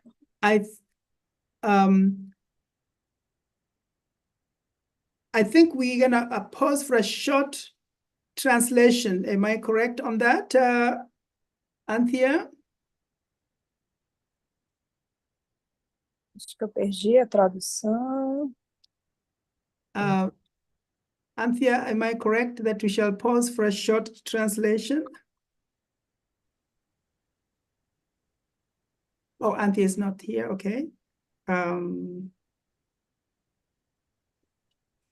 Okay, great. Okay, thank you very much. All right, continue. Rosa Maria, please continue, yes. Então, para compartilhar com todos um pouco da nossa caminhada no Brasil, mais especificamente na Amazônia brasileira, como que nós, povos indígenas, estamos resistindo, né, diante de tantas tentativas de extermínio dos nossos territórios e dos nossos povos. Então, primeiro, parabenizar a todos os palestrantes anteriores pela demonstração de importantes trabalhos dentro das suas regiões, né, com esse mesmo objetivo, né, de que nós consigamos continuar existindo, né, e lutando pelos nossos territórios, pela nossa ancestralidade, pelos nossos povos. Então, no Brasil, nós somos uma diversidade de 305 povos indígenas. E na região amazônica, que é a região que eu irei abordar mais diretamente, né, a Amazônia brasileira, nós representamos um total aproximado de pelo menos 849 mil indígenas, distribuídos em 9 estados. A Amazônia brasileira é uma região muito extensa, né? E os territórios indígenas na Amazônia brasileira representam 23%, de toda essa Amazônia, ou seja, 110 milhões de hectares. Nossos territórios são muito perseguidos por garimpos ilegais, por fazendeiros, por pescadores, madeireiros, petroleiros, que tentam invadir as nossas terras a custo, muitas vezes, de até mesmo exterminar as nossas vidas. Além disso, nós temos problemas políticos muito intensos no Brasil. Tivemos um governo finalizado que prometeu não demarcar nenhum centímetro de território indígena no Brasil. Uma luta muito grande dos nossos povos é por essa demarcação de territórios, justamente para garantir o nosso direito aos nossos territórios ancestrais e minimizar as invasões que temos. Mas no Brasil isso é uma luta muito grande e que nós não temos tido muita efetividade por parte dos governos. Ao contrário disso, temos uma tese circulando no âmbito do governo, que é chamado de marco temporal, que tenta simplesmente apagar a história e a ancestralidade dos povos indígenas e a sua relação com o território, que é intrínseca. Então, diante disso, o movimento indígena da Amazônia vem se reinventando e traçando estratégias para continuar seguindo nessa luta, né, pelas nossas vidas e pela Mãe Terra. E, com isso, o Fundo Indígena da Amazônia Brasileira, que é a instituição que eu represento, o PODARI, ele nasce dessa luta do movimento indígena, para ter estratégias próprias de apoio às nossas iniciativas. Nós vemos muito os palestrantes anteriores falando, né, como a falta de apoio das nossas iniciativas, mesmo elas sendo tão importantes para a preservação do meio ambiente e da sociobiodiversidade. Então, com isso, uma estratégia do movimento amazônico brasileiro foi criar o PODALI, o nosso Fundo Indígena da Amazônia Brasileira. Esse mecanismo técnico dos povos indígenas, ele foi criado pelos povos indígenas, é gerenciado pelos povos indígenas e para nós, povos indígenas. E temos uma estrutura de governança 100% indígena. Então, o Fundo Indígena, ele nasce justamente para dar vez e voz às nossas iniciativas próprias, aos nossos projetos, aos nossos planos de vida, no intuito de promover a nossa autonomia, né, e os nossos direitos. Então, o Fundo Indígena PODALI, ele tem como missão promover e fortalecer a autonomia, os direitos indígenas, a gestão territorial e ambiental, sendo referência na captação de recursos para repasse diretamente aos territórios indígenas, justamente para que as ações feitas pelos nossos parentes no âmbito dos territórios para manter a floresta em pé, para lidar com as mudanças climáticas, elas possam ser fortalecidas. Então, essa é a missão do PODALI. Nós somos uma associação nova, criada em 2020 pela Coordenação das Organizações Indígenas da Amazônia Brasileira, a COIAB, né? E nascemos como instrumento técnico indígena, de indígena para indígena. E estamos nessa caminhada por incidência nos recursos, né, do clima e outros mais, justamente para construir a filantropia indígena. E, com isso, dizer que uma forma que nós encontramos de traduzir para a nossa língua indígena o que é a filantropia foi justamente daí que surgiu o nome PODALI. PODALI é um nome indígena do povo Baniwa, que significa sinônimo de celebração, reciprocidade e fortalecimento da sustentabilidade indígena. Então, esse é o significado do nome da nossa instituição. Nós atuamos em toda a Amazônia brasileira, onde tem mais de 180 diferentes povos indígenas, além de 114 grupos de indígenas isolados, né, que não têm contato com a sociedade envolvente. E o PODALI, ele faz essa incidência pelos recursos para que a gente possa fortalecer as nossas iniciativas próprias.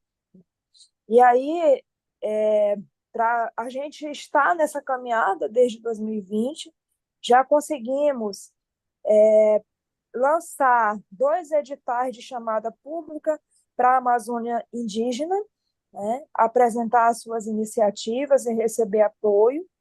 E com essas 2 chamadas, nós já conseguimos atingir, somente na primeira chamada, 17 mil indígenas, e seguimos, a partir da segunda chamada, essa caminhada, né, de apoiar diretamente os povos indígenas. Estamos na execução da nossa segunda chamada de apoio e num processo que é construído diretamente com os parentes, diretamente a partir das demandas prioritárias dos povos indígenas. E outra questão também é que nós, Movimento Indígena da Amazônia Brasileira e o PODALI, construímos juntos normativas próprias, né, para receber recursos e para apoiar as iniciativas indígenas. Muito no intuito de que as nossas formas próprias de organização social elas sejam reconhecidas e consideradas, né? Que não se tenha como base para apoiar diretamente os povos indígenas as regras dos doadores, mas que se consiga olhar o que faz sentido para os nossos territórios, as nossas iniciativas próprias, né? Da forma própria que os povos se organizam, né, em toda a Amazônia. Então, com isso, o PODALI segue essa caminhada, tentando, né, fazer com que a filantropia, né, ela deixe de ser colonial e ela possa ser dialogada a partir da realidade de cada território e de cada povo, que é diversa, né, que não é tudo igual. E, a partir disso, estamos construindo a nossa forma indígena de fazer filantropia. Então, é com esse objetivo que nasce o nosso Fundo Indígena da Amazônia Brasileira. E aí, para finalizar e falar um pouquinho a partir da pergunta, né, orientadora que me foi repassada, né? Acho que a primeira parte eu já respondi, né, que é eu dizer um pouco como que o PODALI está atuando, né, nessa questão da filantropia. Então, só enfatizar que nós estamos atuando a partir dos territórios, a partir das demandas dos territórios, a partir das formas próprias de organização social dos povos indígenas. Esse é o cerne da nossa atuação, né? E aí, a partir disso, considerar os tempos indígenas, né, as culturas que são diversas e as necessidades que são diversas e que são cada um, né, diferente do outro. Considerar as questões logísticas na Amazônia, que são muito complexas também, né? E, com base nisso, quais são algumas das abordagens eficazes, né, no campo da filantropia indígena que empodera as comunidades? É justamente a gente construir a partir de lá, a partir do território. Nós falamos muito que o Fundo Indígena PODALI, ele não nasceu para atender aos doadores, ele nasceu para atender os povos indígenas, e ele nasceu para chamar, né, os doadores, os apoiadores que têm interesse em apoiar povos indígenas para, de fato, construir uma parceria que faça sentido, sim, para eles, né, mas que principalmente faça sentido para nós, né? E, com isso, reforçar que os povos indígenas na Amazônia são responsáveis, né, por preservar 80%, né, da biodiversidade amazônica. Então, nós também somos capazes, se nós somos capazes de fazer isso, né, que não beneficia só os povos indígenas, mas sim toda a humanidade, nós também somos capazes de gerir recursos, né, de forma eficaz, transparente, né, e conseguindo fazer com que essas iniciativas sejam fortalecidas. Então, essa é a estratégia do PODALI, né, de fato, dar vez e voz aos povos indígenas e às suas formas próprias de organização social. Muito obrigada. Obrigado, obrigado, Rose. Obrigado. I have seen communication in the chat box here. A few members in this session are asking for a translation, but I'm reminded that the translation was simultaneous. However, there has been a request to have Rose's translation at a later point sent out to the members of the organization and the members of this committee, this conference symposia. Obrigado, Rosa. The question I have, just one, is to think about what your strategic plans are for the next 12 months and how you're going to confront the challenges you are currently encountering. So that's the only question I have before I introduce our next presenter, who is going to be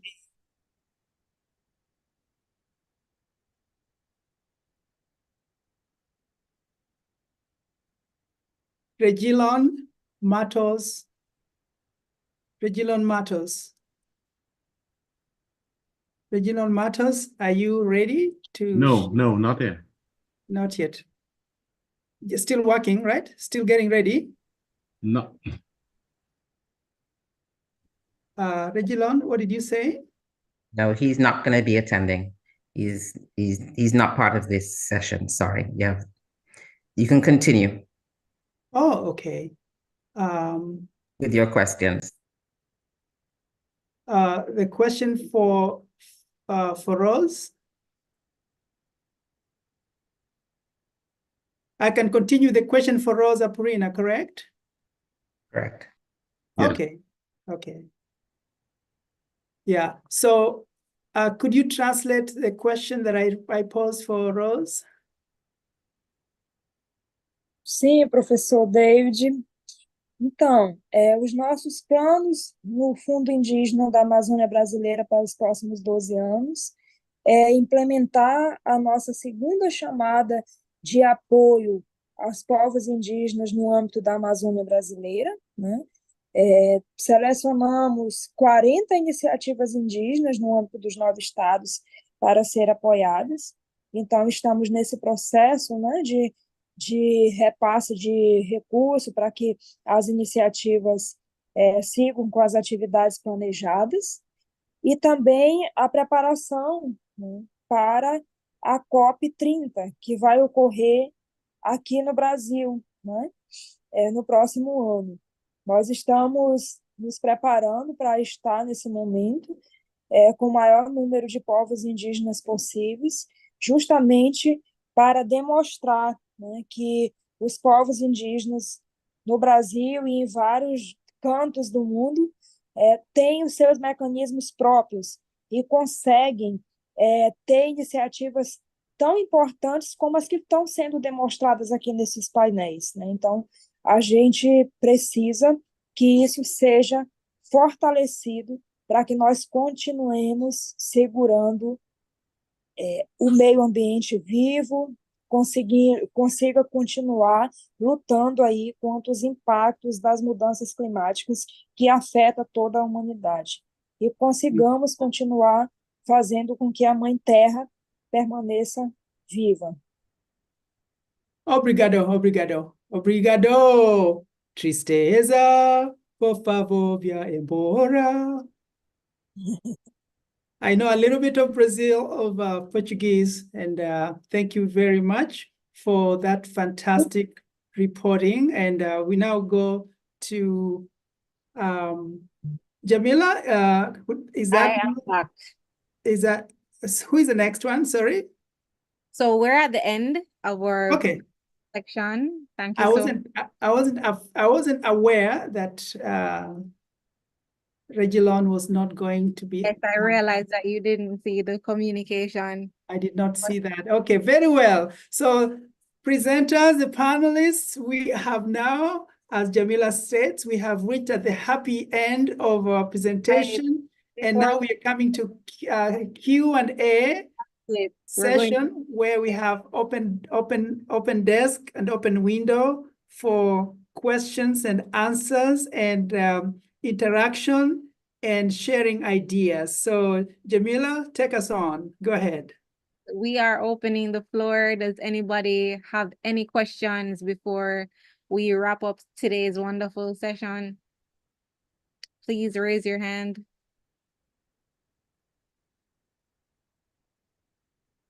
I think Dr. Amdere wanted to say something. I had a question for him about what he intends to accomplish in this foundation in the next 24 months, and how, Dr. Amdere, how you will confront the challenges you have encountered this past 1 year.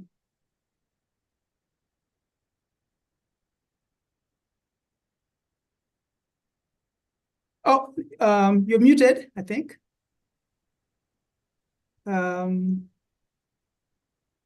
Doc, you're muted. Am I There you now? go. Yes, now we can hear you. Yes. Okay. Well, thank you very much. I think often when we think of the many issues that face Indigenous communities, we always think of how they're marginalized, how they lack resources, how invariably they fit into the bottom strata of society. What a festival like ours does, and we started with this specific aim, is how do we engage creative artists, partly from the Indigenous communities themselves and partly from others, to work together to create awareness about many, many issues that we face amongst Indigenous communities, about climate change, about gender balance, about economic development. And we have set ourselves, we're a very small volunteering organizations. We've been in existence for over 10 years. And we have this vision of what we'd like to create. And if I can just share the screen for a moment. Mm-hmm. Please, yes, go ahead. Can you see that? You have to click on screen share. Jamila, is it doc enabled? Are you co-hosted, Doc? Are you? I am not. I am. Well, I can equally talk about it. It's to create yes, an eco-village in Region 9 in Guyana. A village that would have not to preserve, but to have a living museum of Amerindian culture. And to look, to put it quite succinctly, what was, what is, and what will be in Indigenous terms in the region. To look at the interconnections between Indigenous culture and mainstream Guyanese or Caribbean culture. Our philosophy is equally to work with some of the UN's goals through using the arts and creative, create awareness, create opportunities for Indigenous artists in a sense of reducing poverty in their villages. Look at gender equality, not to talk about, but to create leadership positions, which within the festival, we have quite a few women who lead. To look at climate action, we have what is called an Arts in the Environment program that we currently plant trees in Guyana. We currently have an upcycling program where we worked in the recent past with an artist from Suriname, where we ask communities to bring in what they've discarded, material they've discarded, and we convert them into musical instruments. The object of the exercise being that we develop skills in that area, performance as well as technical skills that they can then contribute directly to the festival. To look at recycling, to work in villages with creative artists who take things that have discarded them and turn them into public art in their villages, whether it's through photography, through physical building. So we have a range of programs. Very, very often, when you mention arts and the environment, there's a disconnect. When you mention arts and poverty, there's a disconnect. When you mention arts and gender issue, there's probably a slight disconnect because somehow contemporary society see arts as something for a particular class of people taking place in a particular place. Our thrust, our commitment, our belief is that creative artists, including all of our brothers and sisters in the indigenous communities, can create awareness, can help reduce poverty, can spread the word, can become economically independent through the arts. One, for themselves, their communities, and impact in the wider society.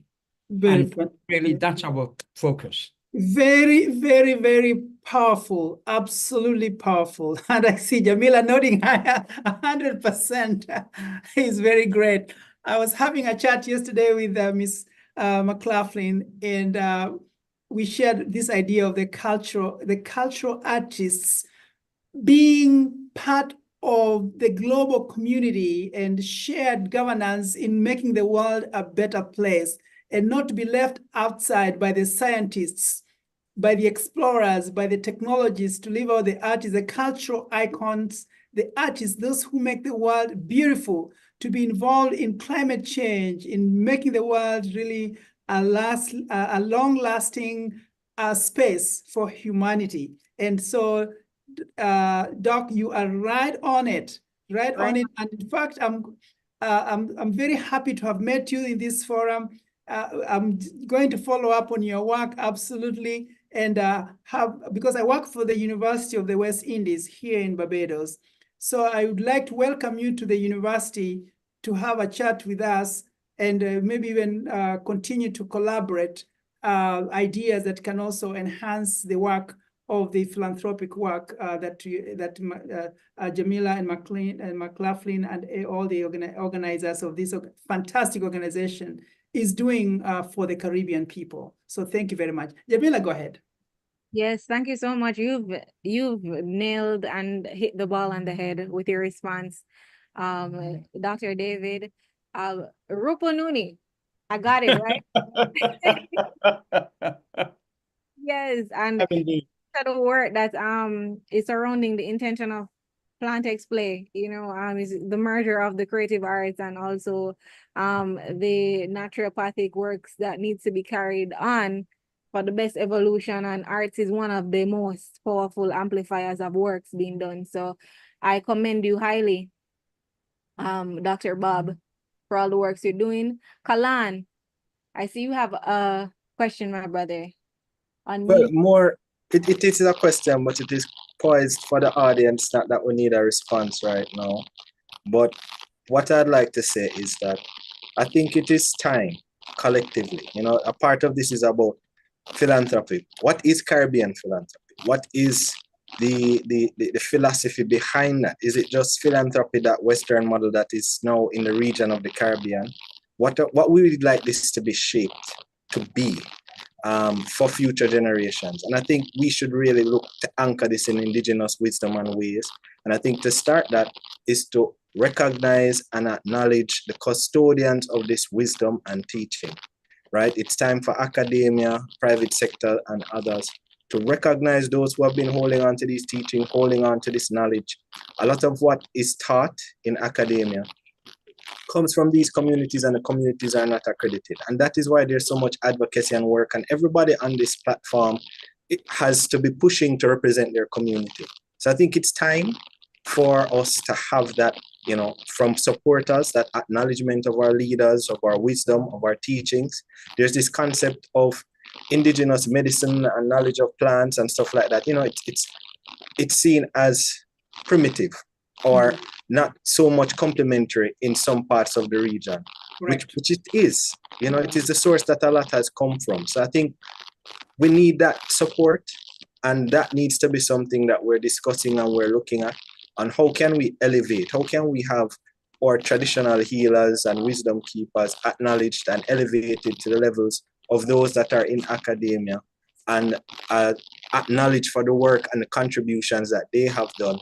That is also a part of preserving and promoting these practices so that they are accessible for future generations. So thank you.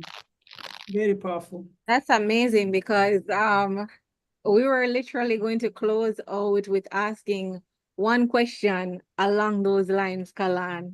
So you are right on it. And yes, it's an important question to leave here with, what are the actionable steps that we're going to take in terms of ensuring that we preserve and promote going forward, right? And so the question that I have for the panelists, just one sentence, in one sentence, if you can answer this, how can we keep this indigenous conversation and collective going? How can we at Careyfield, for example, continue to help to raise awareness for the indigenous communities across the region? So what is in one question, all of the panelists, you can unmute one after the other and give your answer in terms of how we can do this and keep this going. And Well, Kala, we're at, oh, Bob, okay. simply stop talking and start doing. Yes, action. Kalan, we were at you. That's profound, Bob. I agree with you. More actionary. We were at you, Kalan. Do you have one sentence you can just give us? I would say, when we close with these discussions, the facilitators should have probably even a think tank or a document that comes out of it that can help to guide the next generation. Sometimes we have these ideas and, this is a ceremonial moment for some of us honoring the ancestors. And for whatever reason, there may be work that was started that wasn't able to be completed. So I said, let's document some stuff. The young ones calling out to you, document, sit with the elders, record these ideas. Bob have some ideas and some visions, let's have them. From this, let that be our next step. What is our wish list? So that if we're not able to fulfill it now, there's a next generation that can. That's how you move things into the future. Very strong. Ya está casi. Sorry. That's okay. Yeah, Annalisa, I mean, on the topic, do you have a sentence can give us in that respect? We're actually just starting a brigade, so talking about action. But I think that there has to be a lot of redefining. Right now, we're in a network of farmers within the Caribbean, and most of the practices that we do are indigenous. And so we're redefining how we do agriculture, no? And farming or sustaining ourselves in a way that is decolonial. Even farming can be very colonial. So sort of thinking of how we are sustaining ourselves and those practices. And I agree with the other folks about how to get out more of what is happening in the ground. I think with that, I need to go and leave to the action. So bye. Thank you. All right, Anna, thank you so much.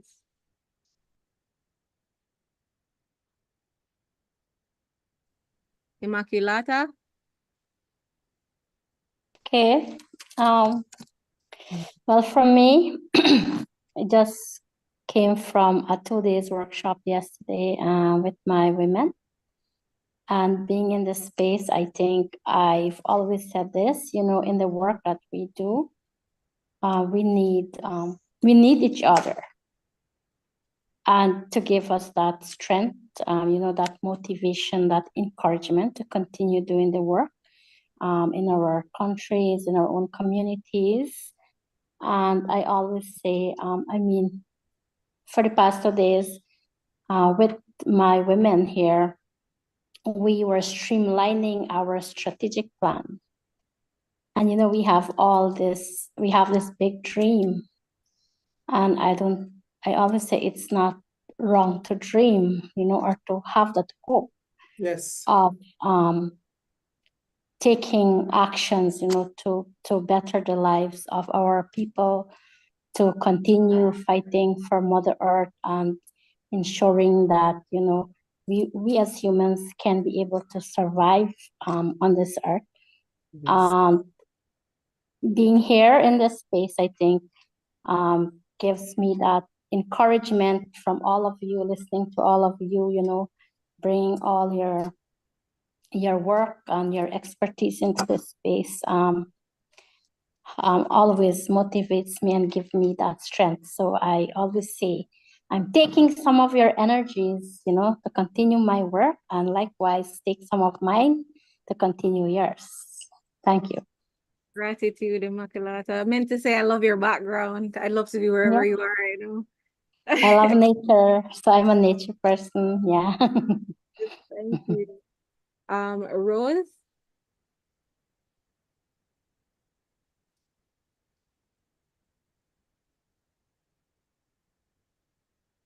Rose, are you here? There you are.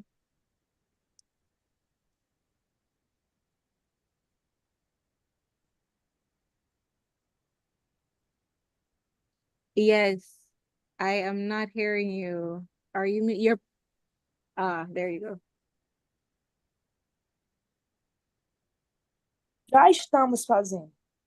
E os apoiadores, né, que tanto falam, né, que precisam investir no combate às mudanças climáticas e a todos os problemas que nós vivenciamos no planeta, precisam considerar as nossas atividades, as nossas formas próprias de organização social e reconhecer que as iniciativas indígenas, elas precisam ser fortalecidas para que o planeta continue vivo, para que a Mãe Terra permaneça.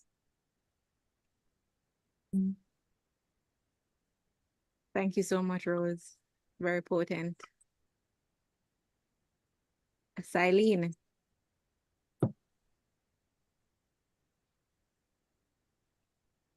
You are muted. Oh, no, you're not. Silene. Yes, for myself, I would say let's educate ourselves, because when I got this invitation last month, I was somewhat hesitant. And I also told Rainier that what does this organization mean with indigenous philanthropy?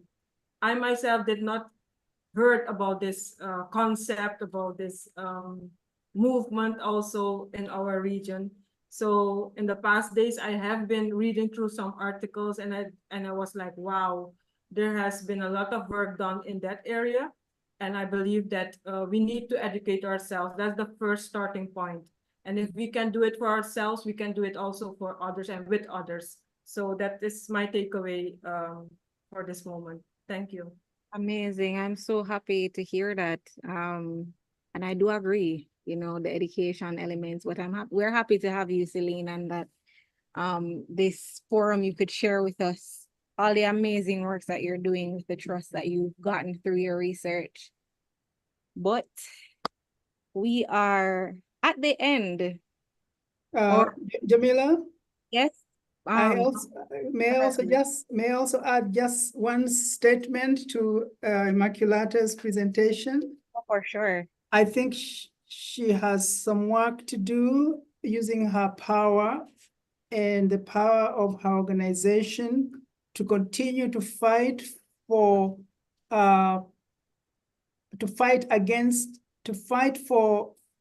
change of behavior of the society in her location, to be aware of violence against women.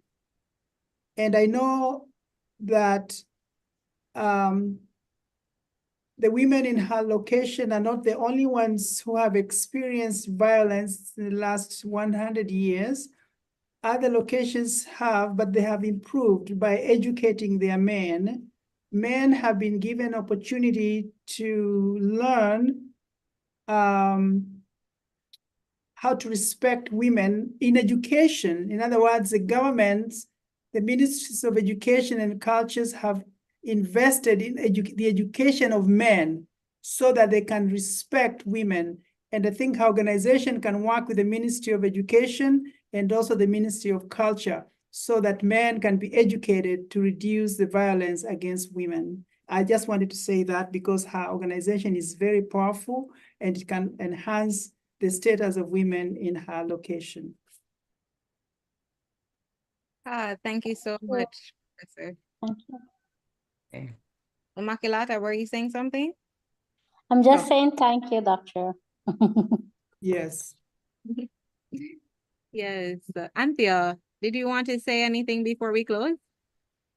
Just to say that I have been moved from the minute that presentations were made from our esteemed Dr. Bob Randami all the way through Rosa and everyone in between. Caribbean Philanthropic Alliance, from the family of Caribbean Philanthropic Alliance, you are also part of our family, this Indigenous community.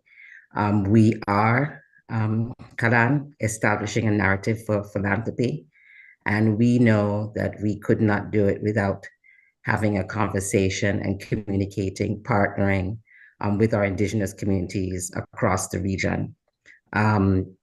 What's important, first of all, is recognition is the most important. We have to recognize you, and with recognition comes acknowledgement, and with acknowledgement comes appreciation.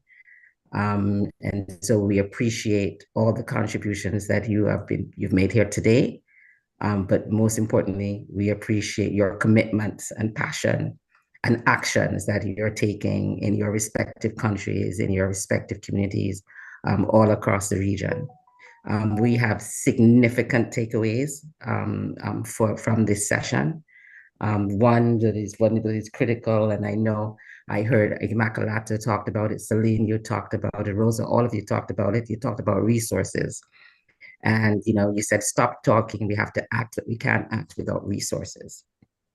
But to get resources, we have to come together collectively to talk about what is it that we need. We heard here very, very expertly what is it that we need, but we need to continue that conversation so that we can get to the action, which would lead to the resources. Key, of course, partnership is everything, but partnership means relationships, and we have to develop a stronger bond with you, and you have to develop a stronger bond with Caraphil. I did hear, Celine mention, what is Caraphil Alliance, and it is about, one, of course, building and transforming philanthropy within the region. And with transformation, it means change. And we can't do change without connecting to community and understanding what the community needs are. We talk about the importance of equity, bringing equitable resources to the Caribbean. And to bring equitable resources to the Caribbean, we have to understand, what does equity mean to you? We may have a perspective of what equity means, but we need to understand it from where people live and where they've invested their lives, and where we are considering, we know that that's where the future is. What's also, I think, I heard, Rosa, you talked about the fact that, that your Indigenous communities in the Amazonas is 80%. You're responsible for 80% of the biodiversity in Brazil. That's not a challenge. That's an opportunity that we have to see, that we have to work with you. It has to happen. If that is your responsibility and you understand the land, then we are obligated to ensure that you are there at all steps of the way. You have to be sitting at the table. You have to be in the policy tables, in the leadership spaces. And then I heard Kalan talk about capacity building, that we need capacity building, we need training, all these things to make it happen. And that, all of this stuff is all about inclusion as well. So we have so many takeaways from this. And as I said, we have to go beyond inspiration. We have to go beyond ceremony, and we have to move now to action. And just know that this Philanthropy in Action Week is just a platform that now moves us to the next step, which is to think about, how do we move what we've heard into action. And I just want to say, thank you so much, everyone, for being here today. And we collectively will work on our next steps and what that would look like in the future. When I say future, we're talking about in the next few months. And so thank you all. I asked Kevin if he could put up the national events for tomorrow. We have a few more days left, so you know that a lot of action is taking place tomorrow across the region. We call it at Caribbean Philanthropic Alliance, you'll see it on our website, we call it Regional Accelerated Actions. And what that really means that, you know, when we do philanthropy work, that we also respect the work that is happening on the ground. And so many of our communities across the Caribbean are taking it upon themselves to support Philanthropy in Action Week and are doing their own philanthropic actions on the ground, and also advocacy as well. So if we put up the national events calendar, or if you want to just go on the website, we don't have to put it up. Tomorrow we have a podcast tomorrow. This is our young emerging artists. When we talk about the future of philanthropy, we have our emerging leaders. Don't move so fast. Don't move. Go back up.